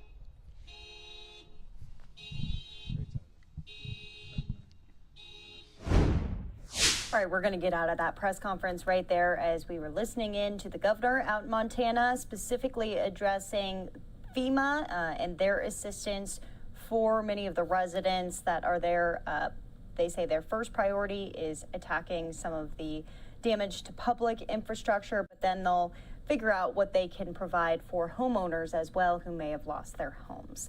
Well, we're going to step away for a quick commercial break. When we come back, we are touching on everything that the White House is having to deal with, the Biden administration dealing with rising inflation. We'll be hearing about home insurance, everything that you know need to know as there's a crisis still looming. Also, Sunday, Father's Day. What are some deals for dad? We've got you covered after the break.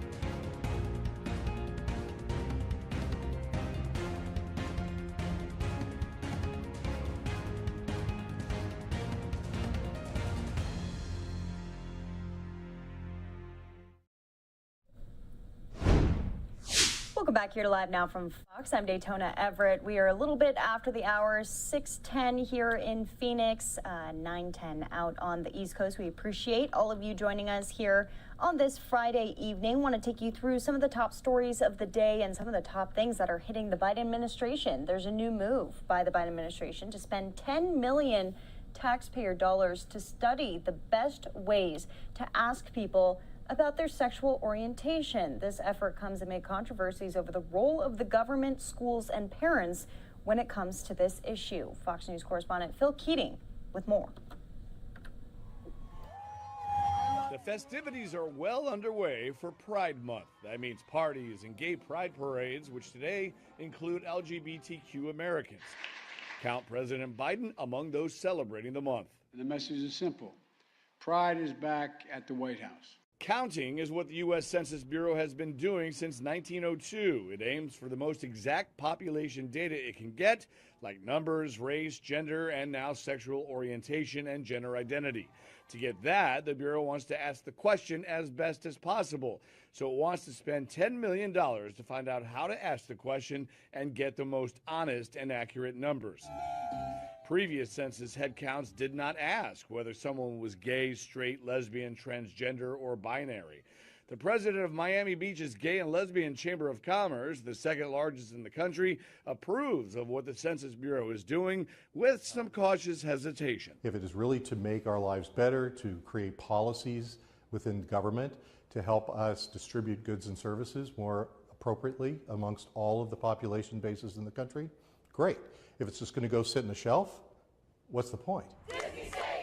This also comes at a time of political culture wars, with red state legislatures restricting or banning discussions about sexual orientation and gender identity in schools. Like in Florida, the recent Governor DeSantis versus Disney battle over the so-called Don't Say Gay bill that prohibits such discussion from kindergarten through third grade. In a statement, the Census Bureau said it is committed to collecting accurate data on our nation's people and families. This research can help us measure the growing and diverse LGBTQ population in the United States. The information gained will end up in the Census Bureau's American Community Survey, which comes out annually. In Miami, Phil Keating, Fox News. Well, from Miami to a beautiful shot, Santa Monica Pier there, as it is after 6 o'clock in California. Unfortunately, inflation is going to be affecting a lot of these maybe vacationers that are coming out to the beach, and that is a top priority for the Biden administration, as just this week the Federal Reserve hiking those interest rates once again. Fox's Peter Ducey with more. I'm using every lever available to me to bring down prices for the American people. One lever, a trip to the Middle East to speak with oil producers, although the president won't have a private meeting with Saudi Arabia's crown prince. I'm not going to meet with MBS. I'm going to an international meeting, and he's going to be part of it. That's as another international crisis may be brewing. For the first time, the president confirms 3 Americans are missing in Ukraine. I have been briefed. We don't know where they are. Most talk this week has been dollars and cents. President Biden tells an AP reporter, you talked about a recession. First of all, it's not inevitable, but it's possible, according to an Obama White House official. There's definitely risk of recession for the economy when the Fed is in a rate-raising environment like that. Inflation is already squeezing U.S. businesses from farm. Every way you turn, somebody's tacking on a fuel surcharge now, or you're waiting extra time to get it in. There's just all kinds of shipping delays.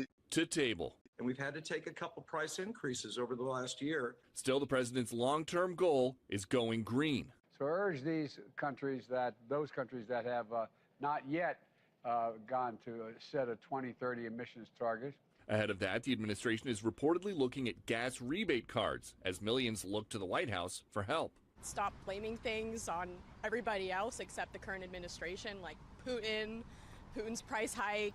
I'd love to rant, but it takes so much energy and gets you nowhere. I think there needs to be a balance. I mean, protecting the environment is very important, but I mean, we have to have a functioning economy. The president claims that balance is possible. The good news is climate security and energy security go hand in hand. And that's the key. The president says flooding the market with crude oil from global reserves is actually climate friendly because it's part of a transition to a clean energy future. And officials here say that tapping those reserves is actually the president's best tool to lower prices, but he's been doing it since last year, and prices aren't lower. At the White House, Peter Ducey, Fox News. And for those of you who may own a home but have recently been dropped from your homeowner's insurance, you're not alone. This is becoming a real problem, especially for residents out in Florida. Fox 13 in Tampa with a breakdown. Yeah, if you use Southern Fidelity Insurance, you're among 78,000 people losing your coverage. The company's being liquidated. This is the fourth Florida insurance provider to fail this year, and the first since state lawmakers met to tackle the property insurance crisis. In Tallahassee, lawmakers met to try and tackle the issue. Analysts say the global reinsurance market just thinks Florida's too volatile. It is not a market they want to invest in, so they're pulling back on their reinsurance coverage. And once again, they point the finger at the legislature for not addressing the critical issues driving this crisis. Reinsurance is often referred to as insurance for insurance companies. It's basically when companies share risk by purchasing policies from other insurers to then limit their own total loss in case of disaster. By spreading out the risk like that, an insurance company takes on clients whose coverage would be too great of a burden for the single company to handle alone. But if you have an older roof, an older house, your rates are likely to spike right now. Good luck finding another company to take you on. You definitely want to make sure you have another option lined up before you leave your current insurer, even if they're too expensive, because another company might not even pick you up. So these rising costs, what are they being blamed on? Too many legal battles over claims. Between 2013 and 2020, Florida's property insurers paid out $15 billion in claim costs. Only 8% of that was paid to consumers, while 71% was paid to attorneys. Analysts say it's the door knocks, the promises of a new roof, thousands of frivolous lawsuits, and billions paid out to lawyers that are causing more and more providers to fail, write letters of non-renewal, or not take on new business at all. And the problem is actually expected to get worse before it gets better, and better won't likely be for a couple of years. I'm Sarvani Banerjee for Fox 13 News. And on a bit of a lighter note, Sunday is Father's Day, so what are some of those deals for dad? Sarvani, once again. 76% of Americans will celebrate the day, according to the National Retail Federation, which says consumers will spend $20 billion by Sunday. So let's talk about how to find some deals while you're spending on dad. Some popular restaurant chains are offering deals for dads. Applebee's, for example, has $10 bonus cards for each $50 bought. Cracker Barrel has digital bonus cards for dad on some home cooking. Ruth's Chris Steakhouse has a dad brunch from 11 to 3. And then Cheesecake Factory, they give you $25 for each $100. So they get you in there, they give you some money back. There are a lot of fun options at local restaurants unique to our area as well. Some examples, the Sheraton Tampa Riverwalk Hotels restaurant, they're offering a bourbon-infused menu, so things like a spicy candied bourbon bacon cheeseburger, sounds good, right? To a Eddie V's Prime Seafood, where the special for the day is an 11-ounce Wagyu strip steak. So whether you want to go high-end or just kick back, definitely worth calling the restaurant you're thinking about or going online to see if they're doing something special, because chances are, yes, they are. And there are a lot of fun family activities that have great deals for dad, too. The Florida Aquarium, they're offering BOGO deals on admission Father's Day weekend. Clearwater Marine Aquarium, they're doing the same. And then lots of free drinks at various establishments for dad. For example, free beer on Father's Day when he takes a trip on the Pirate Water Taxi. It's also free adult beverages on board the Lost Pearl pirate ship in Tampa if the fam wants to go out on a little pirate cruise. From a Father's Day classic car show at Three Daughters Brewing to getting in free to the Bach Gardens, a lot of options for the father in your life. I'm Sarvani Banerjee for Fox 13 News. All right, a great breakdown for all of the fathers and everyone who is running a little bit late on figuring what they want to do with dads this weekend. Well, we want to move forward into some of our other stories of the day. This one, not so great. FBI warning parents and teenagers of sextortion scams. Fox's Casey Cronus with more from Chicago. The increase that we're seeing now is the number of complaints for what we're calling financially motivated sextortion. The messages may seem legitimate, but behind that computer screen or cell phone, FBI officials are warning there could be a predator targeting your children looking for cash. you may not be in fact communicating with a 17-year-old girl. Last year alone, there were 18,000 such incidents reported nationwide, and officials say it's on the rise. Predators are posing as young women or using sex trafficking victims to lure teen boys, often between the ages of 14 and 17, into engaging in sexually explicit activity on video. The predator then reveals they've screen recorded the encounter. When the incident is over, there's like, now you're going to go to your mom's wallet and give me your credit card and give me the PIN number on the back, and I'm going to charge $1,000. If you don't, your church, your sport, your work, your school are all going to see what you just did, and here's some samples of what we have. Retired Naperville Police Detective Rich Wistocki urges parents to monitor your kids' online activity. It's so important for parents to monitor their kids' devices all the way up until they're 18. And for teens to be cautious of what they share.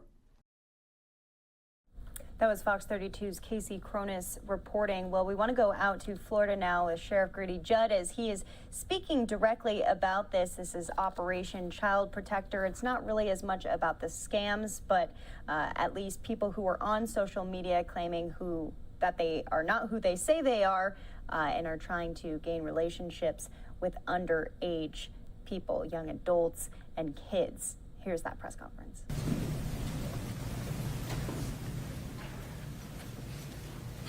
Good Friday afternoon, everyone. Thank you very much for being with me today. I have with me Chief Andy Ray from the Auburndale Police Department and Derek Blanton from the Winter Haven Police Department. You know, we did this recent Operation Child Protector 2, and as I always say when we do these operations, the strength of our investigations simply is our partnership with the police departments. We all work together to keep this community safe. We understand that criminals don't come and go according to city limits and county limits, and neither does support services from the Sheriff's Office and the police departments. We are all one, and this is just another example. So we did a 2-week operation, just the recent of what we've done over and over and over, to focus on those that are online seeking your children. If it weren't for the heroic work of the undercover detectives from the Sheriff's Office, the Winter Haven Police Department, the Auburndale Police Department, your children could have been the victims. But they weren't, because we stood in the gap between good and evil. We made 12 arrests. They were not only from Central Florida, but you'll hear me talk about one that occurred in an arrest that occurred out of Alabama and one out of Michigan. That's right, they were grooming and doing real nasty things online all across this neighborhood, this community, this county, this state, and as far away on this operation as Michigan and Alabama. We say that we'll chase those child predators to the ends of the earth that want to harm our children. We've done that. You've heard me talk about us arresting a person in Australia and bringing them back here for trial. Well, we only had 2 from out of state this time. But here's what is important to understand, and I want the parents to understand this. These aren't traditional criminals. 9 of the 12 of these folks don't have a criminal history. Did you hear what I said? 9 of the 12 don't have a criminal history. But what they are doing, these evil people, are lurking online and grooming children online to engage them in sexual conduct. 4 of the arrests traveled. The others, as you'll hear in a minute, provided very raucous communication, sent pictures, inappropriate pictures, nude pictures, action photos of sexual conduct to what they thought was 13, 14, 15-year-old little girls or little boys. So let me introduce you to some of them. This is Lawrence New. He lives on the Lakeland Highlands Road in Lakeland. He thought that he was traveling to have sex with a 13-year-old child. That's right. He came from South Lakeland to our undercover location at the far northeast end of the county, thinking that he was going to have sex. He said he cherished the idea about teaching this 13-year-old girl about sex.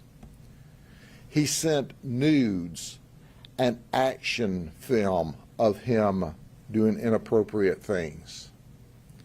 His wife of 7 years was in another room sleeping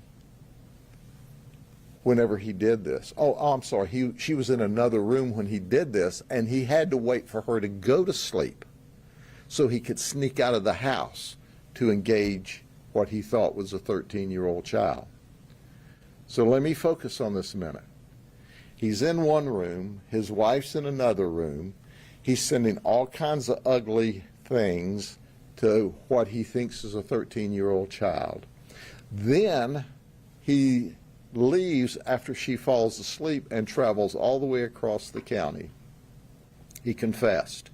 We've got him locked up in jail. He's the owner of Omnia Inc., which deals in disposing medical supplies, used medical supplies. Oh, did I tell you Citrus County Sheriff's Office also has a criminal charge waiting against him as well? But we've got him locked up here now. So this is not new for him. He's 67 years old, and he's a deviant. He's a child pedophile. He's a pervert. And now he's a jailbird. Then there's Christopher Valise. He's 33. He's from Tampa. He sent explicit photos thinking he was sending them to a 14-year-old child. And he told her, I don't want to get in trouble, so let's keep this between us. Where does he work? He doesn't work. You see, he's at home on disability and SSI. That's right. So while all of us are going to work, earning money, paying our taxes, he's getting our taxpayers' money to sit at home and groom little children online. He didn't travel, but he instructed what he thought was the little 14-year-old girl to destroy the messages and the pictures because I don't want to get in trouble. Well, listen, ladies and gentlemen, what would an operation be? Either a pornography investigation or a predator operation or a human trafficking operation without a Disney employee. We always have a Disney employee, sometimes more. This is Zachary Hudson. That's right, he's a bus driver for Disney. He did not travel, but he sent nude and lewd pictures of himself. He thought it was to a 15-year-old girl. And he said to her while grooming her, what we said could get us all in trouble. And he said how he would like to wrap his arms around and feel her small, tiny body. Then he said, are you ready for this? You can't make this stuff up. I don't want to sound creepy. Well, you just sounded creepy. So he reiterated to what he thought was this little girl that she needed to keep it quiet. It has to be our secret. Because he said, I could go to jail. He said, but I'd risk it for spending some time with you. I'd risk going to jail. Well, when we arrested him, he confessed. Oh, newsflash, this will make Disney extra happy. He was doing this while he was on the clock for Disney. So if your bus was running late at Disney, He was busy taking pictures of himself and talking trash to what he thought was a little girl. Was that his Disney uniform in that photo? Yes. Then there's Timothy King. He's 26, from Claremont. He rode a bike. That's right, he traveled. He rode a bike. This dude was on a mission. So you might ask the sheriff, Sheriff, how far did he ride a bike to have what he thought was sex with a 15-year-old child? 10 miles. Did you hear me? 10 miles. And he said, sometimes I get excited. He didn't use those terms, but I thought I would. He used much more graphic terms. He confessed. He said, I don't have any friends. And he was very cautious when he arrived at the house. He wanted to know about cameras. Are there any cameras? Yep, there's cameras. We got your picture. In fact, we got lots of pictures. We got pictures with your clothes on. Anyway. Then there's Zachary Clark from Tampa. He works armed security for Brink's National Guard. That's right, that was his job. So the next time you see a Brink's truck and they jump out armed to pick up the loot from the store, who knows what he's doing behind closed doors. He traveled. He thought he was going to have sex with a 15-year-old child. Boy, was he surprised when the door opened and there was sheriff's detectives and police officers to arrest him. He said he was kind of antisocial and he just did this to meet new people. He said, but don't worry, I didn't mean it. I was going to tell her mom. Well, that's as good an excuse as any when you're in a lot of trouble. This guy's 62. His name's Frank Butler. He's from Palm Beach Gardens. He's an administrator for BSG Hospitality. But he was in the Orlando area at a resort. So, hey, he thought he would confront a 13-year-old female. So he started the communication and he traveled. That's right. He traveled from the resort to meet what he thought was a 13-year-old female. You know what's interesting about that? His wife of 27 years was at the resort, and he had to wait for her to go to sleep. So his wife of 27 years, who thinks they're at the resort to have a great weekend, she falls asleep, he sneaks out and goes to the undercover operation to have sex with a 13-year-old child, he thinks. But then he told the detective, once again, you can't make this up. He's not a bad guy. He said, I'm just not a bad guy. He said, you know what I was going to do is wait at the house with this child to tell her mom, as soon as she come home, what this child was doing. Yep. And then when we explained to him about the undercover detective and not the 13-year-old child, he said, well, what did I do wrong? It's just words. Well, newsflash, words matter. Words got you locked up. You were grooming a child. You agreed to meet a 13-year-old child because you, in fact, were going to have sex with that child. Why your wife of 27 years slept blissfully in the resort down the street. He says he doesn't prey on children. So anyway, we asked him what his wife would think about all of this. He said, you know, my wife wouldn't subscribe to this. That's why I had to wait until she went to sleep.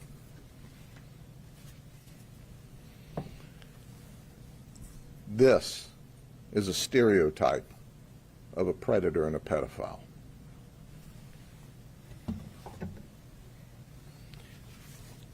Then there's Michael Ochino from Kissimmee.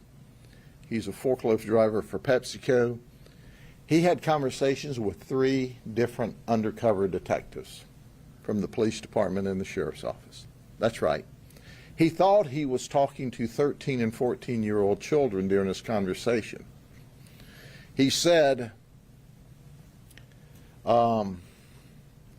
that he would like to stay with them. He talked about making babies with the children. He didn't travel. But then he said something that was really, really, really scary. You see, our undercover detectives said that they were down here with their mom on vacation and talked about, during the conversation, the relationship. He said, look, you can stay with me, and here's how you do it. You walk away without your mom seeing you. She won't know. Well, we've been listening in to Sheriff Grady Judd out in Polk County, Florida, going into extreme detail about this operation in which he made 12 different arrests for several different online predators across the county there. We'll keep you updated on the investigations underway in all of those cases, but we want to move into some of these other stories that we are tracking specifically out of California here. We're now hearing from the family of 2 El Monte police officers that were shot and killed. Family members coming out and laying the blame for their deaths on LA County District Attorney George Gascon, the one who's been following this the whole time. Fox 11's Phil Schuman joining us live outside where a vigil was held. Phil, what do you have to say? This is a story that has just shaken so many in Southern California this week. The murder of 2 police officers here in the city of El Monte, about 100,000 people just east of downtown Los Angeles. The officers killed by a suspect who their family and friends believe should have been in prison serving time if the DA had done his job. The flags at half-staff, El Monte Civic Center filled with flowers, wreaths, to honor the lives of Officer Joseph Santana and Corporal Michael Paredes. But there's also anger and frustration here at LA County District Attorney George Gascon. Gascon, it would be amazing to see this world as one big happy place where no one has bad intentions. But we all know the reality is far from that. The belief here is that these 2 officers would still be alive today had the suspect, Justin Flores, been sentenced to prison after his latest arrest in 2020 for drug and gun possession, instead of being given a plea deal and 2 years probation after George Gascon took office. That on June 14th of 2022, Flores should have been in a prison cell. He should not have been out on the streets. Gascon's representatives have simply said this case was consistent with other resolutions of similar offenses, adding in a written statement, "We also hope people will stop playing politics with trauma and that we can all get serious about how we prevent serious violence before it begins." Well, obviously what happened is horrific. I would say it's one of many stories, sadly enough, that we keep hearing about. Of course, the recall is a possibility in the future. For now, back in El Monte, the difficult reality is that 2 families are planning funerals instead of Father's Day celebrations. Tanya Owen, widow of slain LA County Deputy Steve Owen, has been there.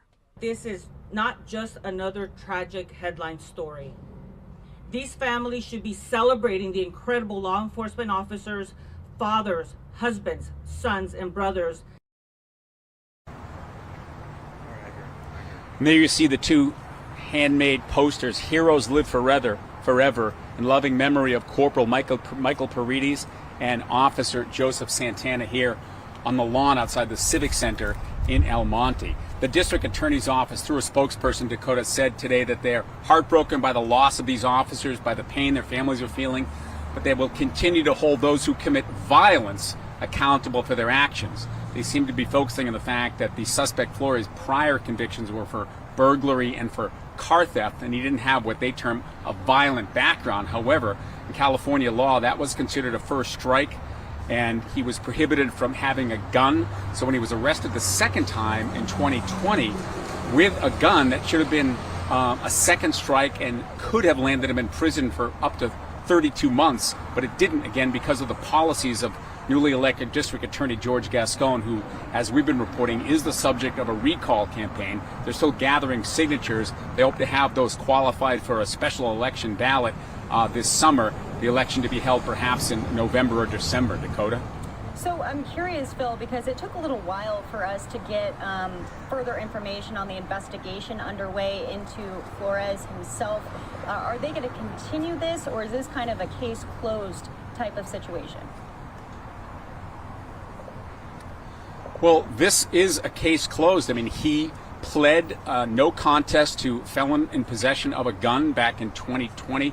He was actually was sentenced in 2021 after DA Gascon took office, and they obviously can't undo that.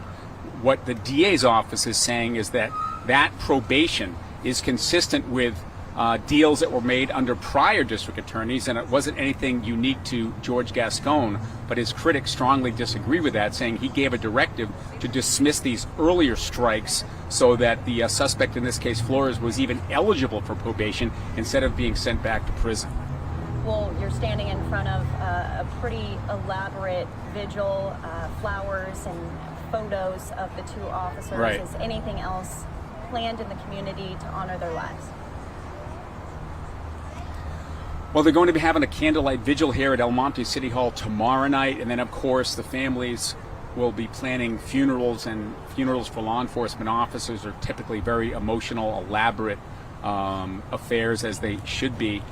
Behind me, the Police Officers Research Association of California, they're collecting money for the fallen officers' families. Each one of them left behind a wife and children.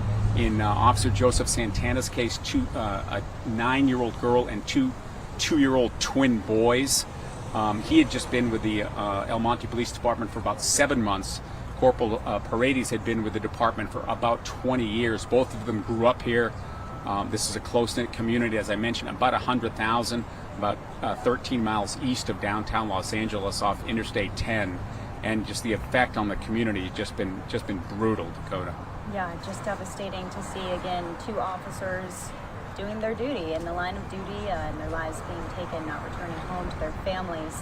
Well, we'll be watching this story, and we'll be watching that recall campaign for Gascon out in Los Angeles.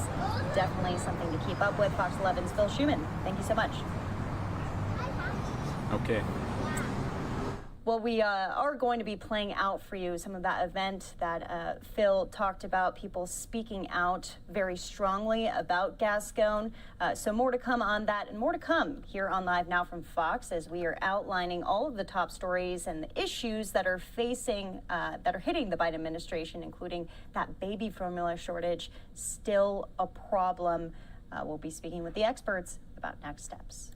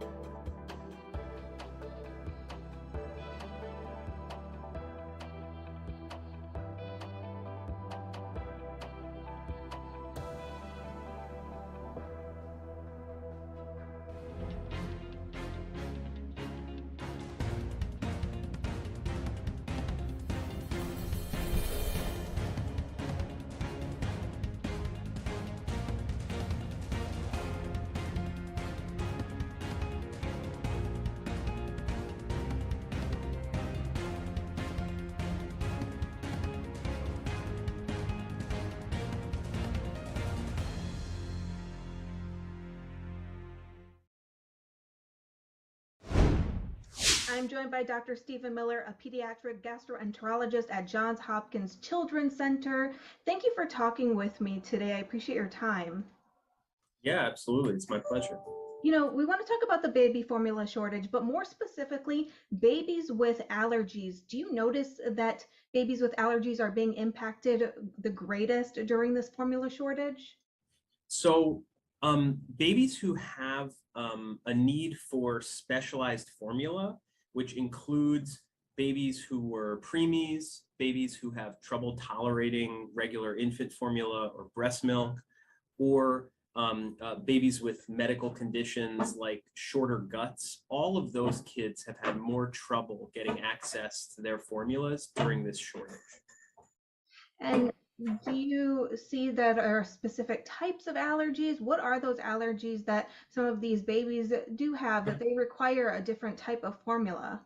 So when we're talking about babies with allergies, as a pediatric GI doctor, when somebody asks me about babies, I'm thinking kids who are less than 1 year old is where kind of the line is drawn, because that's where we draw the line between infant formulas and like toddler or kid formulas. So when we're talking about babies, we're talking about less than 1 year old. The type of allergies that are most common in that population are different from the kind of allergies that are typical in older kids. In older kids, you're talking about things like peanut allergy or milk allergy, where if a kid eats a food that causes the allergy, they'll have swelling around their mouth. They might have trouble breathing. They have something that's called anaphylaxis. Baby allergies to foods are not typically that kind of allergy. What they much more typically are is an intolerance that's called food protein induced allergic proctocolitis, which is also just called milk protein intolerance or milk protein enteropathy. What happens with these kids is that when they drink cow's milk based formula, or sometimes when they breastfeed from a mom who's been eating cow's milk, they will get diarrhea, more throwing up, and they'll sometimes have blood in their poop or a lot of mucus in their poop. This is by far the most common type of what people call allergies. And these are the kids who are having trouble getting the specialized formulas that they've been on that help relieve the bleeding, relieve the diarrhea, and relieve the increased spitting up. Yeah, and I've talked to a couple mothers, and there's a couple scenarios at play. Some women are saying, my baby has allergies. I've had to drive 3 hours in order just to find the formula that I need specifically for my baby. I've also heard mothers saying that they can't at all find the formula they need. Or I've talked to mothers who say, I'm expecting a baby and I may need formula. Yeah. And I'm not sure if I need it or not, but if I do, I'm hesitant and have anxiety already thinking about the fact that if my baby does have allergies, that I might not be able to find it. What would you say to all of these mothers? So for the expectant mothers, and for anybody who can breastfeed, now is a really good time to breastfeed if you can. Breastfeeding is not for everybody, and formulas are great. But especially at this moment, breastfeeding is a great option for those who are interested in trying it. Breastfeeding takes a lot of work. And sometimes for new moms or moms who are trying to do it, they need to seek out wise, skilled women in the community who have successfully breastfed before. They can go to La Leche League, or they can ask their pediatrician for a referral to a lactation consultant to be able to do that.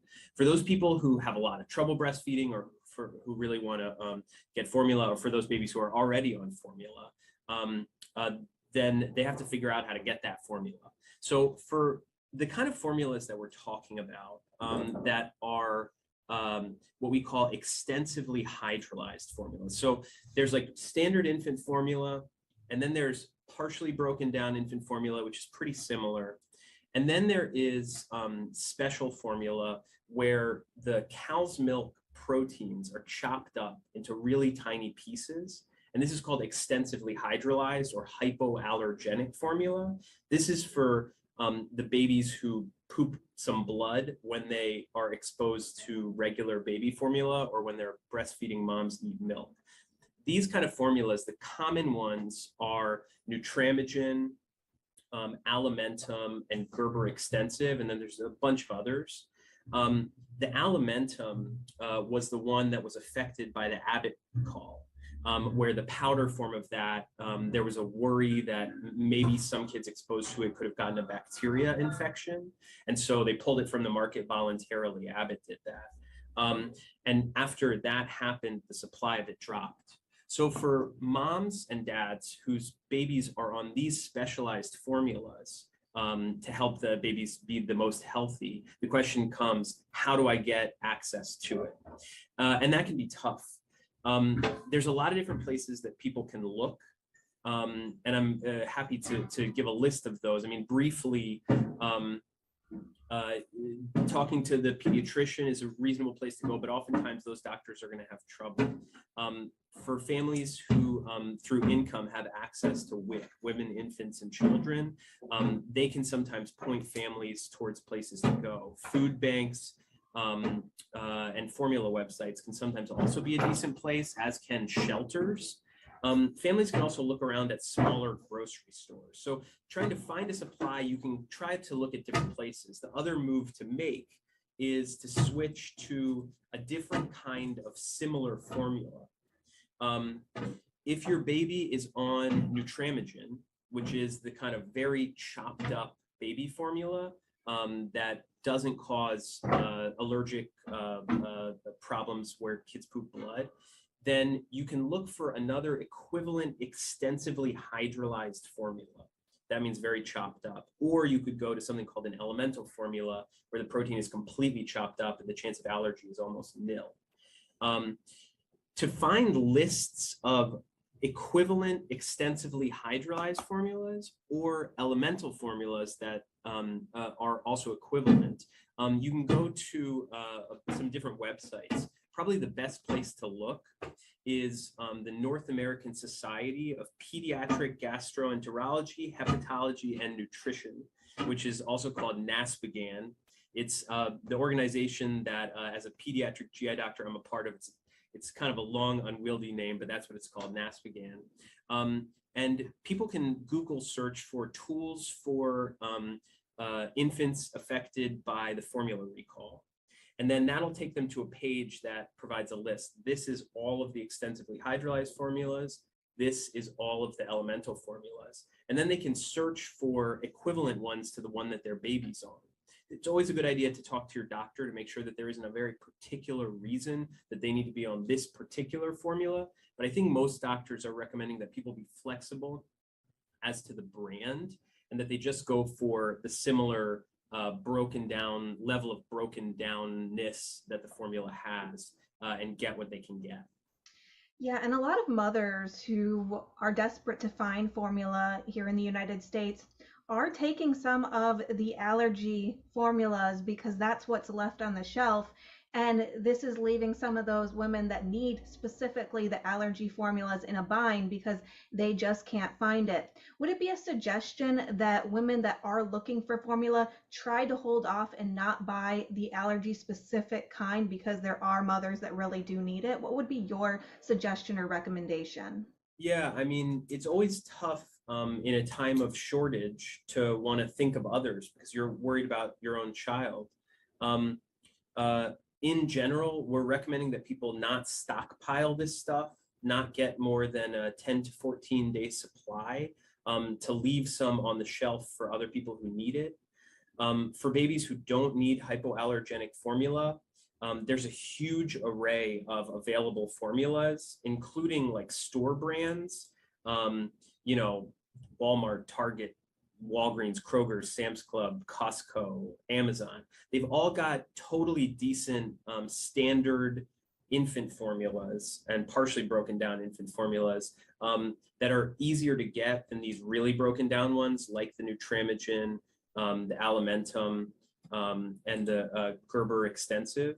So yeah, our suggestion is if you can put your baby on a regular infant formula and not get this broken down stuff that some babies really need, do so.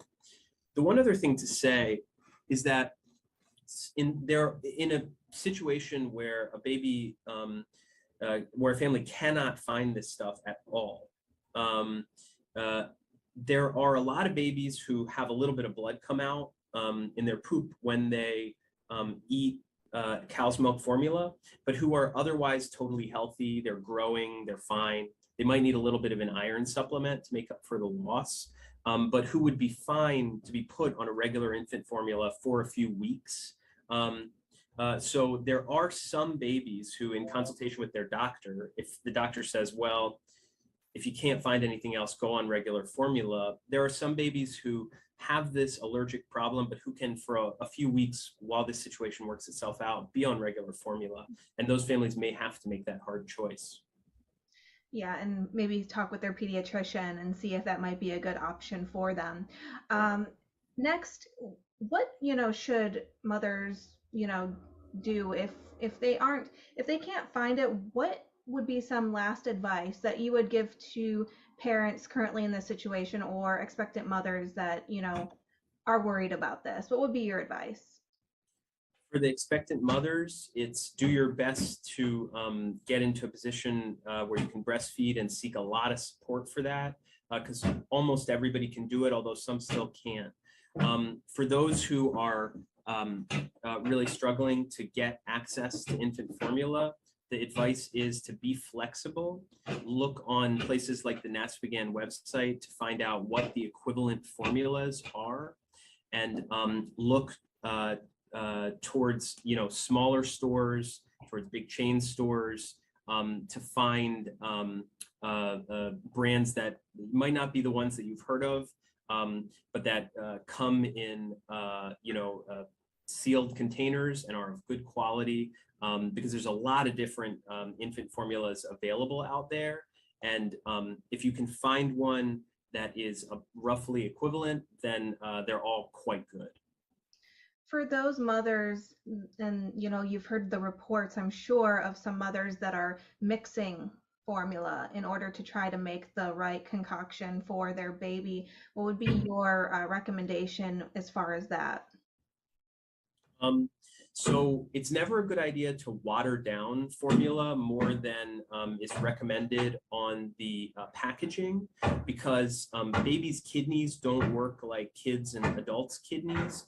And that means that babies can't concentrate their pee as well. So if you water down the formula too much, that can cause the babies to have very low levels of things in their blood like sodium and potassium, which can really hurt the babies. It can cause seizures and other problems. So it's important always to still follow the instructions for mixing. As to making homemade formulas, that also can be unsafe. Now, for babies who are getting close to a year of age and who are otherwise quite healthy, if a family is in a situation where they absolutely cannot get formula, then it's reasonable to give some cow's milk, whole milk, for a week or two until they can get a hold of some formula. The advice is to keep it to not more than 24 ounces per day. And to give extra iron if you're going to be doing that. For the babies who have a real allergy, that's not going to be an option. And so they're going to have to find a way to get access to the more broken down stuff. But most kids, as they get towards a year, are going to be safe to make that transition. And so some families may choose to do that. One other really great source of much more in-depth information than we're getting into right now is a lecture by Jim Franciosi and Ilana Ben Joseph, who are out of Nemours Hospital, and take a really deep dive into how families who are trying to search for these formulas can manage to find them. Any last takeaways, any other messages that you want to provide before I let you go? So this is a challenging situation for new parents, and being a new parent is amazing, but also really stressful. And this can definitely add on additional stress, especially for families who are struggling with getting access for a baby who has extra needs, like a baby who has milk protein induced enteropathy. For these babies, the advice to those families is to be flexible as to the brand and be willing to transition to, if you're on Nutramigen, try Alimentum Ready to Feed. If you're on Alimentum, try Gerber Extensive. And if you can't find any of those, there's a whole bunch of other off-brand hypoallergenic formulas that you can find on the NASPGHAN website or the Nemours talk that's available for free on YouTube. That you can use and that are pretty darn good. Talk to your pediatrician, but switching brands can allow you to keep your baby well nourished in this challenging time. Dr. Stephen Miller with Johns Hopkins, thank you for talking with me today. I appreciate your time. Thanks a lot, my pleasure. Okay, so once again, that was our very own Stephanie Weaver with that specialist, as so many mothers are having to deal with the baby formula shortage. I was just taking a look at a new shot that we have coming in right now. The Golden State Warriors to return home to San Francisco after taking home the NBA title just last night. We'll be bringing those arrivals to you live here on Live Now from Fox after this break at the top of the hour.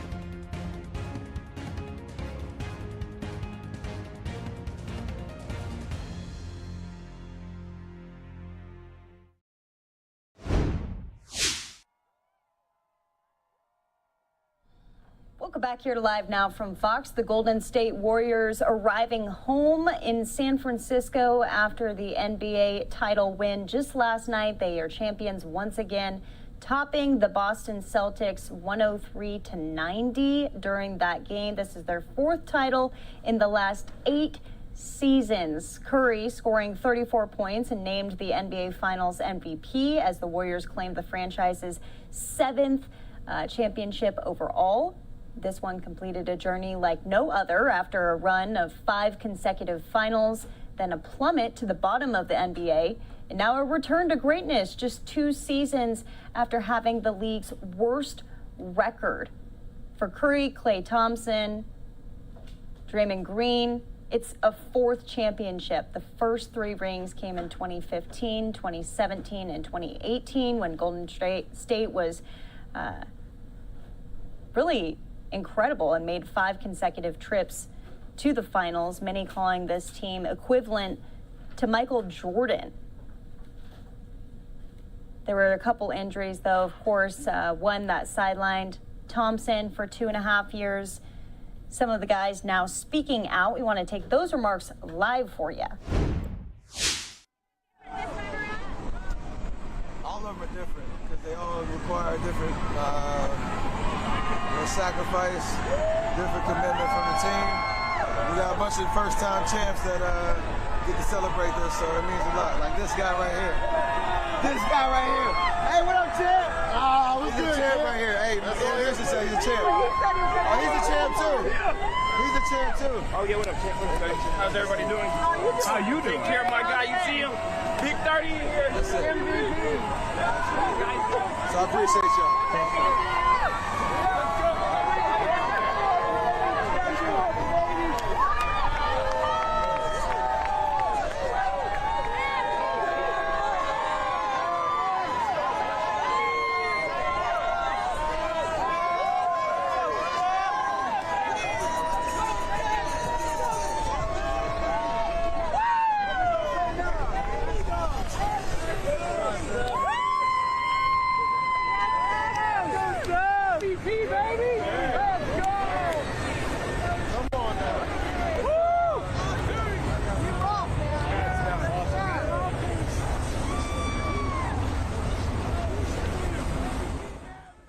So there you have it. The press sneaking in a question with Steph Curry, again, the MVP for the final game there. Really cool to see all the fans showing up out in San Francisco and bring their arrival to you here on Live Now from Fox.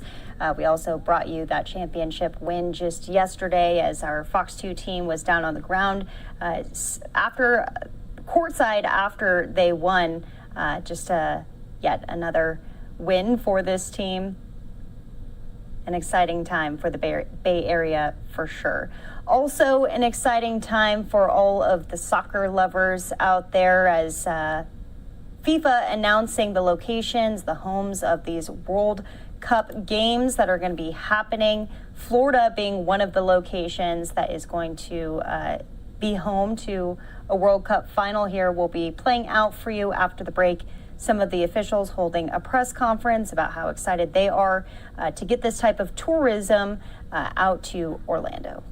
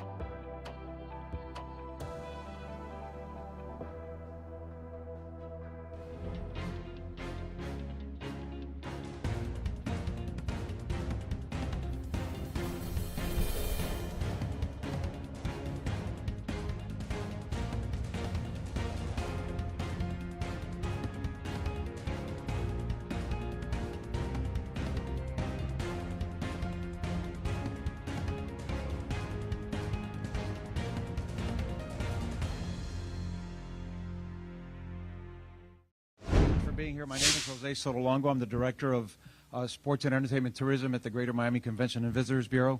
Very exciting day yesterday for our community, without a doubt. We're going to have a few folks up here to brief you guys on everything that's been going on. Obviously, Mr. Tom Garfinkel, the Vice Chairman, President, and CEO of Hard Rock Stadium and the Miami Dolphins. Miami-Dade County Mayor Daniela Levine Cava. From the City of Miami Gardens, Vice Mayor Reggie Leon. And from the City of Miami, we have Mayor Francis Suarez.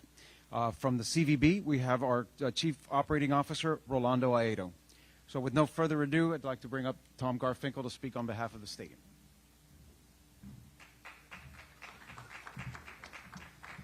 Thank you very much. Well, I've got a lot of people to thank. This was a total team effort, and to start off with, I'd like to thank Gianni Infantino and Stephen Ross, for making this possible. Steve has put, hundreds of millions of dollars of private money into this stadium to make it what it is, so that we can host these kinds of global world-class events. And Gianni Infantino and everybody at FIFA was very supportive throughout the discussions. I don't want to leave names out, but I do want to point out some people here that really deserve a lot of credit for this as well. Mayor Levine Cava, obviously, Commissioner Gilbert, Mayor Harris, Vice Mayor Leon, Mayor Suarez, all the commissioners, the county commissioners who were supportive, all the council people here in Miami Gardens. This has just been a total team effort. From our team here at the stadium, certainly, I feel a little guilty being up here because our general counsel, Miles Pistorius, Marcus Bach-Armis, who works with us, who's leaving us to go be a judge and serve the public. So let's thank Marcus for all of his hard work here. Marcus. Marcus has been a tremendous asset to not just the stadium, but to the community, and so thank you for that, and all your efforts here, and also what you're about to go do as a judge. Sam Coghill, who's here, and Todd Boyan as well from our team. They were just absolutely fantastic throughout this process, and they really deserve the credit, not me, in getting this done. So just a great team effort from a lot of people that made this possible. And we're just very excited to have the World Cup here. Steve had a vision to have a global entertainment destination here. I think, with national championship games, Super Bowls, Miami Open tennis, certainly Formula One, obviously Dolphins games, and now, hosting the World Cup here in 2026. I think that vision is being realized, and we continue to want to have the biggest events in the world here in Miami Gardens, and celebrate what is an incredible place in Miami Gardens and in Miami-Dade County, where I call it a curator of culture for food and music and art and fashion and so many things for the rest of the country and in some ways the rest of the world. So we want this to be a reflection of that. We think we did that with Formula One, and obviously with World Cup.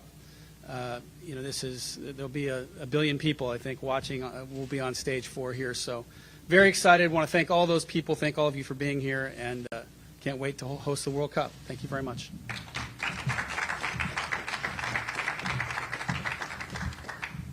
I'd like to bring up now the Honorable Daniela Levine Cava, Mayor of Miami-Dade County, and the biggest cheerleader we had last night.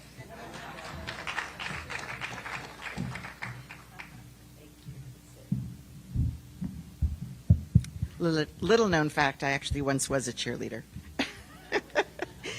That was in Chile at the National Stadium, and I also ran track. Okay, back in the day. So good afternoon, everyone. Thank you so much for being with us for this huge, huge win. We are already winners right here in Miami-Dade County. We are so, so excited. Es un goyazo, right? That's what we have. That means, for those of you who do not speak Spanish, a huge win. Okay, goyazo. And we are so excited to have been selected as one of the U.S. venues for the FIFA World Cup 2026. We are the perfect venue. You all know that. We have a state-of-the-art venue right here, Hard Rock Stadium, that was actually built with this very event in mind. Yes, it was, to FIFA specifications, and we have hosted numerous major events right here, flawlessly. And frankly, most importantly, we've got the fans. So we're the place. We are also considered gateway to the Americas. Our community represents the many languages of football fans. That would be, for example, Spanish, Creole, Portuguese, to name a few. And of course, we all talk football. So we're a truly vibrant community. We're the capital of Latin America and the U.S., so we are the ideal destination for millions of soccer fans, not just from this hemisphere, but throughout the globe. And our international airport is top right now in international passengers. We're #1 in the country for international passengers. We have had more than 13 million visitors in 2021. So we're going to do everything we need to do to strengthen our infrastructure, prepare our communities, and plan for the influx of hundreds of thousands of tourists that we anticipate for the World Cup. We're coming off the heels of a successful Formula One right here at Hard Rock. We're more confident than ever before that we've got the world-class safety, fire, and police departments to ensure vigilance and safety throughout the entirety of this event. It's also no secret that we are a great tourist destination. We've got the hotels, we've got the beaches, we've got the restaurants, including a few newly minted Michelin stars. I haven't tried them out myself, but I'm eager to. And we expect that the World Cup will benefit our local economy as well, of course. So one of the examples is here in Miami-Dade County. We have an extra 1% tax that's collected on all food and beverage sales by businesses that sell alcohol. So on premises, that is money that will help us to build the infrastructure that we need and support our local community. We're all aware that housing affordability is a crisis here in Miami-Dade County, and this event is going to help us grapple with that problem as well. So we are committed to finding solutions for our everyday residents, as well as to continue to celebrate and welcome all of the fans from around the world. So in the next 4 years, we will be strengthening our infrastructure, we'll be creating robust safety strategies, we'll design some smart transportation plans to ensure a seamless experience for all of our guests and residents, and we will remain one of the most resilient regions in the nation. Hurricanes, storms, we're veterans. And like the COVID-19 pandemic and last year's tragic collapse of the building in Surfside, the residents of this community have come together time and time again. In good times and bad, we can do it. We always do. And this bid alone is proof of what we can do when we come together.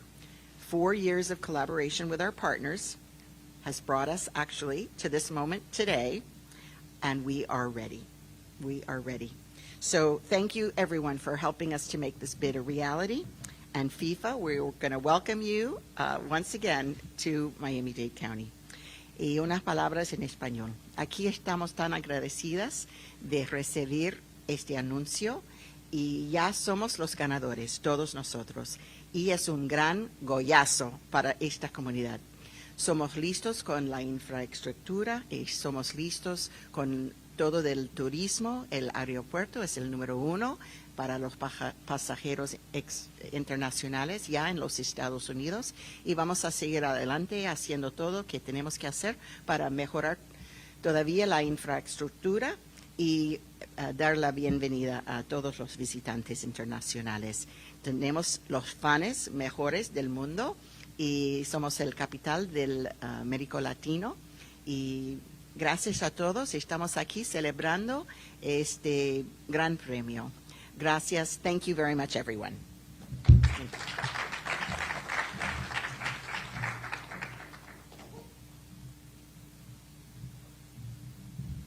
Thank you very much, Madam Mayor. I'd also like to bring up now, we're in his city, I'd like to bring up the Honorable Vice Mayor of the City of Miami Gardens, Reggie Leon.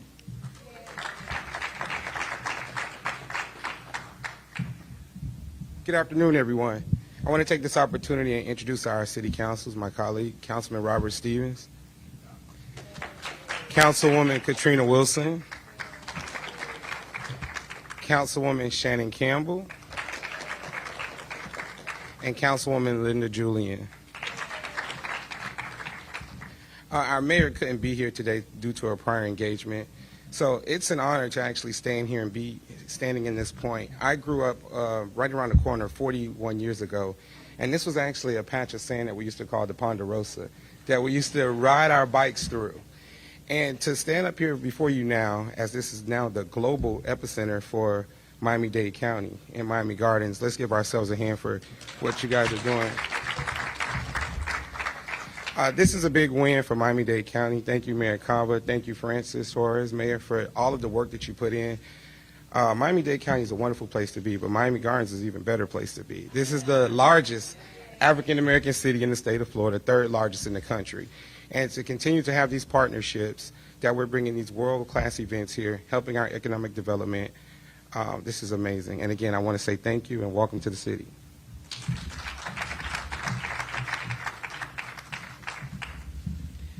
Thank you very much, Mr. Vice Mayor. I'd also like to bring up now the mayor of the city of Miami, and again, a great cheerleader last night, waving the flag, the Honorable Francis Suarez. Oh! Wow, what a day yesterday was. What a day of joy, a perfect day, a day where everyone could rejoice in what Tom accurately described as a massive team effort. From the Dolphins organization, which has been first-rate hosting the most iconic sports events in the world, now working with them and their team, with Steve and Tom and Miles and Marcus on Sunday mornings and evenings, with the public officials, the county mayor, Mayor Harris, and all of the elected officials from this magnificent city. Mayor Gelber as well was very much a part of it. Certainly Rowley was there every step of the way. Bo was also a big part of it, and also obviously the FIFA team and Gianni and Matias and Carlos, who all worked tirelessly to bring this home for you, for our residents, the ones who deserve to have the most spectacular event in many ways in the world, right? An event that combines the most popular sport in the world with the pride that we have in the country of our birth and our origin. And what a beautiful feather in our cap for a venue that just brought us Formula One and did a magnificent job under Tom's leadership and the entire team. Has the Miami Open, the Miami Dolphins that we love so much. And so just an exciting time to be a Miamian. And I could tell you that I was yesterday with my 8-year-old son and my 4-year-old daughter, and I was thinking to myself, he will be 12 and she will be 8 when we have this game, and they'll both be able to enjoy this as a potentially generational opportunity, because the last time it came to America was in 1994, which was almost 30 years ago. So this is not something, Miami has done a phenomenal job in the Dolphins organization being #1 in the world in Super Bowls. But Super Bowls sometimes come every 5 or every 10 years. This is once in 30 years. So this is something that our children and our community is going to be able to enjoy for a generation and put us on the generational world stage. As Tom said, what, a billion viewers or more? I mean, who knows? I think it's one of the most. I saw a statistic that said that 50% of human beings over the age of 4 watch it, or something like that. I mean, something crazy like that. But it's something that's transformational for our community. I'll just say very briefly in Spanish. ¡Gol! Esto ha sido un gran esfuerzo de equipo, como explicó Tom Garfinkel de los Dolphins, desde el equipo del liderazgo de la alcaldesa del condado hasta el alcalde Harris de Miami Gardens, el alcalde de La Playa, Dan Gilbert, la organización de los Dolphins, de Steve Ross y Tom Garfinkel, and Miles, the general counsel, and Marcus, el nuevo juez de nuestra comunidad, hasta el equipo de FIFA, de Gianni, Matías y Carlos, que todos trabajamos día y noche para entregar esto. Well, we've been listening into this press conference out in Miami, Florida, as local officials are talking about how they are excited that Miami has been named one of the host cities for the 2026 World Cup. We'll be talking about some of those other host cities through the rest of the evening here as well. But let's stay in Florida for our next one. We know that self-driving cars are becoming more and more popular, but just how safe are they? There is now crash data that's being released for the very first time. I want to bring in Fox 13's Catherine Hawley to break it down for us. Catherine, what did this report actually have to say? Well, Daytona, this report actually said that Florida ranked second in the nation for the number of driver assist vehicles involved in accidents. The experts I spoke with tonight say this crash data is critically important, but more information is needed. It's technology that keeps your car in its lane or automatically brakes to prevent a crash when backing up, all the way to cars and shuttles that drive without human intervention. The impact of this, if it actually becomes reality, is going to be enormous. It's not just about convenience. It's going to change a lot of things for us. For the first time, we're now getting a glimpse at just how safe these systems are. In a first-of-its-kind report, NHTSA broke 10 months' worth of crash data down into 2 categories based on the level of the autonomous systems: driver assist technology and fully automated vehicles. According to the report, there were 367 crashes involving cars with driver assist systems. 34 of them occurred in Florida, and 5 happened right here in the Tampa Bay area. It's a very new technology that we are trying to figure out how to show it's safe. And we don't know how to do that yet. For those wrecks involving driver assist vehicles, only about 27% included injury details. 6 were fatal and 5 resulted in serious injuries. Most of the accidents involved other cars. Something that is not measurable is how many accidents these systems have prevented, right? Because that never gets reported. Experts urge pumping the brakes before jumping to conclusions. The data lacks critical context, making it impossible to fairly compare the safety of the different technologies. And not every crash is included due to the way manufacturers investigate and record data. There needs to be a trust to be established so that, technology must be trusted as safe. Government officials say collecting this information will help identify emerging risks and allow researchers to learn more about how these systems are performing out on the streets. NHTSA issued this standing general order last summer requiring these car manufacturers report this crash data. Now, going forward, we're told that these updates will be released monthly. Reporting in Tampa, Catherine Hawley, Fox 13 News. Catherine, thank you so much for your reporting. We want to keep it moving here. As we know, those self-driving cars are popping up everywhere, and so that crash data is going to be essential to see just how safe they are. We'll be watching that not only in Florida, but across the country. Well, we want to take you back out to some of these other pictures that we got out in San Francisco. The Golden State Warriors arriving home in San Francisco for the very first time after claiming that NBA title. There they are, getting off of that private plane there. We even heard from the MVP, Steph Curry. Here's what he had to say. All the work that goes into it, the whole team's excited. Everybody's exhausted though, so we're ready to get some rest and get ready for the parade on Monday. Is it different this time around? All of them are different because they all require a different sacrifice, different commitment from the team. We got a bunch of first-time champs that get to celebrate this, so it means a lot. Like this guy right here. This guy right here. Hey, what up, champ? Oh, we do it right here. Hey, here's the same champ. Oh, he's a champ too. Yeah. Champ too. Oh yeah, what up, champ? How's everybody doing? How you doing? Take care of my guy. You see him? Big 30 in here. I'm not gonna lie, I'm hungover right now. So, we had a great night last night. We had an incredible night, a late night, just a special one, just celebrating with the team and families, and it's a beautiful, beautiful night. No one expected you guys to make it. No one expected. No, this one was the most unlikely championship of the 4 that we've had here. And, in a lot of ways, just incredibly meaningful because people didn't really expect it, and we weren't really sure when the season started if we could do it. So it all came together, and we went on a great run. Just thrilled for everybody. Coach. It was one of my highlights. I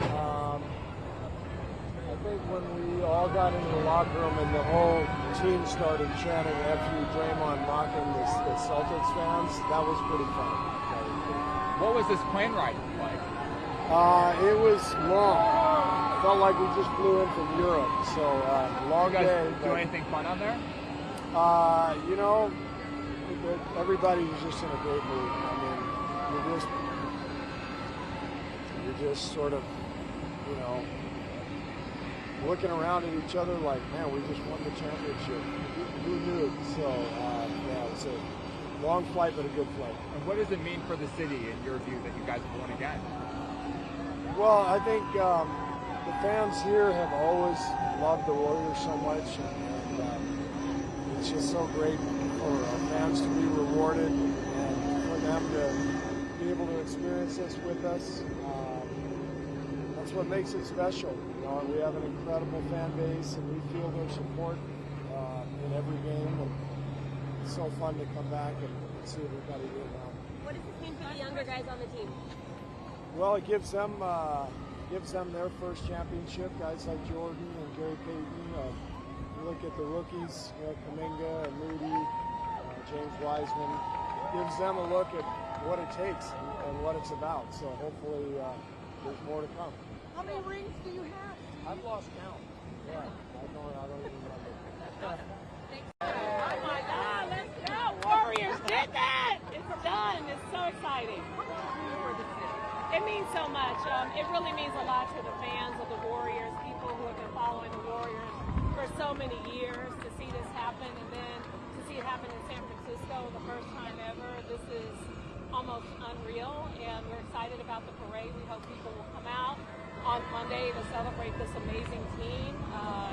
It's really, we're going to be going up Market Street, and it's going to be wonderful, starting on Main, going all the way to 8th, now 6th Street, because we have so many people who we know are going to come into the city. We want people to have a good time and enjoy the parade on Monday. And when did you watch the game?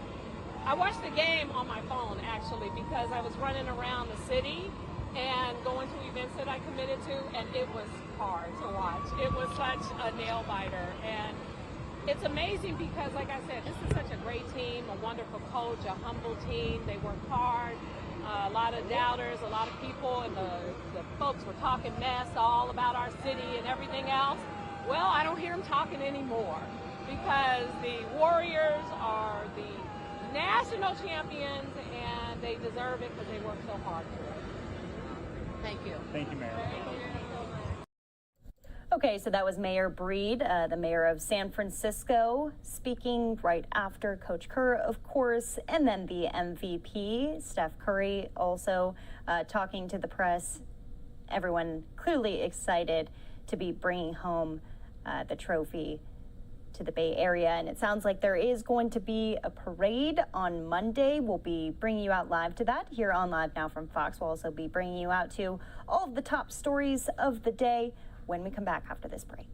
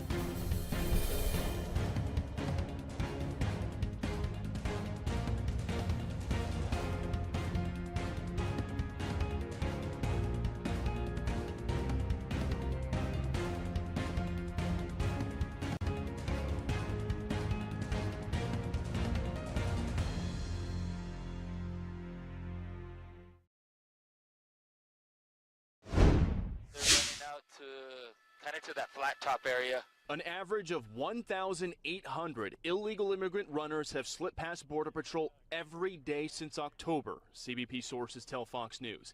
And new CBP data on the number of potential terrorists encountered at the southern border highlights why that is a major concern.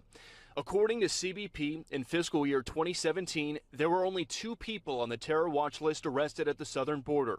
Fiscal year 2018 had 6. Fiscal year 2019 had 0. Fiscal year 2020 had 3.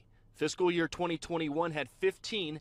And so far in fiscal year 2022, Border Patrol has already arrested 50 people on the terror watch list.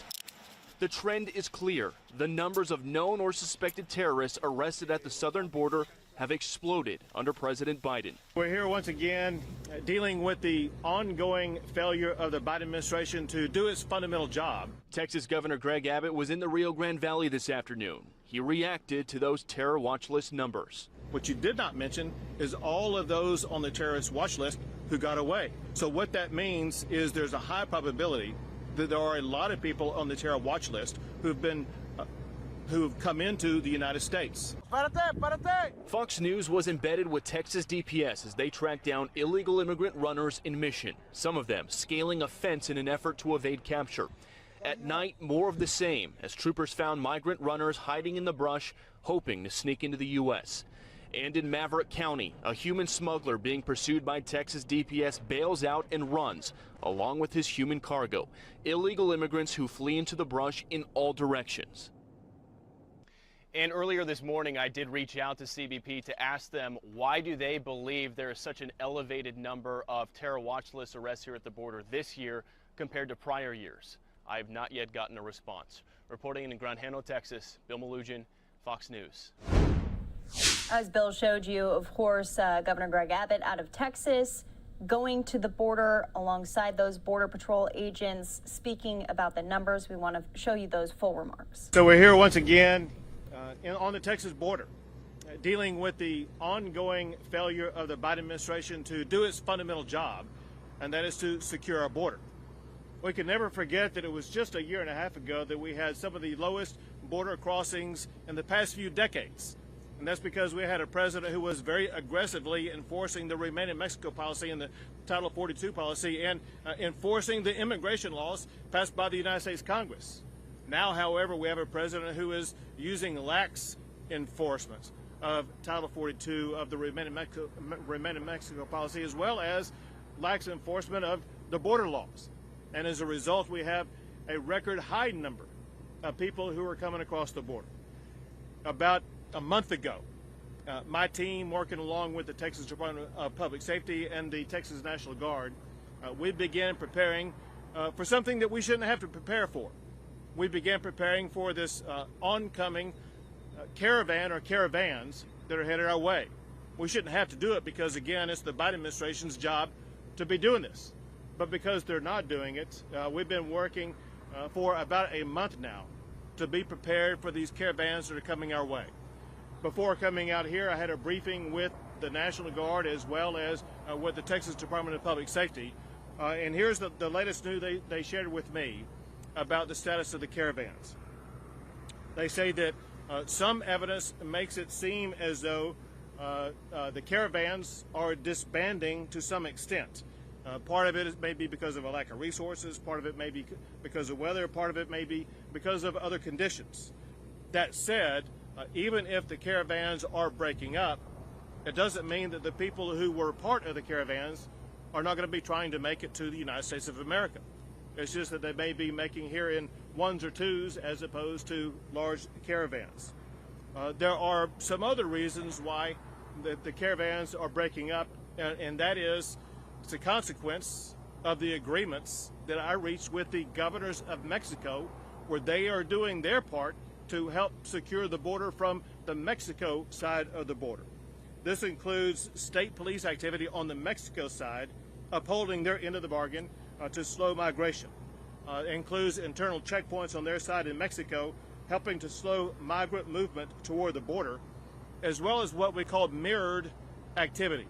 What that means is when state law enforcement on the Texas side are undertaking military and police movements, on the Mexico side, they are mirroring that operation. One thing that does is it slows or eliminates the cartel activity in that particular region. Whenever we slow or deter cartel activity, that will slow and deter border crossings in that particular area. The National Guard and DPS are working also on an intensified strategy, and that is to block as many low water crossings as possible. One of the easiest ways for illegal immigrants to cross into the United States is through these low water crossings. And so we're using multiple strategies to try to block those low water crossings. And we're also working on, or let's say the National Guard and DPS are working on mass migration rehearsals. What that means is they are prepared to implement certain strategies, but also have the flexibility to move those strategies to the locations where the mass migration may occur. It may be that we are fully prepared at this particular bridge to block migration in this particular area, and the cartels learn about that, and they may try to move the activity to a different region. What that means is that we need to have the flexibility to move our resources to another region to make sure that we can block the crossings in that particular region. Also, DPS, as well as the National Guard, continue to deploy all the resources they possibly can to help secure this region of Texas. There are 3 particular regions of the state of Texas that we're most focused on right now. One is where we are right now, which is Hidalgo County, Maverick County, and Valverde County. Maverick County is where Eagle Pass is, and Valverde County is where Del Rio is. Let's see. That is the main thing I wanted to share with you. I'm going to have both leaders from the National Guard and the Texas Department of Public Safety share with you more details. First, National Guard Major General Burkett. Good afternoon. So as the governor alluded, we've got a task force, maneuver task force here in what we call Task Force East. It's one of 5 maneuver task forces that we have from our southern sector all the way up past Del Rio and just further north to Van Horn and beyond. But what we practice on a weekly basis is we rehearse the mass migration response events, and there's a combination of hasty blocking positions where we can move mass amounts of troops and vehicles in conjunction with DPS and law enforcement agents to have a very heavy presence where we think it's needed to deter or to turn back a migration event. We also practice those routinely without the law enforcement so that we can demonstrate that we have the capability of massing soldiers and moving and establishing blocking positions in the middle of the night. We can do it in the heat of the day. We can do it early in the morning. We conduct boat operations both here and in Eagle Pass and in Del Rio as well, provide that deterrence and that early detection and warning along the river. We've got a task force engineers in addition to our maneuver elements that are responsible for establishing additional barriers where we have the land use agreements. We've got nearly 40 miles of standard fencing that's been erected to date and another 18 miles of concertina wire to serve as that barrier and that deterrence. Thank you very much. And it's my understanding, one thing that the National Guard achieves are what are called turnbacks. And you all have documented about 20,000 turnbacks. Is that correct? Yes, sir. Yes, sir. Absolutely. All right. Thank you. Yes, sir. And now from the Texas Department of Public Safety, Lieutenant Colonel Freeman Martin. Thank you, Governor. 2021 was a record-breaking year in many ways, and none of them good. We saw 1.3 million apprehensions here in Texas, the highest ever. I believe the next highest was in 1986 with 723,000, so almost double in 2021. Fentanyl, we had a 1,268% increase in fentanyl seizures. These are state seizures, not federal government, in Texas in 2021. And if you compare January to May of 2021 to January of May of 2022, we have an additional 58% increase. So obviously, there's a lot of threats that we face here in the state of Texas. The unsecure border with Mexico is at the top of the list. What we're doing right here in Hidalgo County with Operation, when I say we, I mean Operation Lone Star. That's all of the state agencies that are involved in this operation. With Parks and Wildlife, TMD is very heavy, DPS, and a lot of state agencies. Tremendous amount of success in shutting down the highest traffic areas in the entire southern border is in Hidalgo County, the Rio Grande Valley, and it has always been. Securing the zones that they have secured in right here in this county, in Hidalgo County, and we see those numbers drop, and we deter caravans, we deter working with our Mexican counterparts. But the one thing that had a significant difference in this operation is these agreements that Governor Abbott signed with his Mexican counterparts. We have never had the cooperation and collaboration that we have today with our state counterparts across the border. They're working with their mirroring our operations along the border. They help us as we see a surge in one area. As I said, these numbers are high. We would rather the numbers be zero. If we can deter, if we can prevent, that's what success looks like. And working with our counterparts on the other side of the river, we're for the first time seeing the cooperation and collaboration like we've never seen before. So thank you for that, Governor, and that's all I have. Thank you. I want to go back and emphasize a point that he just made, and it's the seizure of fentanyl.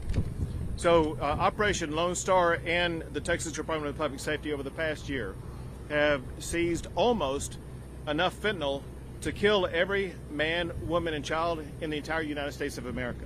The reason why that must be underscored is that is fentanyl that got past Border Patrol. If it were not for Operation Lone Star, the Texas Department of Public Safety, and Texas law enforcement, that would be fentanyl on the streets in the United States, killing Americans across our country.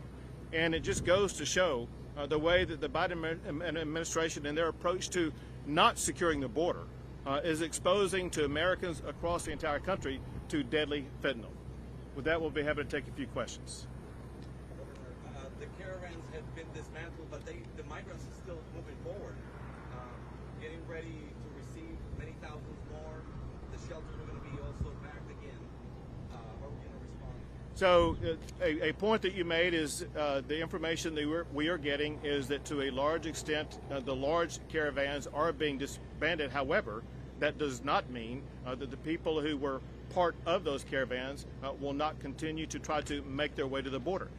Our response is the same, and that is we will be utilizing every tool and strategy that we can to make sure that illegal immigration will not be able to take place. DHS is now thinking about moving migrants to Los Angeles, Albuquerque, Houston, and Dallas, something that you at one point were doing as well. Well, what DHS needs to do is their job. Their job is to enforce the laws passed by the United States Congress. That would mean to stop the illegal immigration from occurring in the first place. It would mean not tying the hands of ICE, not tying the hands of the Border Patrol officers, but rather unleashing them to do their job. Governor, new CBP numbers show that there have been 50 people on the terror watch list arrested here at the southern border just this fiscal year. That's more than the last 5 years combined. Your reaction to that? That's one of the most reprehensible things the Biden administration is doing. So you talked about 50 people on the terrorist watch list who've been apprehended. What you did not mention is all of those on the terrorist watch list who got away. If you're on the terror watch list, you will be spending more money to the cartels to try to evade being caught. So what that means is there's a high probability that there are a lot of people on the terror watch list who've come into the United States. This is the president's job, national security. And our national security is at risk because of all these terrorists who are on the watch list who may have come across the border. The president of the United States is failing in his most fundamental duty, and that is to keep our nation safe.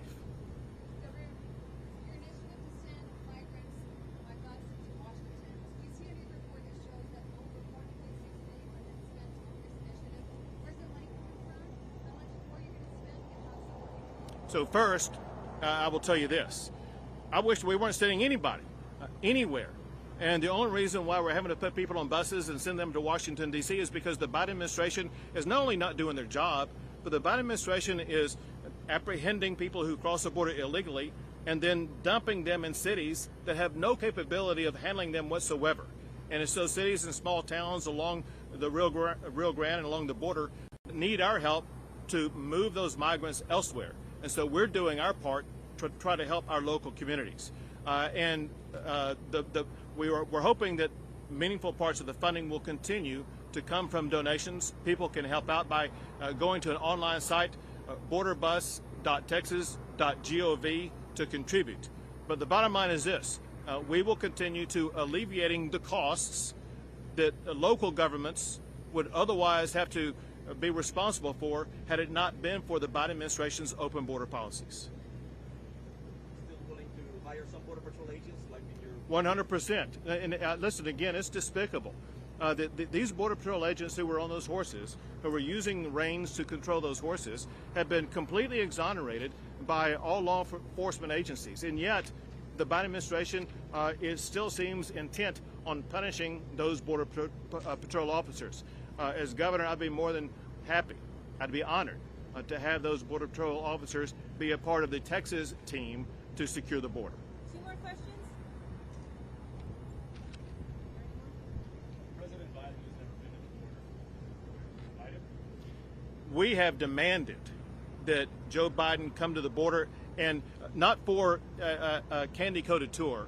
He needs to see the struggles of what people in Del Rio are dealing with. He needs to see the ranches that have been ripped apart by the illegal immigration that he has allowed. He needs to talk to the people whose lives have been completely disrupted. He needs to talk to angel moms who have lost a child because of an illegal immigrant in the United States of America. He needs to see firsthand the chaos that he has caused. Last question. We have seen, of course, on the news, videos and everything, what's happening here, not only here in the valley, but all at the border. Do you think he's just not paying attention or just pretending not to see what is actually happening here at the border? Remember that Joe Biden campaigned on the promise of open border policies. The chaos that you are talking about that we're seeing on our border is chaos that Joe Biden promised when he campaigned for president of the United States. And the American people are fed up with it. The people in the Rio Grande Valley, the people who live in border communities, many of whom may have supported Biden as president, now want to reject him as president because they cannot stand what his open border policies are doing to their state and to their country. Great, thank you guys. Thank you all.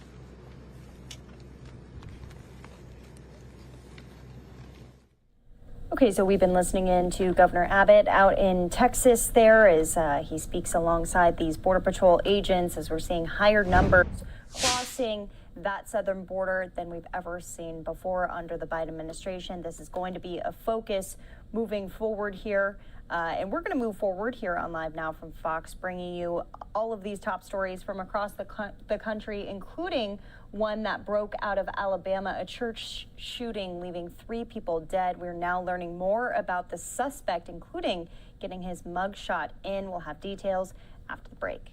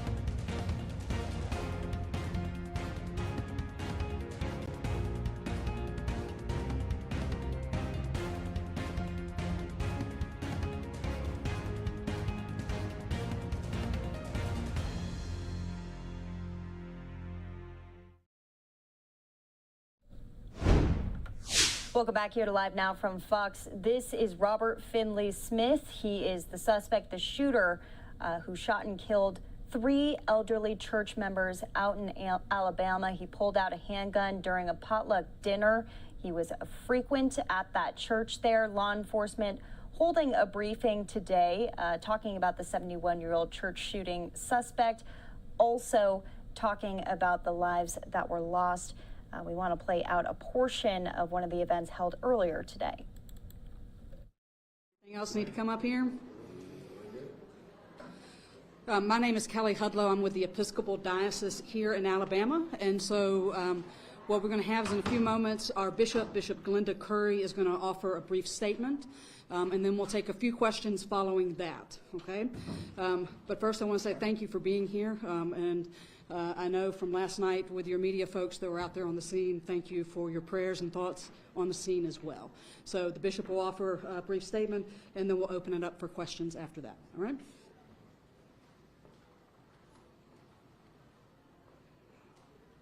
Hey everybody, thank you for coming. I'm honored to be the bishop of one of the greatest dioceses in the Episcopal Church. We have some 87 churches and a camp and conference center. And up until yesterday, we had been unmarred by any kind of violent act anywhere near what we saw. We are deeply saddened. We're horrified, and we pray for those who have been affected, and we're going to do everything we can to support them and help them through this terrible time. And I think I just made a giant statement in the other room, and so if anybody would like to ask me anything specifically, I'll be happy to entertain that. Bishop, you've spoken, I believe, of course, to members of the church, the leaders there. What's sort of the sentiment, how they're feeling right now, dealing with all this? How's who feeling? The members of the church leadership there. At St. Stephen's, as you might imagine, they're sad, a little bit scared, a lot scared, in shock and disoriented by the whole thing. They were having dinner and they were having fun, and then the next minute they weren't. And so I think they all feel, the ones I've talked to feel pretty disoriented and overwhelmed. Bishop, have you spoken with family members of any of the victims? Yes, I have. How are they doing? They are coping with the reality as it unfolds really well. They have lots of people around them. Some of them are not yet here, and they're very sad, of course, and shocked. Police say the shooter would occasionally go to the church. So what is your message today to people who, might be afraid to go to church? I know people often think of church as a safe place to go, and you hear something like this happening. I think church is a very safe place to go, and yet we do open our lives and ourselves because we're called by Jesus to do that, and we welcome everybody. And so, we're going to do everything we can to make sure that it's a safe place. We believe it still is a safe place, and so we're going to work to make sure that that is true.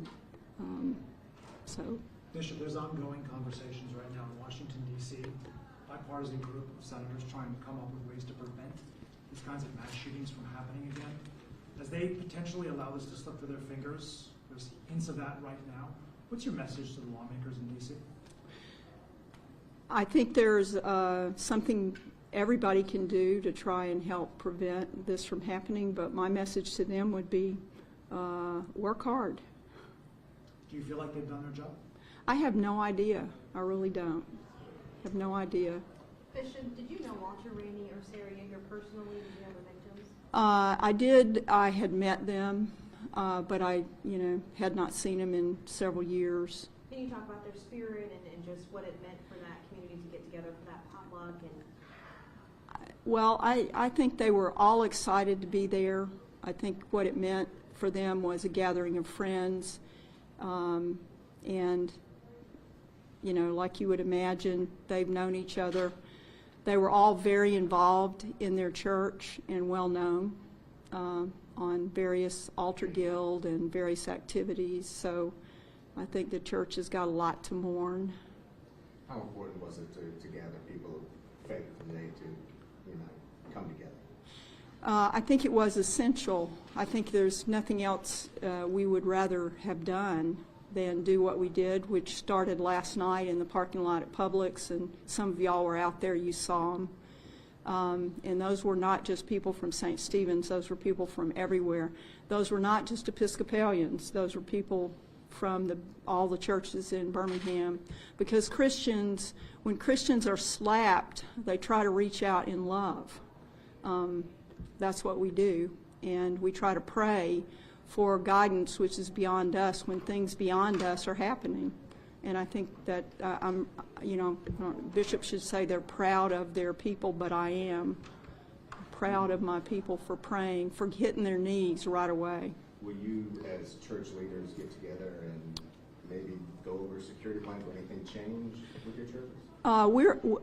We are going to put together a group to look at just to be as careful as we can to look at all ways that we can make every one of our churches as safe as we possibly can make them. Last question.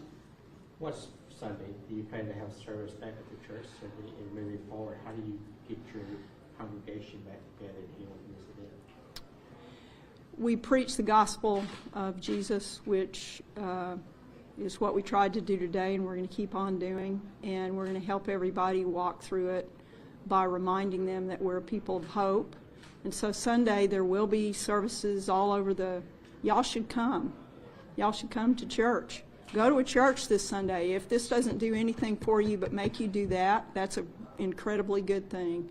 Go to a church and pray for peace and pray for healing and pray for the love of Jesus to transform the world. Do that on Sunday. Do that every day. But we will do it on Sunday, and hopefully we'll do it at St. Stephen's. Thank you. Thank y'all. Thank you. Thank you.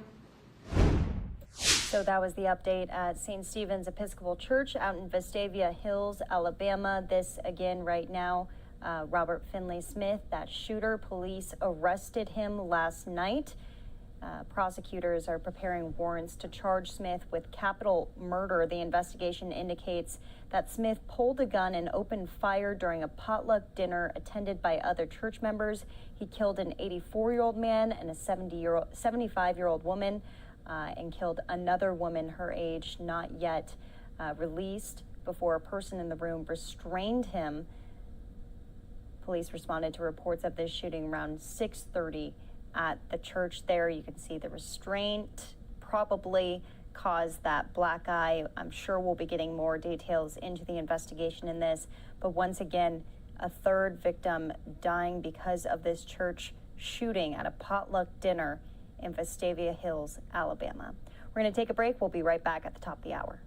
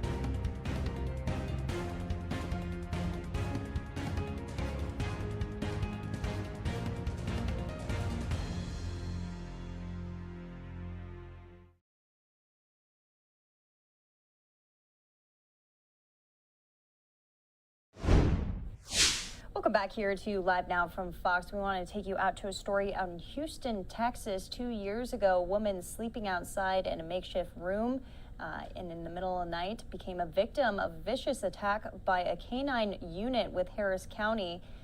So they are now updating on this attack again. This was a dog within the sheriff's department there. We'll listen in to what they have to say about this attack and the damage that's been done. Regard for Mrs. Melgado and her health, and frankly, we expect more from our Harris County Sheriff's Department. If a mistake is made, if an error occurs, accountability should be there. They should be forthcoming. They should be willing to make things right. But they haven't, and her constitutional rights were violated. Her civil rights were imposed upon, and no one, no resident of Harris County, should be awakened by being attacked by a canine unit in the middle of the night. And frankly, you know, this is clearly a bias towards this immigrant community, towards Ms. Melgado and their perception of her, who she is as an individual, and this needs to be corrected. And so we have filed our lawsuit. We continue to pursue it. The Sheriff's Department is attempting to hide behind sovereign immunity, and again, not providing accurate information in the discovery process. But we will address that in federal court. And we look forward to getting relief and making Ms. Melgado whole, and hopefully prevent this from happening to anybody else in Harris County. And we'll have a space for questions and answers at the end. We now want to introduce another member of the legal team. Artemio Muñiz has been an attorney here in Houston, and he's been active in the community for a very long time. So he is the one that brought this case to our attention. So we want him to explain why it is important for him and how we're going to be involved in this case. And he will make a statement in English and in Spanish. Thank you, Cesar. Thank you to Fiel, a wonderful organization that for years has stood up in the immigrant and Hispanic community and situations. And unfortunately, once again, here we are. We asked the Sheriff's Department, why do you continue to undermine the trust that the community has in you as a social institution? Too much has been happening. This is simply a cover-up of a canine attack, and we are here. And I want to thank Doña Maria, as how I know her, for being brave and stepping up. And really, she represents the immigrant community, Hispanic community, who have faced instances like this. And I want to thank her for standing in the gap and letting people in Houston know that you don't have to stay silent and you can speak up. Mi nombre es Artemio Temo Muñiz, soy abogado para parte del equipo con Arturo. Quiero darle las gracias a César y a Laín de Fiel, un grupo que ha peleado por los derechos de inmigrantes y la comunidad hispana. Quiero agradecer a Doña María por su valentía, por salir ahora y asegurar que el público sepa de lo que ocurrió aquí. No es fácil ir contra la policía, pero lo está haciendo y nosotros como abogados vamos a estar con ella 100% hasta que la verdad salga. Lo que queremos decirle a la comunidad, no vamos a permitir que la policía trate a la comunidad inmigrante y hispano como una segunda clase. Sabemos que lo que ocurrió ese día con el ataque del perro no hubiera ocurrido en otras vecindades como River Oaks o Woodlands. Esto es algo que no podemos aceptar como comunidad y tampoco podemos aceptar que los sheriffes sigan jugando juegos escondiendo la verdad. Y le pedimos al sheriff González y a la comunidad que la verdad, y queremos respuestas ahora. Ya es suficiente, ya estuvo, ya basta. Es tiempo de respetar la comunidad. Vamos a seguir peleando y pedimos que la comunidad esté con nosotros exigiendo respuestas y vamos a seguir peleando. Gracias, Artemio. So oftentimes when our community asks us, why doesn't nobody help us, the answer is very simple. At the end of the day, our community has to help themselves, and we have to help each member of our community. So when these attorneys came forward and when they want to fight for this immigrant woman who is just a hardworking woman, we have to take these cases on, and we have to be there for our community to make sure that our community gets the justice that they deserve. So al final del día, cuando la gente nos pregunta por qué nadie nos ayuda, por qué nadie, nuestra respuesta es simple. Queremos nosotros si queremos ayuda, nos tenemos que ayudar a nosotros mismos. So, cuando los abogados nos vinieron, hablaron con nosotros, y cuando conocimos a la señora María, nosotros sabíamos que eso es algo que teníamos que ayudarles a ellos para que al final del día ella y nuestra comunidad puedan tener la justicia que se merece. Ahora, en sus propias palabras, la señora María va a describir lo que pasó ese día y va a explicar cómo esto le ha afectado. So now in her own words, we'll have Miss Maria talk about what happened that day and how this has affected her. She is only a Spanish speaker, but after that, her daughter Paola will come and give a statement in English and in Spanish as to what occurred that night. So, señora María. Y de nuevo, gracias por su valentía, gracias por estar aquí. Y al final del día vamos a ver qué es lo que podemos hacer. Si se puede parar un poquito más ahí. Ese día fue un día muy tramado para mí. ¿Cuál es su nombre primero? Soy María Guardado. Fue un día muy triste para mí, no lo olvido.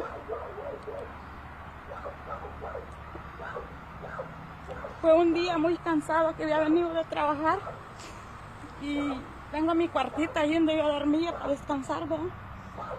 Yo había salido en la mañana a sacar mi bote de basura para afuera para que se lo llevara el basurero y me volví a acostar. Pero como muy cansada, yo llegaba siempre 12 y media de la noche de trabajar, de mi trabajo. Y yo dejé la puerta solo cerrada y me acosté. Y como andaba muy cansada, me dormí, ¿verdad? Estaba dormida cuando yo sentí aquel dolor que me agarró del brazo y que me tenían de acá sostenida. Cuando yo abrí los ojos, miré que era un animal que me tenía. Y yo grité. Cuando yo grité, alguien afuera gritaba en inglés, yo no sé qué decía. Como las 2 voces que escuché afuera o 3, me soltó el animal y salió para afuera y miré que era un perro. Pero en el trauma mío yo pensaba que eran estos perros. Me levanté y salí para afuera y dije, ¿qué está pasando acá? Pero ya venía tocándome mi brazo porque no aguantaba el dolor donde me había mordido el animal. Y ya miré a un policía afuera de mi cuartito donde estaba durmiendo. Y le digo yo, ¿qué está pasando aquí? Hablaba puro inglés y me apareció otra mujer policía aquí, hablaba inglés. Y hasta que apareció uno que hablaba español. Les digo, ¿qué está pasando acá? Yo me vine yo llorando con el dolor en mi brazo, teniéndome en mi brazo, que hasta una foto está ahí donde vengo teniendo el brazo, para acá, a sonarle la puerta a mis hijos. Ya se levantó mi hija Brady y mi hijo Cristian a verme qué pasaba. Y hasta ellos sorprendidos que qué estaba pasando, que habían policías hasta allá, por todos lados, y yo no sabía qué pasaba, porque yo no tengo problemas con la policía, nunca. Pero sí, ha sido muy doloroso para mí. Hace más de 2 años yo trabajaba, ganaba mi dinero semanal, ya de ahí para acá ha sido puro sufrimiento, porque no puedo trabajar. So, in short, she was just, what she said is basically she was awoken with the pressure in her arm and a pressure on her side. And at first she didn't know what was going on, and she heard voices in English yelling something. And then when she realized that she was an animal, she didn't realize until the animal was leaving her room. And when she saw the animal leaving, she realized it was a dog. And in the confusion, she thought it was her neighbor's dog. When she comes out, there's a bunch of police out here, a helicopter, and at the end of the day, she was confused because she's never having any trouble with the law. And so ever since it's been 2 years, she has been unable to work, and it's only been thing after thing after this incident that happened to her. So gracias, nos vamos a parar acá. Okay. Now we will have Miss Maria's daughter Paola. She was here the night of the incident, and she'll recount what happened, and she'll say it both in English and in Spanish. And just can you puedes decir algo chiquito en inglés después? But she's gonna talk in Spanish. We do ask that you all be patient with her. She's very nervous. So si tienes que parar en un tiempo, nosotros paramos, ¿ok? Como hablamos el otro día. Okay? So, and this is a picture of her and her mom. So en español primero. Si tienes que parar, está bien. ¿Qué pasó ese día? ¿Qué nos contaste? Hola, soy Paola y ese día yo me levanté y cuando me levanté yo miré a mi mamá que ella estaba llorando y asustada porque no sabía qué estaba pasando. Le vi el brazo y miré que andaba sangre y andaba mordida, pero yo no sabía qué había pasado. Y luego cuando yo salí, pues yo me quedé asustada, no sabía qué hacer, estaba como traumada porque vi que mi mamá estaba asustada, miraba muchos policías, no sabía y nadie hacía nada. Y me puse nerviosa, no sabía qué hacer, mi mamá estaba como traumada porque ella no sabía qué estaba pasando. Y lo que no me gustó fue que los policías, la mayoría se fueron y solo quedó uno. Y nadie llamaba a la ambulancia ni nada, y mi mamá estaba muy mal y nadie hacía nada. Y después de eso, pues todos se fueron y el único policía que quedó nomás le ayudaba a ella, pero luego se la llevó a la ambulancia y yo no sabía para dónde la llevaban y qué le estaba pasando. Y pues desde ese día mi mamá no ha sido lo mismo porque ya no trabaja igual, ya no nos da el mismo dinero que ella tenía antes, como trabajaba. No trae el mismo dinero para la comida, para la renta, para todo, porque ahora es difícil para que ella trabaje. Before all this happened, my mom used to be a hard mom worker that she would work every single day for us. She will pay rent, everything, and that day that this happened, I saw her, she was bleeding and no one would help her. She was really nervous because she didn't know what's happening. And one day, like, when this happened, she was really nervous, and after this, she wasn't the same person because she wouldn't work like before, and she wouldn't bring the same money to us. She wouldn't pay the rent, the food, everything was different, and she wouldn't work the same. Also present here tonight, that night was Christian. He'll just make a quick statement of what he saw in español y inglés. Español, okay, in Spanish, yes. Hola, mi nombre es Cristian Jonathan Vázquez Guardado. El día del accidente yo estaba durmiendo en esta casa. Tenía 20 años, todavía no estaba apartado solo. Y cuando ella tocó la puerta, yo me levanté, estaba rodeado de policías aquí, andaban helicópteros, andaban policías aquí adentro, habían perros, estaba lleno de patrullas. Ella se levantó llena de sangre el brazo. Yo le pregunté qué estaba pasando. Ella me dijo que no sabía porque solo andaba llena de sangre. Y yo le pregunté a los policías qué estaba pasando. Me dijeron que andaban persiguiendo a una persona aquí, pero que había pasado por esta casa, pero no dijeron que no la atraparon. Sino que el perro se metió al cuartito de aquí y la mordió a ella. Entonces yo le pregunté qué iba a pasar con ella, y me dijeron que no sabían. Y yo tuve que llamar a mi hermana y a mi hermano mayor, y cuando ellos vinieron pues ya tuvieron que llamar a la ambulancia y se la llevaron, pero no supe qué hacer nada yo.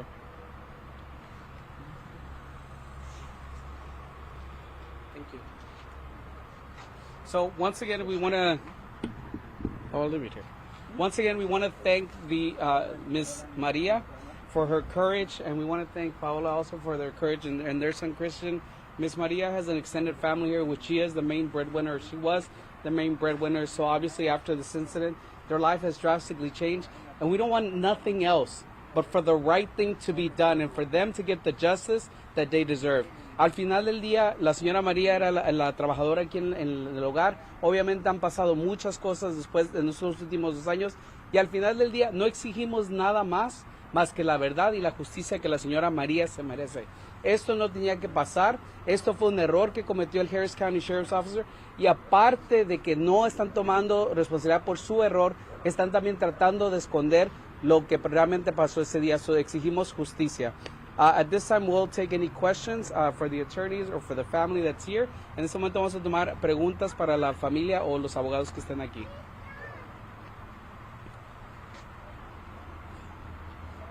Yes. And obviously the dogs are always working on scents, of the suspects and stuff like that.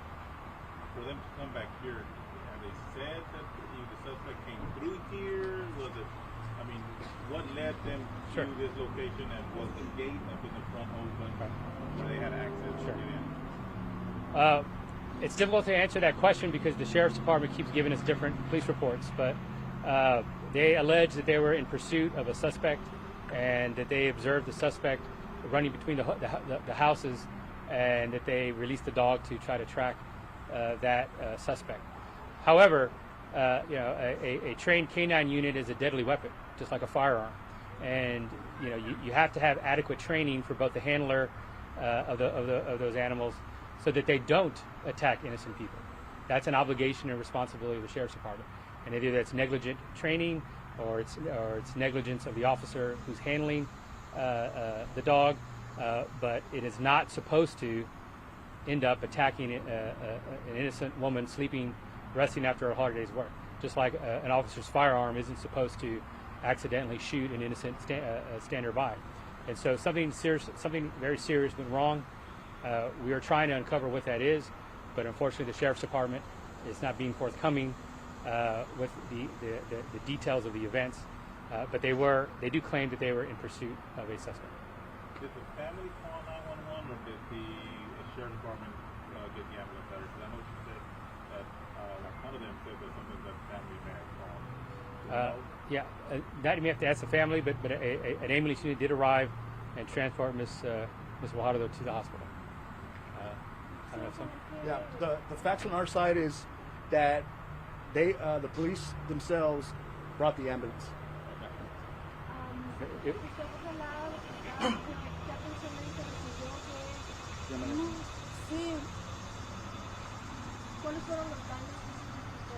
Mire, yo he quedado hasta la vez con un trauma que cuando yo veo un perro, yo no puedo controlarme, me pongo nerviosa, sudada, porque yo tengo ese trauma todavía, no se me quita. Y en el hospital a mí cuando me llevaron en ambulancia solo me pusieron una inyección y eso fue todo y me sacaron.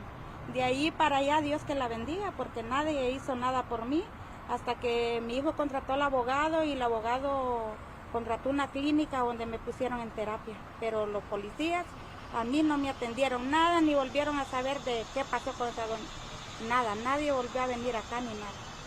Solo una inyección fue lo que me pusieron allí y me sacaron en la tarde ya.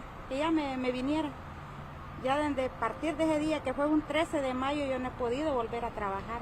Hasta el sol de hoy yo no trabajo porque yo este brazo me agarró los nervios, la mordida del perro y no quedé igual. Yo no tengo fuerza con este brazo.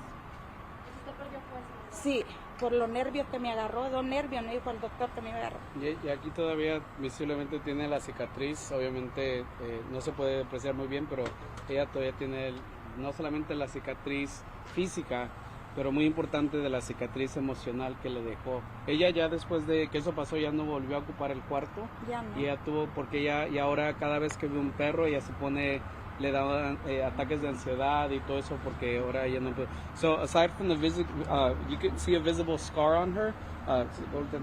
It's not that big because it's been. Aquí. Pero. Okay. But aside from the physical and injuries that she has sustained and she continues to sustain because she feels like the dog hit a nerve but she doesn't have the same strength in her arm, it's also very important is the emotional toll this took on her. She now suffers from anxiety attacks every time she sees a dog. She can't be around dogs, and she actually stopped using this room that she had created for herself and was forced to move to sleep back in the house because she can't even be in this space. So other questions that you all may have? I want to point out also that there was injuries to her back. She was sleeping away from the door, and canine dogs are big dogs by nature, very aggressive, and the weight of the dog on top of her, springing on her, also hurt her back. You'll see that with the medical report by the doctor that took care of her that we took her to, and also.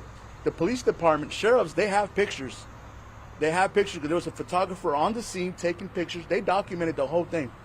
And they have not provided these documents to us. Like Art was saying, they have continuously hidden the information. And this is why we're here.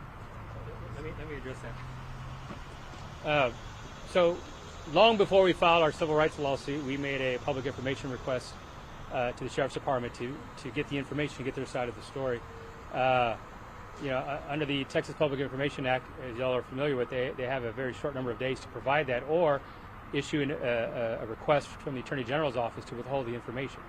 No request to withhold was ever made. And here we are 2 years later, and we don't have much of the information that we requested, which necessitated us filing this lawsuit, including a violation of the Public Information Act. So we now have to pursue those documents through the court process.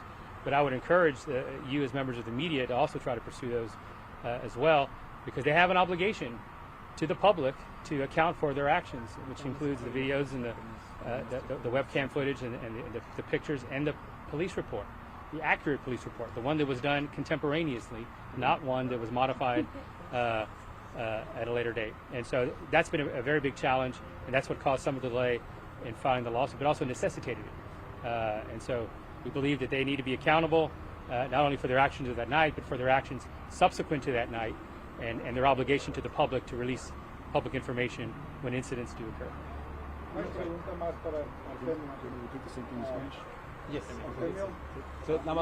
So, más para repetir lo que dijimos en español, los daños se saben claramente porque la policía cuando estuvo aquí tomaron fotos y no nos quieren dar esas fotos. Y por eso estamos haciendo esta demanda para que entreguen toda la información. Hasta este punto han escondido la información y no vamos a parar. Pero también, como Arturo dice, vamos a exigirle a los televidentes y también a la prensa, que es importante para nuestra sociedad, que exija respuestas de la policía. ¿Dónde están los documentos? ¿Dónde está la información? Ellos saben quién estuvo aquí, quién estuvo con el perro, quién miró qué, y también tomaron fotos y no lo quieren entregar. Y no vamos a parar hasta que lo entreguen. Una pregunta, Artemio. En ninguno de los reportes que han tenido dijeron que hubo advertencias antes de soltar al perro. El único reporte después de 2 años, al principio, quiero dar un poquito de historia como estaba diciendo Arturo. Cuando le pedimos información, un reporte o información, la primera respuesta varias veces, y la prensa lo va a mirar cuando miren el caso, la policía oficialmente dijo, no existe ningún reporte con ese número. Es lo que dijeron repetidamente, no existe. Claro, nosotros sabemos que existió, tenemos video, tenemos los daños, aquí estuvimos, yo estuve aquí minutos después de que ocurrió. Eso es cuando nos empezamos a preocupar seriamente de qué es lo que estaba haciendo la policía y sabíamos que esto se iba a poner más pesado. Repetidamente le pedimos a la policía otra vez otra vez que no existe. Cuando hicimos las demandas nos mandaron un reporte sin información, solo con los nombres de según ellos 23 policías que estaban en la escena cuando ocurrió esto, nada más. No explicaba qué pasó ni cómo. Nada, cero información. ¿Se imagina doña María tratando de obtener respuestas a lo que ocurrió y que la policía le diga a ella, esto es nuestra versión de lo que ocurrió, como si estuviera loca? Es triste. Más presión, la demanda, ya finalmente después nos dieron otro reporte. Pero ¿qué pasó? El reporte tenía información bloqueado. No se podía mirar, estaba en negro. No pueden hacer eso. Pero tienen que obtener permiso, como dice Arturo, tienen que obtener permiso del fiscal general del estado de Texas, Ken Paxton. No lo tuvieron. Después respondieron con una carta, meses después, donde ellos escribieron una carta al fiscal general diciendo, esto es lo que vamos a hacer y la razón por qué lo vamos a hacer. Así no trabaja la ley. Tú tienes que obtener permiso del fiscal general, no lo hicieron. ¿Por qué? Quizás falta de respeto, quizás porque piensa que se va a dar por vencida. No sabemos por qué lo hicieron, pero lo hicieron. Finalmente, después de presión de la demanda que ponimos, entregaron otro reporte al despacho de leyes. Y el reporte incompleto, ¿verdad? Finalmente es de uno de los oficiales que estuvo ahí. Pero es un reporte con no tanto detalle. Y en el reporte dice que existe video de lo que pasó. ¿Dónde está el video? ¿Verdad? Le pedimos a la comunidad de la prensa que exijan respuestas de los sheriffes, que nos den la información para que lleguemos a justicia. Y si no, vamos a seguir peleando. All right, so this... Trying to get a follow-up question. The sheriff's department, a lot of times, law enforcement agencies say that we can't talk or release a video yet because there's a quote ongoing investigation. Has that been something that you've heard from the sheriff's department, or have they actually just not given you any kind of response? They have not used that excuse. They have filed a request months after our initial request. They did file permission, the Attorney General, to redact. That permission has not been granted, and so. But they did release redacted information, again, in violation of the public information. Now, we do have our most recent filing here, which we can provide, and it details all the details, and it provides all the reports that have been provided to date. And so we're happy to share that with you for the details. Has the sheriff's department, in the entire time that you've tried to get this information from them, have they given you any response at all like we'll need more time, or this is under consideration? What has been the actual response? For many months there was no response, and then their official response was there was no such incident. We have no record of any such incident. Until we provided evidence of that incident is when they gave us the blank police report listing 23 or 22 officers. That necessitated us having to sue all 23 officers rather than just, you would normally just sue the dog handler, perhaps supervisor, whoever was on the call. And it was only after that we filed did they provide us yet another, the third or another updated police report. But again, with redaction without Attorney General's permission. So this is highly irregular. Are you talking heavily redacted police reports? Yes, yeah.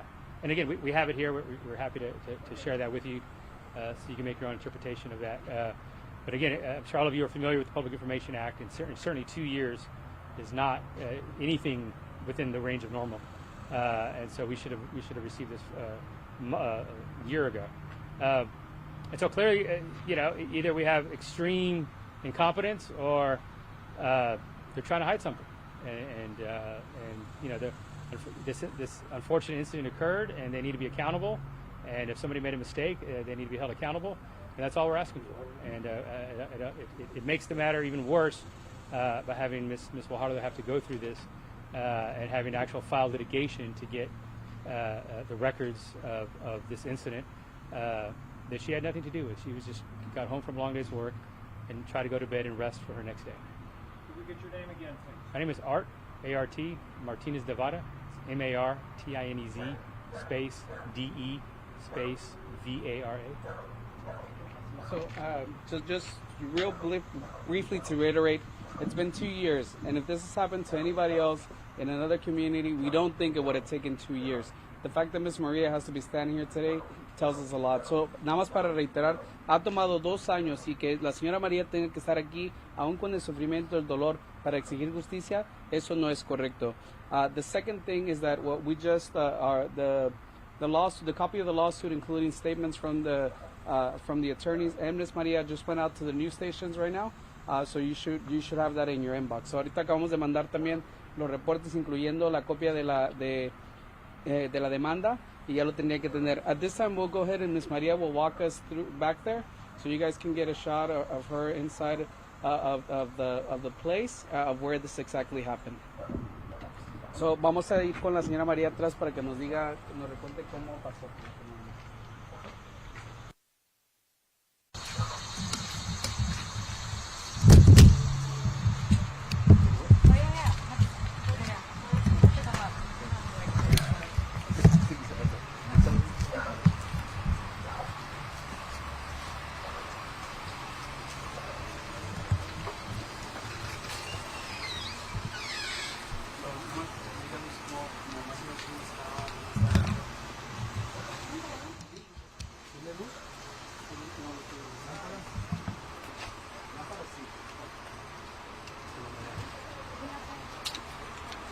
Go ahead, you can go in.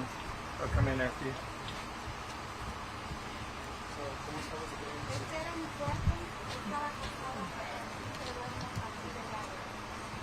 Estaba muy cansada y estaba dormida cuando sentí que el perro me quería viajar y viajar.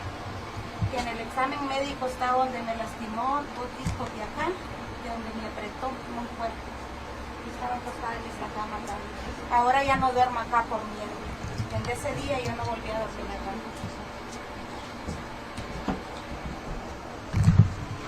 ¿Qué horas eran cuando estaba usted acostada? Era como tipo 8 de la mañana. 8 de la mañana. Sí. ¿Usted escuchó la... So right now she is explaining exactly what happened to her when she was mauled by the sheriff's dog, going through her room there and where exactly she was attacked. Earlier in this press conference, we saw exactly the scars that she had from the dog, and she is just right now talking about exactly what happened as the sheriff's dog mauled her back in 2020. Yo no sabía qué estaba pasando, porque estaba toda la policía aquí adentro, si yo no tengo pendiente con la policía. I want to point out also that this is how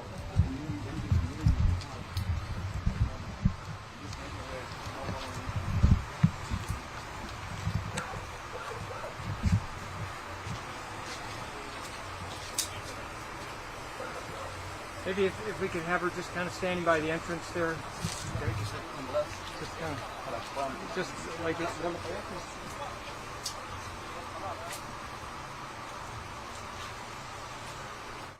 And right now, photographers out there are just getting some pictures of her right there in the room. We're going to take a quick 2-minute break here on Live Now from Fox. When we come back, we're going to head over to the top stories of the week.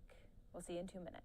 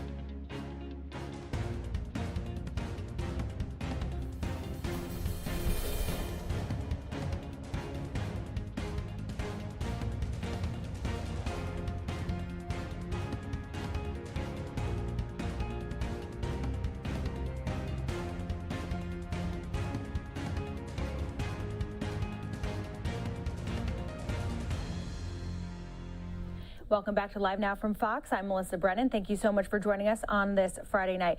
We're going to go over some of the top stories from throughout the week, starting with, of course, the baby shortage of formula impacting families all across the country. And the question is what do you do if you can't feed your infant, especially those that need this formula with allergies? Fox's Stephanie Weaver spoke with Dr. Stephen Miller, a pediatric gastroenterologist with Johns Hopkins Children's Center, to learn more about these allergies and what will happen and how these parents need to get the formula. I'm joined by Dr. Stephen Miller, a pediatric gastroenterologist at Johns Hopkins Children's Center. Thank you for talking with me today. I appreciate your time. Yeah, absolutely. It's my pleasure. You know, we want to talk about the baby formula shortage, but more specifically, babies with allergies. Do you notice that babies with allergies are being impacted the greatest during this formula shortage? So babies who have a need for specialized formula, which includes babies who were preemies, babies who have trouble tolerating regular infant formula or breast milk, or babies with medical conditions like shorter guts, all of those kids have had more trouble getting access to their formulas during this shortage. And do you see that are specific types of allergies? What are those allergies that some of these babies do have that they require a different type of formula? So when we're talking about babies with allergies, as a pediatric GI doctor, when somebody asks me about babies, I'm thinking kids who are less than 1 year old is where kind of the line is drawn, because that's where we draw the line between infant formulas and like toddler or kid formulas. So when we're talking about babies, we're talking about less than 1 year old. The type of allergies that are most common in that population are different from the kind of allergies that are typical in older kids. In older kids, you're talking about things like peanut allergy or milk allergy, where if a kid eats a food that causes the allergy, they'll have swelling around their mouth. They might have trouble breathing. They have something that's called anaphylaxis. Baby allergies to foods are not typically that kind of allergy. What they much more typically are is an intolerance that's called food protein induced allergic proctocolitis, which is also just called milk protein intolerance or milk protein enteropathy. What happens with these kids is that when they drink cow's milk based formula, or sometimes when they breastfeed from a mom who's been eating cow's milk, they will get diarrhea, more throwing up, and they'll sometimes have blood in their poop or a lot of mucus in their poop. This is by far the most common type of what people call allergies. And these are the kids who are having trouble getting the specialized formulas that they've been on that help relieve the bleeding, relieve the diarrhea, and relieve the increased spitting up. Yeah, and I've talked to a couple mothers, and there's a couple scenarios at play. Some women are saying, my baby has allergies. I've had to drive 3 hours in order just to find the formula that I need specifically for my baby. I've also heard mothers saying that they can't at all find the formula they need. Or I've talked to mothers who say, I'm expecting a baby and I may need formula. Yeah. And I'm not sure if I need it or not, but if I do, I'm hesitant and have anxiety already thinking about the fact that if my baby does have allergies, that I might not be able to find it. What would you say to all of these mothers? So for the expectant mothers, and for anybody who can breastfeed, now is a really good time to breastfeed if you can. Breastfeeding is not for everybody, and formulas are great. But especially at this moment, breastfeeding is a great option for those who are interested in trying it. Breastfeeding takes a lot of work. And sometimes for new moms or moms who are trying to do it, they need to seek out wise, skilled women in the community who have successfully breastfed before. They can go to La Leche League, or they can ask their pediatrician for a referral to a lactation consultant to be able to do that. For those people who have a lot of trouble breastfeeding, or who really want to get formula, or for those babies who are already on formula, then they have to figure out how to get that formula. So for the kind of formulas that we're talking about that are what we call extensively hydrolyzed formulas. So there's like standard infant formula, and then there's partially broken down infant formula, which is pretty similar. And then there is special formula where the cow's milk proteins are chopped up into really tiny pieces. And this is called extensively hydrolyzed or hypoallergenic formula. This is for the babies who poop some blood when they are exposed to regular baby formula, or when their breastfeeding moms need milk. These kind of formulas, the common ones are Nutramigen, Alimentum, and Gerber Extensive, and then there's a bunch of others. The Alimentum was the one that was affected by the Abbott call, where the powder form of that, there was a worry that maybe some kids exposed to it could have gotten a bacteria infection. And so they pulled it from the market voluntarily. Abbott did that. And after that happened, the supply of it dropped. So for moms and dads whose babies are on these specialized formulas, to help the babies be the most healthy, the question comes, how do I get access to it? And that can be tough. There's a lot of different places that people can look, and I'm happy to give a list of those. I mean, briefly, talking to the pediatrician is a reasonable place to go, but oftentimes those doctors are going to have trouble. For families who, through income, have access to WIC, women, infants, and children, they can sometimes point families towards places to go. Food banks and formula websites can sometimes also be a decent place, as can shelters. Families can also look around at smaller grocery stores. So trying to find a supply, you can try to look at different places. The other move to make is to switch to a different kind of similar formula.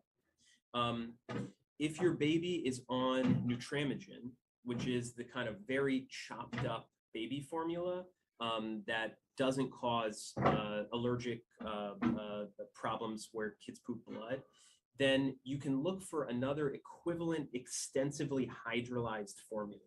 That means very chopped up. Or you could go to something called an elemental formula where the protein is completely chopped up and the chance of allergy is almost nil.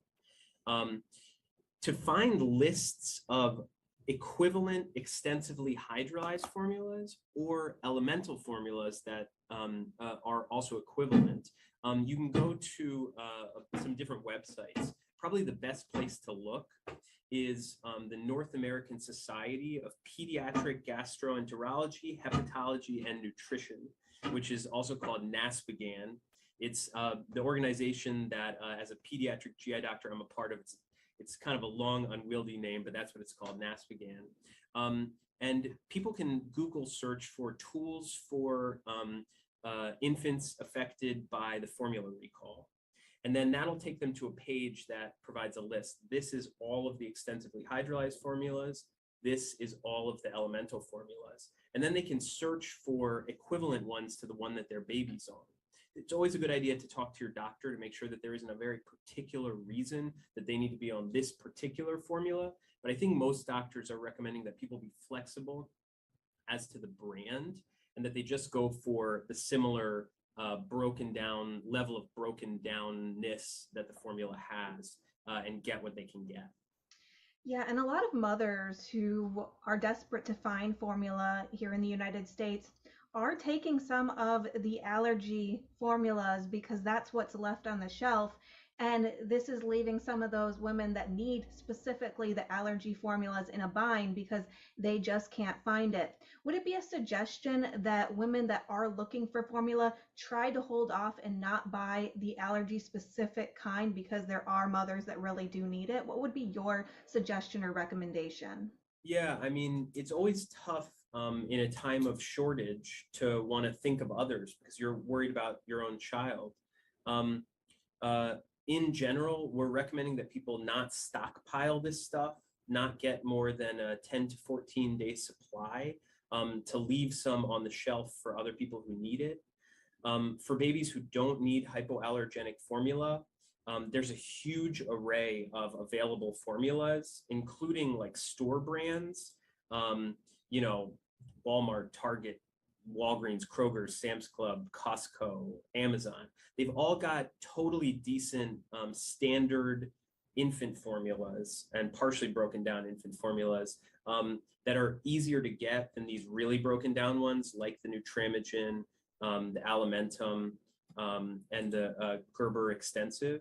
So yeah, our suggestion is if you can put your baby on a regular infant formula and not get this broken down stuff that some babies really need, do so. The one other thing to say is that in a situation where a baby, where a family cannot find this stuff at all, there are a lot of babies who have a little bit of blood come out in their poop when they eat cow's milk formula, but who are otherwise totally healthy. They're growing, they're fine. They might need a little bit of an iron supplement to make up for the loss, but who would be fine to be put on a regular infant formula for a few weeks.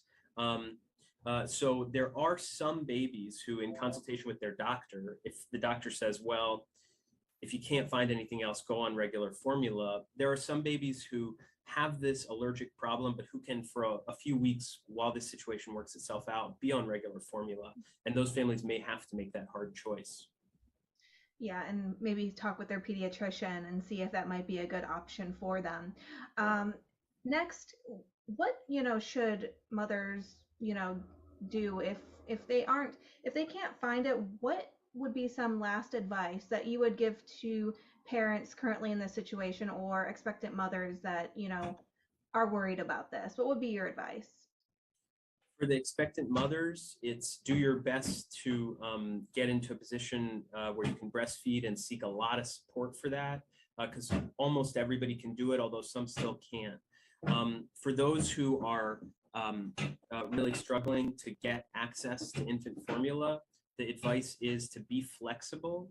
Look on places like the NASPGHAN website to find out what the equivalent formulas are, and look towards smaller stores, towards big chain stores, to find brands that might not be the ones that you've heard of, but that come in sealed containers and are of good quality, because there's a lot of different infant formulas available out there. And if you can find one that is roughly equivalent, then they're all quite good. For those mothers, and you've heard the reports, I'm sure, of some mothers that are mixing formula in order to try to make the right concoction for their baby, what would be your recommendation as far as that? So it's never a good idea to water down formula more than is recommended on the packaging, because babies' kidneys don't work like kids' and adults' kidneys. And that means that babies can't concentrate their pee as well. So if you water down the formula too much, that can cause the babies to have very low levels of things in their blood like sodium and potassium, which can really hurt the babies. It can cause seizures and other problems. So it's important always to still follow the instructions for mixing. As to making homemade formulas, that also can be unsafe. Now, for babies who are getting close to a year of age and who are otherwise quite healthy, if a family is in a situation where they absolutely cannot get formula, then it's reasonable to give some cow's milk, whole milk, for a week or two until they can get a hold of some formula. The advice is to keep it to not more than 24 ounces per day. And to give extra iron if you're going to be doing that. For the babies who have a real allergy, that's not going to be an option. And so they're going to have to find a way to get access to the more broken down stuff. But most kids, as they get towards a year, are going to be safe to make that transition. And so some families may choose to do that. One other really great source of much more in-depth information than we're getting into right now is a lecture by Jim Franciosi and Ilana Ben Joseph, who are out of Nemours Hospital, and take a really deep dive into how families who are trying to search for these formulas can manage to find them. Any last takeaways, any other messages that you want to provide before I let you go? So this is a challenging situation for new parents, and being a new parent is amazing, but also really stressful. And this can definitely add on additional stress, especially for families who are struggling with getting access for a baby who has extra needs, like a baby who has milk protein induced enteropathy. For these babies, the advice to those families is to be flexible as to the brand, and be willing to transition to, if you're on Nutramigen, try Alimentum Ready to Feed. If you're on Alimentum, try Gerber Extensive. And if you can't find any of those, there's a whole bunch of other off-brand hypoallergenic formulas that you can find on the NASPGHAN website or the Nemours talk that's available for free on YouTube. That you can use and that are pretty darn good. Talk to your pediatrician, but switching brands can allow you to keep your baby well nourished in this challenging time. Dr. Stephen Miller with Johns Hopkins, thank you for talking with me today. I appreciate your time. Thanks a lot. My pleasure. A great conversation there by Stephanie Weaver, of course, about the ongoing baby formula shortage affecting parents all across the U.S. Make sure to stay safe. Of course, babies rely on that stuff for their life. And being a new parent, of course, it is very, very important to get the nutrition that your baby needs. We're going to take a quick 2-minute commercial break here on Live Now from Fox. When we come back, we are talking consumer stories, business stories, inflation, gas prices, everything like that, all in 2 minutes.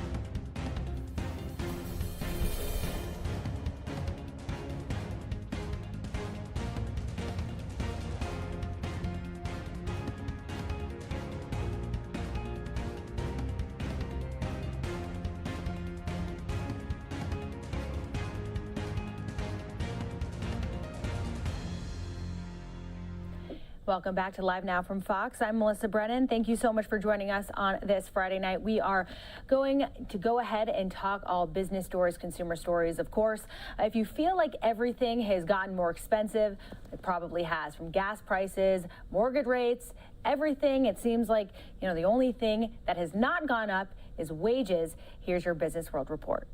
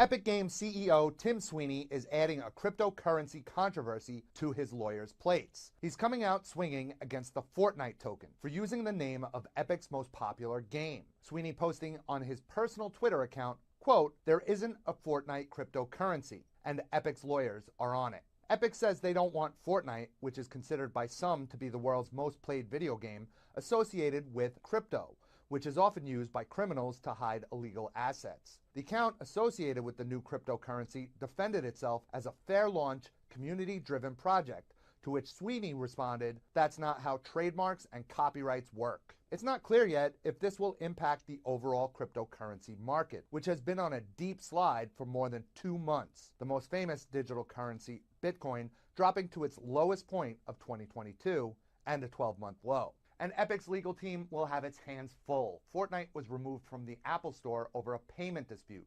The lawyers are now fighting to have Apple change its policies. In New York, Eamon Dignam, Fox News. And record inflation numbers have made it more expensive to feed your family. More people are looking to food banks to save money, but high prices are also limiting what food banks can get their hands on. Fox News reporter Jake Carolexis is at a food bank supplier with more on these challenges. Food donations are getting more scarce. Food bank suppliers are struggling to afford their usual supply, and they're worried this could make it harder to help people. We're just kind of at the mercy of what's available. Volunteer coordinator Ryan Cooper hands out food at the Rainier Food Bank every week. He's seeing more people come through and says it's getting tougher to meet demand. We have to balance the amount that we're able to serve with the amount that it costs. The Rainier Bank isn't getting as much food donated this year. They've had to find other ways to get what they need. We have volunteers that go out with our vans and picking up produce that's not selling, basically, things that are coming off the shelf and they still have a little life in them. Northwest Harvest sends supplies to food banks all around Washington state. Northwest Harvest CEO Thomas Reynolds says they're working hard to complete orders. We are increasing the amount of bulk food that we buy. We're increasing the number of volunteers we're working with. We are increasing our transportation budgets and our food budgets because the need for food is so significant right now. And he says he doesn't know how long they can keep up. I have some concerns about getting the resources that we need at prices that we can afford it. Nationwide, food bank donations are down 20% from last year. With all of the chronic disruptions in the food supply chain and the high price of fuel and labor associated with transporting donated food, we have seen a serious decline. Reynolds says they'll supply what they can so food banks can keep feeding families. We're going to do more food drives. We're going to work more with groceries and other companies that have food that's available. We're just really scrambling to find food wherever we can get it. Feeding America says its food banks are paying almost 40% more for food than they did last year. In Seattle, Jake Carolexis, Fox News. Well, in some better news, Sam's Club came out with a new offer. $8 annual memberships starting today, Friday, through June 26. Now, the discounted membership lands just in time for shoppers to purchase discounted items for the 4th of July holiday. Sam's Club basic membership typically costs about $45 a year. The Plus memberships are not included in the discounted offer, but of course, if you are struggling to buy food, to get food even, because as we know, over the past year, it feels like nothing has really been on the shelves. But of course, we can't forget our fathers this Sunday, Father's Day, talking about money, prices, everything being more expensive, but we can't forget all the dads out there. So here are some deals to keep in mind before Sunday. 76% of Americans will celebrate the day, according to the National Retail Federation, which says consumers will spend $20 billion by Sunday. So let's talk about how to find some deals while you're spending on dad. Some popular restaurant chains are offering deals for dads. Applebee's, for example, has $10 bonus cards for each $50 bought. Cracker Barrel has digital bonus cards for dad on some home cooking. Ruth's Chris Steakhouse has a dad brunch from 11 to 3. And then Cheesecake Factory, they give you $25 for each $100. So they get you in there, they give you some money back. There are a lot of fun options at local restaurants unique to our area as well. Some examples, the Sheridan Tampa Riverwalk Hotels restaurant. They're offering a bourbon-infused menu, so things like a spicy candied bourbon bacon cheeseburger. Sounds good, right? To a Eddie V's Prime Seafood, where the special for the day is an 11-ounce Wagyu strip steak. So whether you want to go high-end or just kick back, definitely worth calling the restaurant you're thinking about or going online to see if they're doing something special, because chances are, yes, they are. And there are a lot of fun family activities that have great deals for dad, too. The Florida Aquarium, they're offering BOGO deals on admission Father's Day weekend. Clearwater Marine Aquarium, they're doing the same. And then lots of free drinks at various establishments for dad. For example, free beer on Father's Day when he takes a trip on the Pirate Water Taxi. It's also free adult beverages on board the Lost Pearl pirate ship in Tampa if the fam wants to go out on a little pirate cruise. From a Father's Day classic car show at Three Daughters Brewing to getting in free to the Bach Gardens, a lot of options for the father in your life. I'm Swarmani Banerjee for Fox 13 News. And a happy Father's Day to all those new dads out there, old dads, any father figure out there from LiveNOW from Fox. And I want to do a special shout out to my husband, Mason. It will be his first Father's Day to our newborn son, so we are very excited for this Sunday. We're going to take a quick 2-minute commercial break. When we come back out, more consumer headlines, including, of course, tech companies laying off employees left and right. The latest right after the break.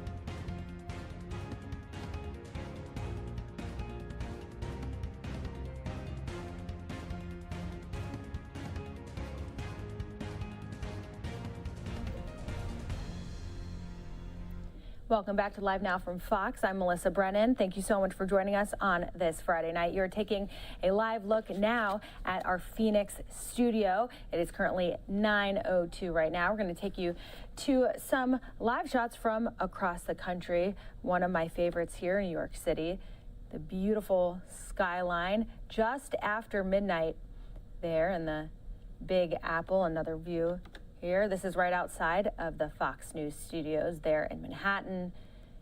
And moving over to Washington, D.C., where news always happens. They say New York is a city that never sleeps, but maybe D.C. is right there. Well, let's get into other news and business headlines. Spotify, a big company in the tech world, a lot of people know it, they are now pulling back on hiring. Now, the company says that it will slow its hiring by 25%, citing increasing economic uncertainty across the globe. Now, it's uncertain which parts of the business will be most affected. However, they are looking at that 25% cut. As of the end of March, Spotify had more than 8,200 full-time employees. And here is another story for you. Carnival Cruise Lines are now offering people to sports bet live on cruise ships. Now you already know they usually have physical casinos on the ships, but it's partnering with BetMGM to offer sports betting and iGaming across 3 of its cruise lines. The service will be rolled out in phases, and it will eventually be available on 50 Carnival ships in the coming months.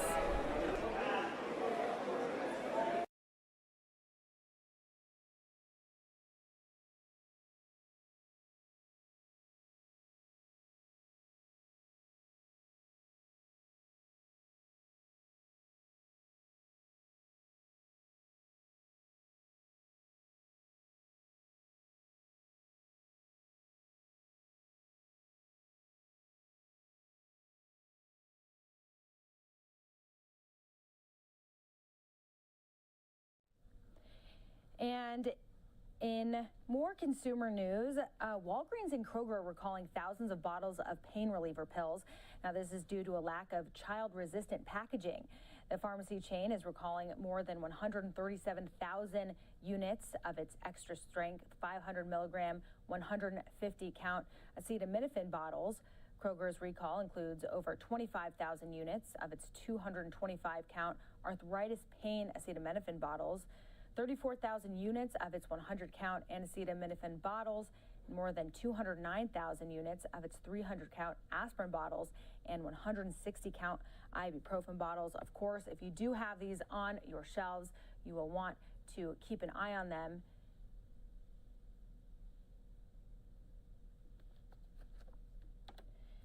And here is another live look of New York City here on this Friday now, as we're running into some technical difficulties for you, but we will get all of that situated as we have more stories here.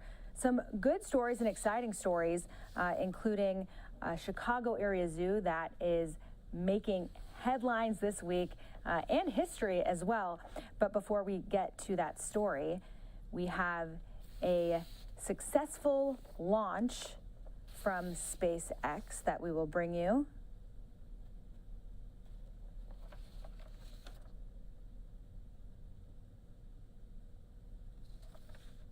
That will be right after the break.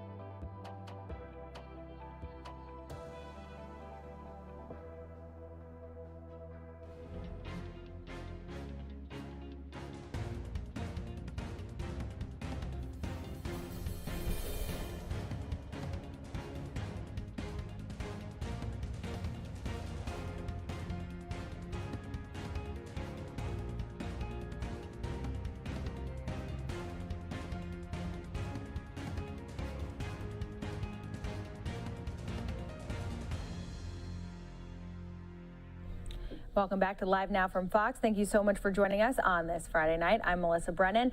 Before the break, we teased the SpaceX launch. Here is more information about that. SpaceX's Falcon 9 is on its record-breaking 13th mission, lifting off from NASA's Kennedy Space Center in Florida. Earlier today, the rocket carried 53 of SpaceX's Starlink internet satellites to orbit. Friday's launch is one for the record books for SpaceX. His Falcon 9 became the company's most flown booster to date, setting a new reuse record. Of course, history in the making with all of these launches. And here on Live Now from Fox, we always cover them. So if you are interested in these, we always have the latest details. And you can go to our YouTube page, of course, and watch them anytime you'd like when they lift off. Now, here is another story that I just wanted to throw in here because it is pretty interesting.